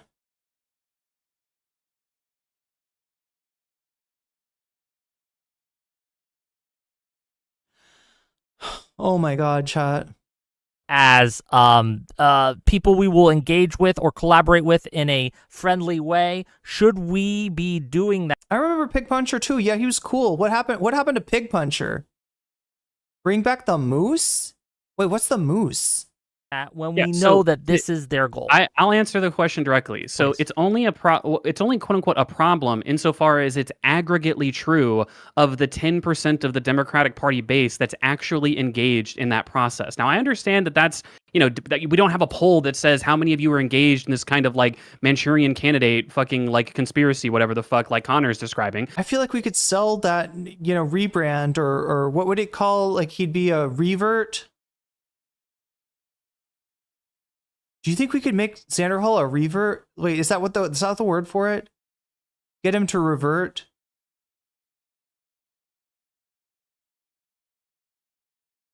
But Pitchforks Dragon with the super chat. Guys make Anna and Jink look progressive. They do. They somehow managed that. And we somehow managed to get to 43% despite our rough start. The question is, will it be enough to hit some bonus content today? What's in the lead right now? I wish it was Italian brain rot. I could deal with some Italian brain rot. Is there any way to cover Italian brain rot without the AI slop? Because I don't love that either. Oh, look at that! Anna Kasparian caught lying has taken the lead, a narrow lead for Anna Kasparian, caught in her own lies, glazing up Tucker Carlson. Tied with almost tied with Vosh grooming allegations, although Anna Kasparian's slightly ahead right now, and with Thailand, Cambodia in third place, and Charlie Kirk going down in flames in fourth place. So yeah, again, the things that make the number go up is super chats, super stickers, when people get themselves a membership, or when people gift memberships, which is generally speaking the way that we got weasels, right? If you want weasels, that's the way that the weasels proliferate. supporting me on Throne or Patreon, or supporting me on Twitch, which you can do for free with a Twitch Prime sub. And no cost to you. And wait, what is even going on here, chat? I'm so confused about my Twitch screen right now. Anyway, I'm gonna try to not get distracted and stick to what we're doing right now. But yeah, we're just kind of maybe in the final throes of trying to keep this stream alive for some bonus content, seeing whether that'll happen or not. But we are at 43%. It is doable. It is possible that we could hit the bonus goal today, but we are sort of running out of time here. What is it? It's like oh shit, chat, it's like 3 o'clock my time. It's 1 o'clock on the West Coast, 4 o'clock on the East Coast. God, are we streaming straight on till I gotta cut the streams off at some point, because like I said, you know, I need some time to try to edit videos and do other things. And you know, I'm trying to reformat the stream too. If you've noticed, like, I mean, not so much today, but on other days, like yesterday, I covered a bunch of different topics, and that's going to be beneficial too, right? The more different topics I can cover, the more different interests I can kind of pull in community for. So I am trying to reformat that and you know, be able to cover more of the news, more of the goings on in different sections of the internet, and maybe a little bit of pop culture and some other cool stuff like that. I think I was Everyone Lies back in the Pig Puncher days. Wait, sorry, that was your name or something? We're gonna detrans Zan? Oh no. Sorry, I wasn't talking about that, but I could see how but yeah, if he changed his name to Pig Puncher, if he changed his name back to Pig Puncher, I think it really would potentially get some more discussion on him, maybe revive his career. I feel like even though I don't love Xander Hall or his content, that the space was more interesting when he was more relevant. As long as he doesn't threaten to strangle people, I think, you know. How did he fucking get away with that though? Like, oh my god, chat, it's wild. Like, this guy went off about like how he wants to like squeeze the life out of Keffals.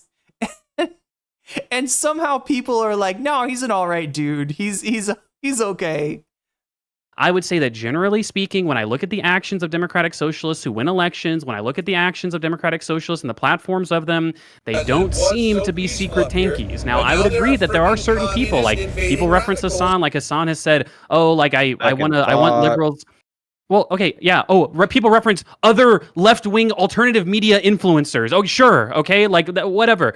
People reference people like that, and sure, yeah, to the extent that those people have like literally on record said that they're just trying to obfuscate issues. What is happening between Thailand and Cambodia? That is unfortunately behind a paywall right now. And engage in this kind of, like conspiracy or whatever, then I've already said at the very beginning of this debate that people like that probably shouldn't be invited into the inner party and be given platforms in Democratic Party circles. As I That's understand, obviously true. That's sure. trivial. Oh my god, Chad! I think I over-caffeinated myself.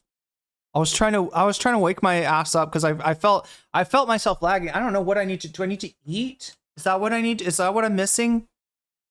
I thought it was caffeine that I needed. First, I thought it was like liquids that I needed. I drink a bunch of liquids. Then I'm like, nope, I need caffeine. And then I drink a bunch of caffeine. And now I'm feeling the whole like drink too much caffeine without eating anything.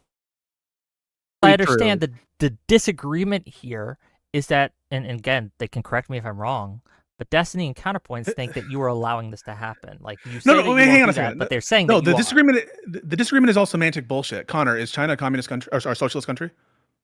Is what? Is China a socialist country? Are they moneyless, stateless, or classless? He didn't say communist. No. They have class. No, then they're not. Okay. Is there any socialist country in the world right now? I don't think anybody has like. So who's no true Scotsman? So tell me, who's no true Scotsman? I'll answer your question. No. Don't pretend you have a good point. You don't. Okay. Socialists. This is actually fundamental to my perspective. Socialists are fucking retarded and they can't implement their worldview. You're making me want to be ableist, Connor. You wouldn't like me when I'm ableist. Okay? Don't make me Hulk out. I got that Bruce Banner weed right over there, Connor. Don't make me get it out and roll it, okay? Don't make me Hulk out on you. Fully ableist Irene is not a pretty picture, not something you want to see. Hold on. And they can't implement their worldview into the real world. So if you look at the 20th century, there's something called vanguard Marxism or Marxist Leninism. And they have these things called vanguard parties that take over countries and turn them into shitholes. And so we have people, yeah, that's what they were like. They're like, let's take over the country and turn it into, that's what Che said. Let's take over the country and turn it into a shithole, can we?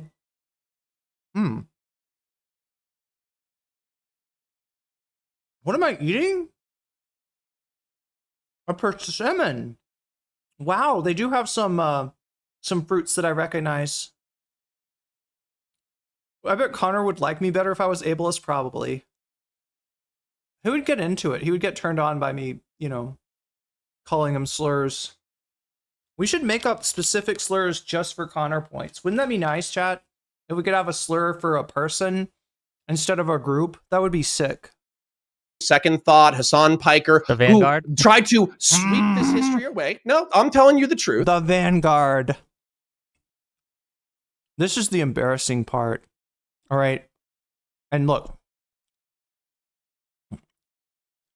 Assuming we don't hit the bonus skull today, and I end this stream in a fairly rational time. Wait, what the fuck am I saying? Yeah, we're gonna probably cover this again tomorrow, unless something comes up and bumps it out of the way. But yeah, I'm gonna endeavor to make Destiny pay for his extreme ignorance, specifically around the Vanguard. This isn't a philosophical disagreement that I have with Destiny or anything like that. It's just that he's kind of the Platonic ideal of a fool, all right? And that a fool is somebody who is ignorant of what he himself does not know and assumes knowledge that he doesn't actually have. Destiny has taken the name of the Vanguard and made assumptions that he is dealing with the cishet bro version of Chaos is Mel, right? Or whoever, right? And it's just not who the Vanguard is. It's not a philosophical, it's not an ideological disagreement that I have with Destiny. It's that he has gotten a fact so fundamentally wrong that it's embarrassing, and I want him to be embarrassed. He deserves to be embarrassed. Calling the Vanguard boys tankies, or even commies, or even people who are familiar with with this kind of terminology, that's not who they are. They're two dudes that take the piss out of TYT, all right? They're, progressives, and they were, probably, viewers of TYT back in the day, and they've just been so disappointed that a lot of their content has become, the takedown of TYT, which is fucking based, and I love them for it, right?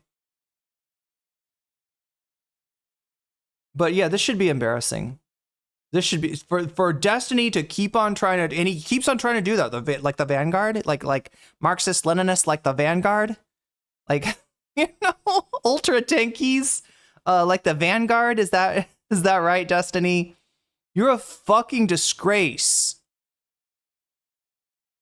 You're a fucking disgrace. All right. Even you're even a shadow of your former self, Destiny. Even fucking Destiny from like 5 years ago would make fun of your dumbass here. The Vanguard are tankies, yeah. And these are the people You're just that I monologuing, think old that man. Econo Boy and you are useful idiots for? No. So under your vision, Chat, what's the deal with persimmons anyway? It's just the weirdest fruit, isn't it? I'm always worried when I'm gonna eat. When I eat, like I remember one time that I ate a persimmon and it was extremely astringent, and I think I had like, did it give me diarrhea?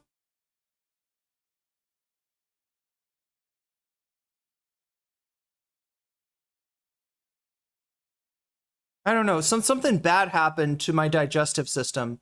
Right, this one is not astringent at all, so I should be okay. But it always feels weird, like eating this, and I'm always like worried it's gonna upset my stomach or something. And right, single payer is not socialist. There's no socialist country. Socialism has never been done. Because I'm using the definitions that socialists themselves use. But by the way, like, and I'm sure, Stephen, Pisco, you think you have a gun, but you have nothing. You're actually speaking from a perspective of ignorance. Go ahead and finish your point. I'll let you finish your point, but I'm going to tell you why you're speaking from a position of ignorance momentarily. So I just want to acknowledge, Stephen, you acknowledge that what Connor just said is fucking so stupid as to be. No, Pisco, you fucking idiot. You're speaking from a position of ignorance. You need to shut the fuck up before you jump on another fucking dumbass. So I'm asking a question to Stephen. You're speaking from a position of ignorance. Stephen, do you agree? Then let him demonstrate that. Let him stop. Counterpoints. Let him demonstrate it if you think he's the worst behaved person here, Whick. None of you are well behaved. You're all testing my patience. You are treating Whick like he's your dad. You're literally the equivalent of like he slapped me first. Like, shut up, Connor. You're lucky you're even on this debate. I still don't understand why this isn't a 1v1 Pisco versus Destiny. Should I message Pisco? Like, assuming I still have DMs with Pisco, should I ask him if there's any chance that chat, are you interested in 1v1 Pisco versus Destiny?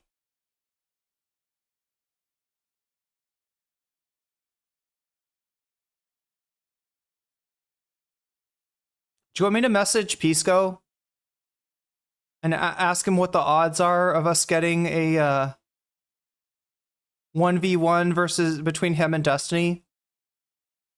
Because this debate did not need to be 4 hours.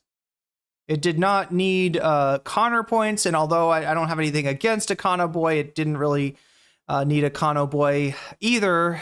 Should I not message Pisco?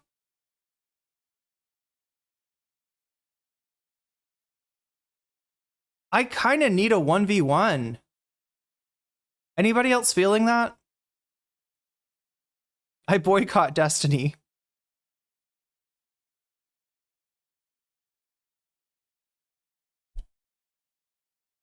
Damn minutes. Stop. Keep moderating, Connor. It's Stop. Pisco. Let He's Pisco arguing go. from a position of ignorance. Okay, then let him demonstrate that. Shut up. Connor Pisco is misbehaving.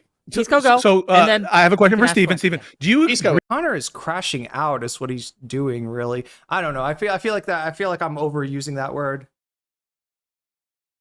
If it's a true crash out, it would get him banned from Whick's platform at the very least. What are they debating? I can't even tell at this point. They keep yelling over each other. Do you agree with Connor's contention that there's no socialist country currently? They're arguing over whether there is a socialist country currently, and that single payer is not a socialist policy, and the nature of the policy of single payer healthcare. Both of those questions are very complicated. It's hard to yes or no them. The issue right now that we're having with this conversation is every single conversation that I ever had with a centrist that defended a Nazi, and now it's going to be, I guess, for the next however many years, is every conversation with a center-left socialist or a Demsoc who inevitably will play cover for tankies. The issue He's using that Demsoc thing as a pejorative, right? Like, I guess if you're DSA, you know, you're a commie scumbag. If you're a SOCDem, then you're suspicious. It used to be that he called himself a SOCDem at one point. And in fact, there was a point when he was doing content with Hassan, Destiny was socialist curious, was leftist curious, right?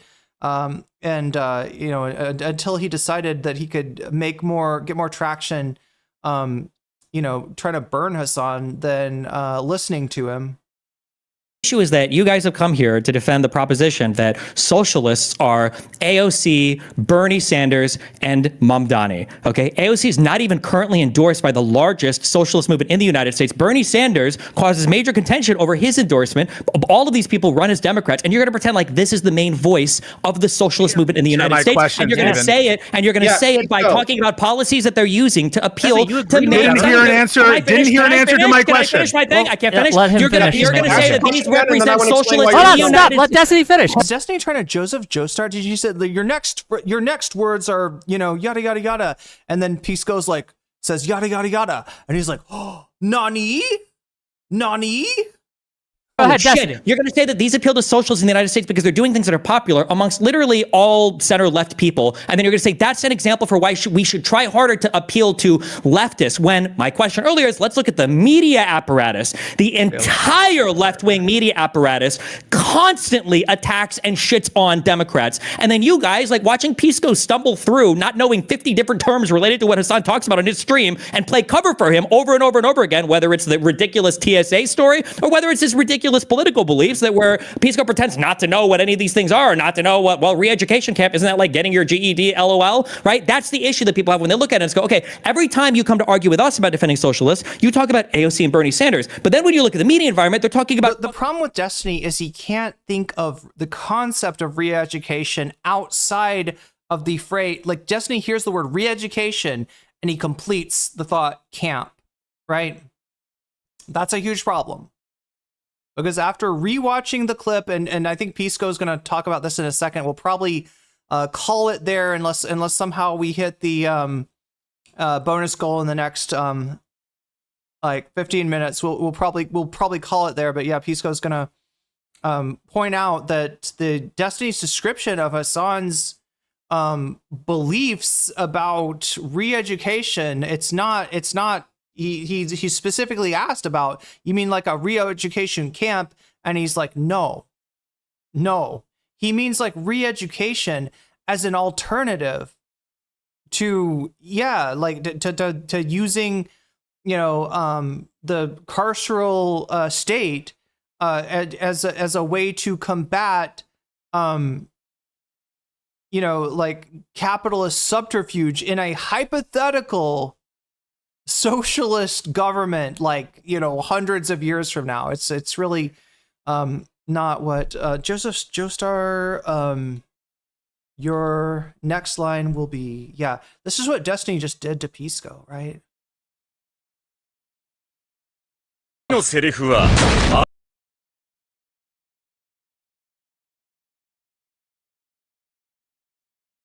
See how much we can get away of with messing with David animation here.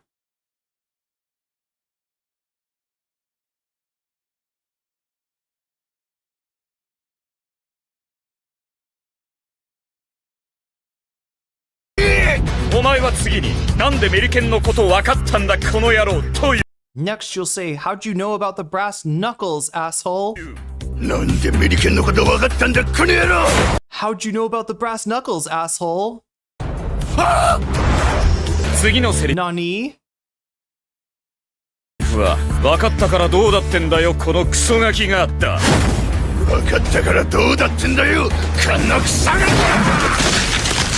Oh, come on. He's not gonna say Nani. I thought he said Nani there. Anyway, it's probably somebody else that Joseph Joestar fought. Fucking Stalin. That's the issue. Okay, so I didn't hear an answer to the question, so I'll just ask it again. Ask it again, and then I want to tell you why you're stupid. Yeah, well, I want to hear an answer from Steven, so he just fucking filibustered when he's trying to... Yeah, so you can dodge. Cool. Do you agree with Connor's contention that there is no socialist country and that single payer is not a socialist policy? The whole point of this conversation is you're hiding behind the obscurity of what these words mean. Like it depends. There are some socialists who would say that there are no socialist countries. There are other socialists that would point to most socialists would say there isn't any. Much the same that if I was on a podcast and it's a stage of evolution for the mode of production. That's what we're talking about when we say socialist. And when what you're characterizing as there are no socialist countries is people pointing out the fact that, yeah, no country has reached that stage. No country has successfully evolved its mode of production to that level. That's what's being said. it's again definitional. Chat, was I misusing the word axiomatic earlier? Should I have been saying tautological maybe instead of? I think I was talking about like the definition of things, and I think I used axiomatic. I may have maybe more of a tautology kind of situation. Either way, chat, my brain is gonna slide out of my prolapsed ass if I keep on watching this shit. And a conservative influencer said, "What is a woman? Define it in 3 words." I would say I can't really do that. It's more complicated than that. Unfortunately, I'm sorry. Yeah, Pisco, can I tell you why you're confidently ignorant? Okay, so we finally got an explanation of what Destiny means about bringing Matt Walsh into it, right? Matt Walsh is oversimplifying concepts of sex and gender, and he's saying that Pisco is, I think he later, gets mad at Pisco for asking him yes or no questions about things that are a little bit more nuanced. Okay, that's a little bit astringent. Did I get a seed?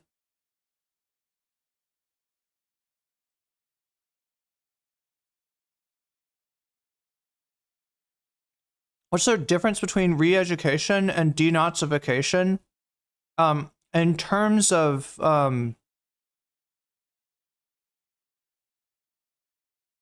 mean, if that's not a rhetorical question, like the answer would be that the re-education that Hassan was talking about is a conversation with Ethan is more along the lines of how to reintegrate capitalists into a system that has no need for them, right? That's the re-education that Hassan was talking about, right?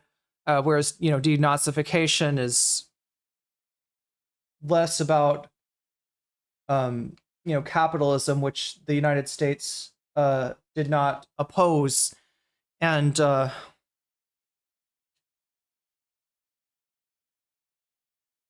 kind of stupid in this conversation right now. I would like a minute, please. I'd love to hear So the reason why, George Jackson, I've been watching these guys for 5 hours, and let me tell you the grand total of we've gotten through 1 hour and 3 minutes. confidently stupid is because vanguard parties want to institute socialism as a stepping stone to communism.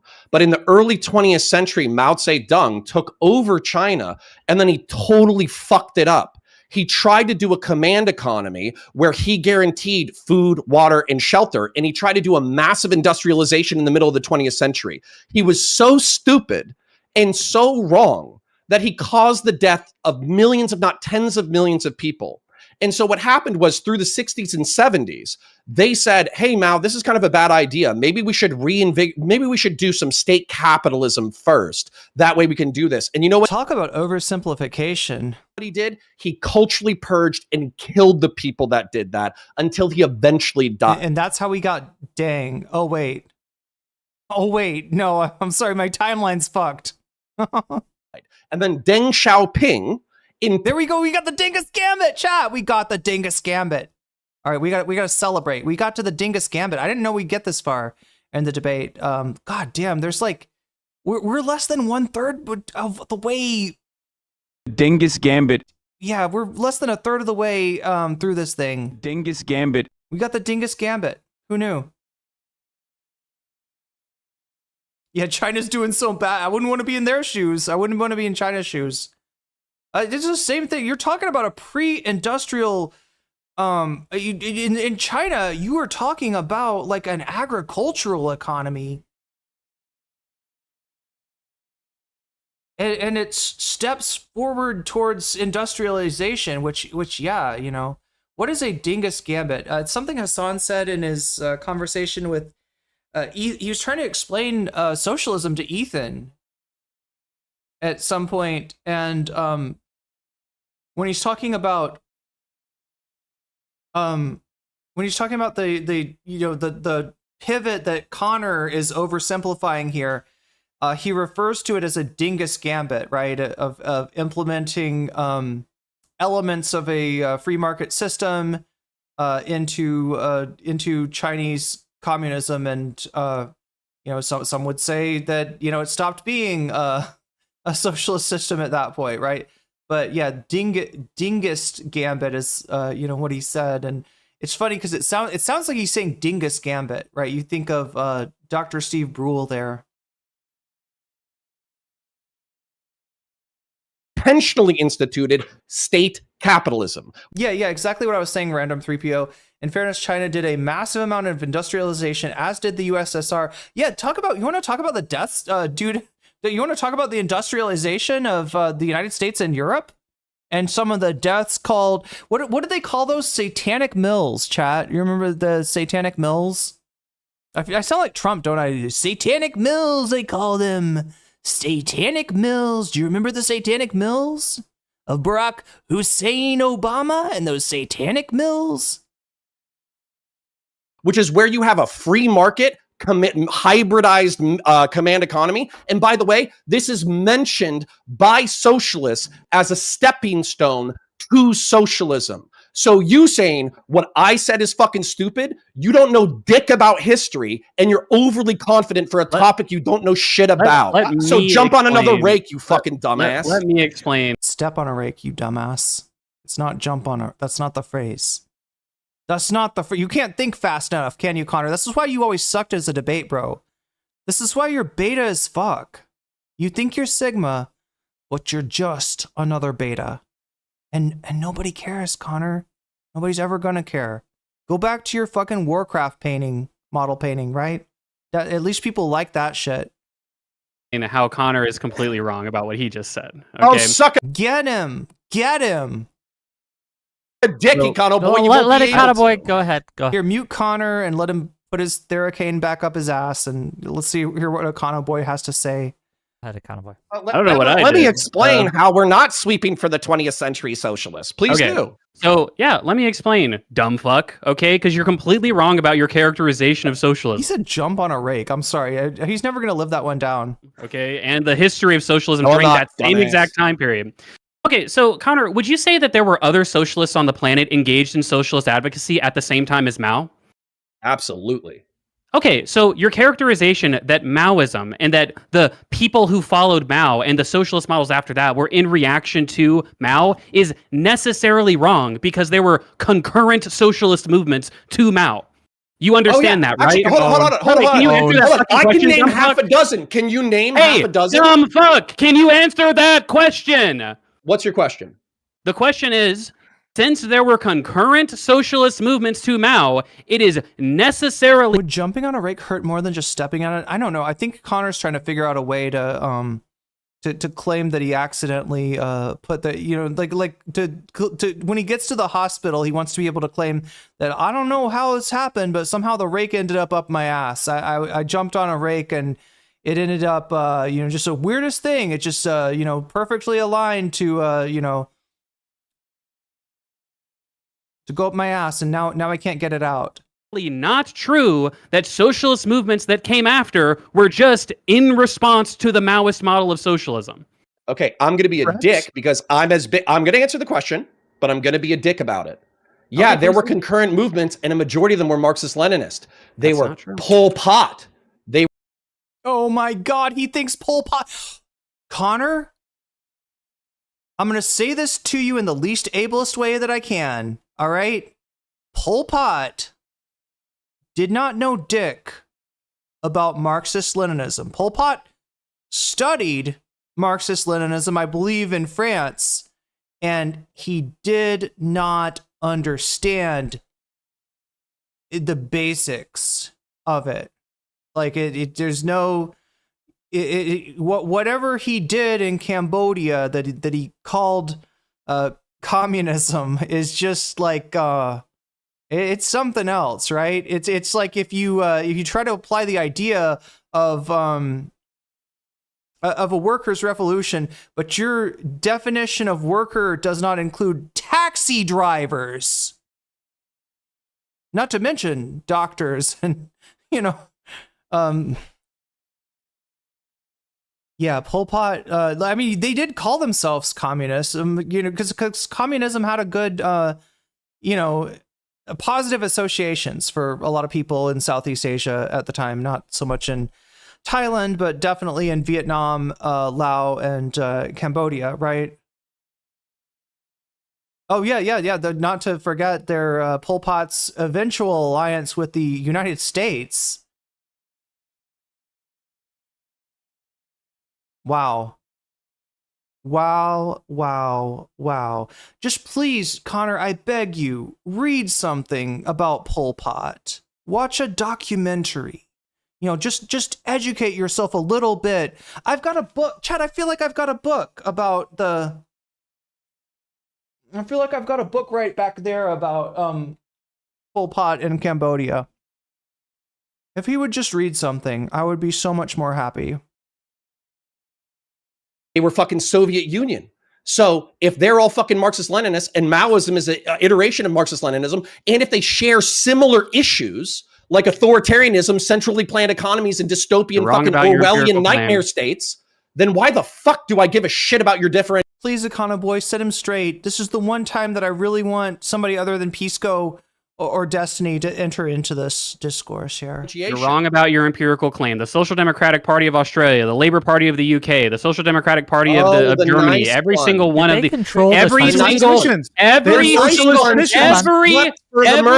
Wick, 1 second. The nice ones who slept for the murderous who didn't do the murder.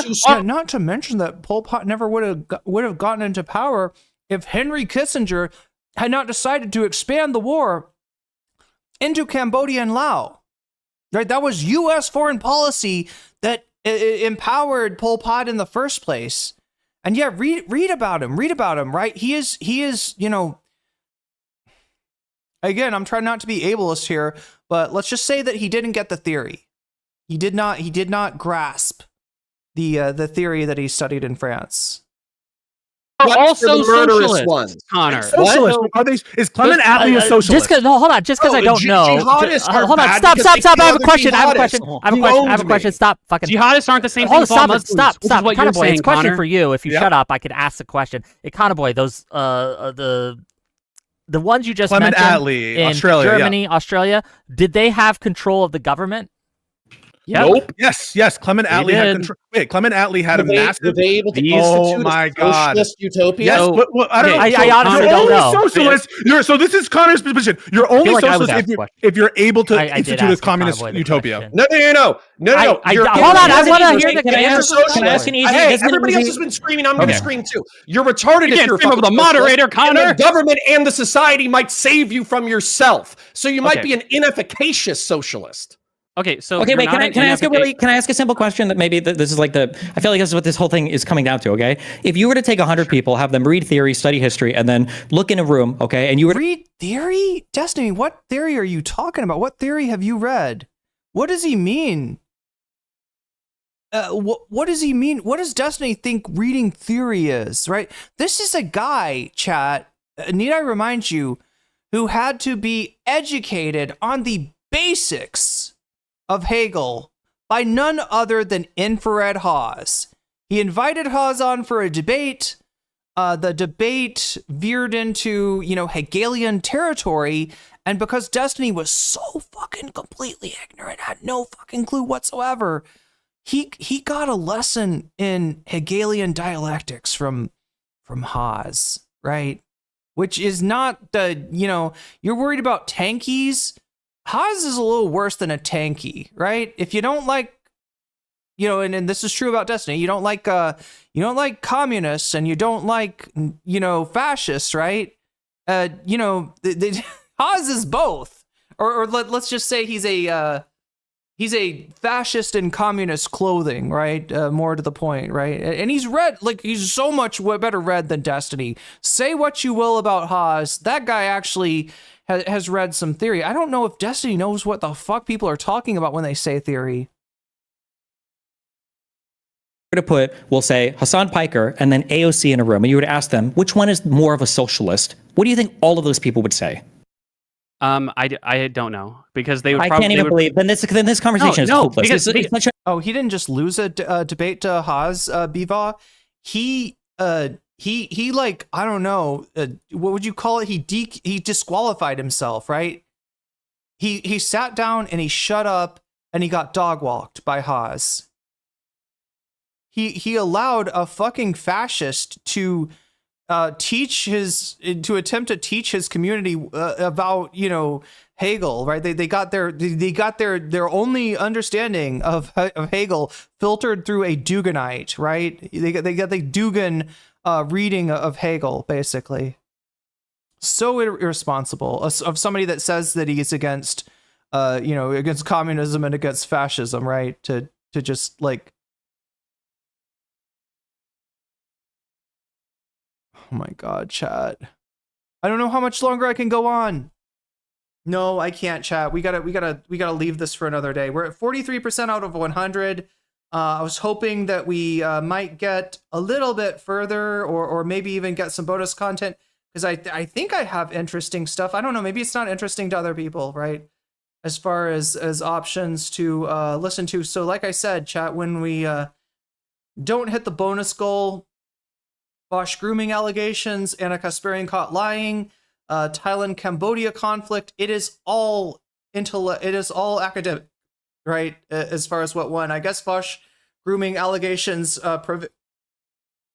prevailed over all else. I'll try to come back. I mean, assuming people are interested in this, assuming I didn't bore people with this, right? I'll try to come back tomorrow and finish this debate. But yeah, 5 hours is about all I can give you at this point. So apologies for that.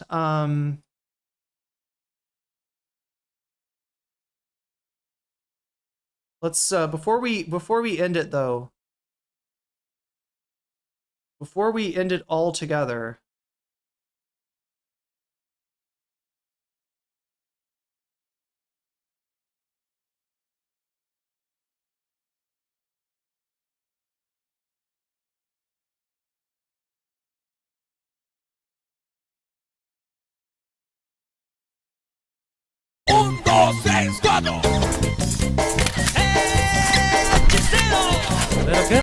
Tra-la-lero, tra-la-la, shark with blue shoes. Slides through the sea like he's got nothing to lose. Tung tung tung sahur, puffing real slow.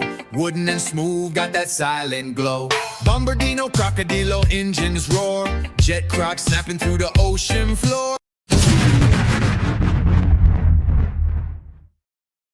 Trallallero, trallallà, porco Dio e porco Allah. Ero con il mio fottuto figlio merdardo a giocare a Fortnite, quando a un punto arriva mia nonna. Ornella lecca cappella, bombardiro crocodilo. Un fottuto alligatore volante che vola e bombarda i bambini a Gaza e in Palestina. Non crede in e ama le bombe. Si nutre dello spirito di tua madre. What the fuck? Wait, I didn't know this about Italian brain rot. What the fuck are they saying? Oh my God, I don't know if this is the true, I don't know if this is the actual translation. Holy shit, chat, I didn't expect this shit to be this edgy. I was just looking for some brain rot.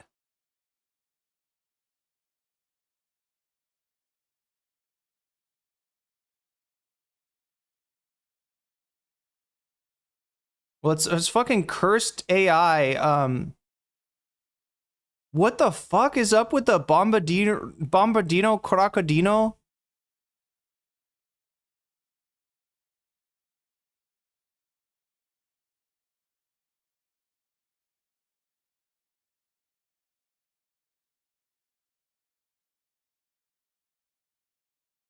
In the English, it describes American brain rot. Yeah, it kind of is American brain rot.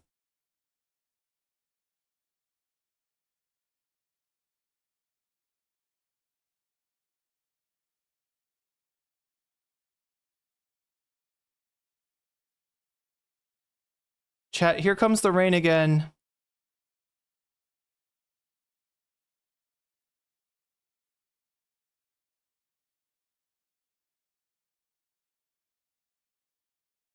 Okay, this looks interesting. Maybe? Wait, I can't tell. What the fuck? Okay, I don't know. I'm trying to do something. I'm losing my Twitch chat.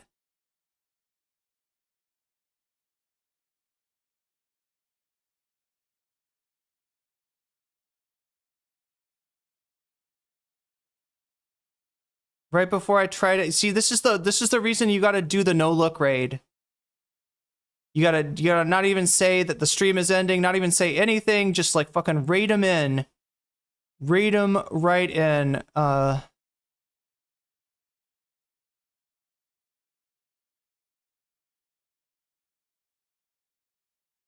Okay, this person rated me yesterday, and I love to hit him back. It looks like playing some chill games over here on Zeno's channel. So stick around. I'm gonna raid you into there. Yeah, that's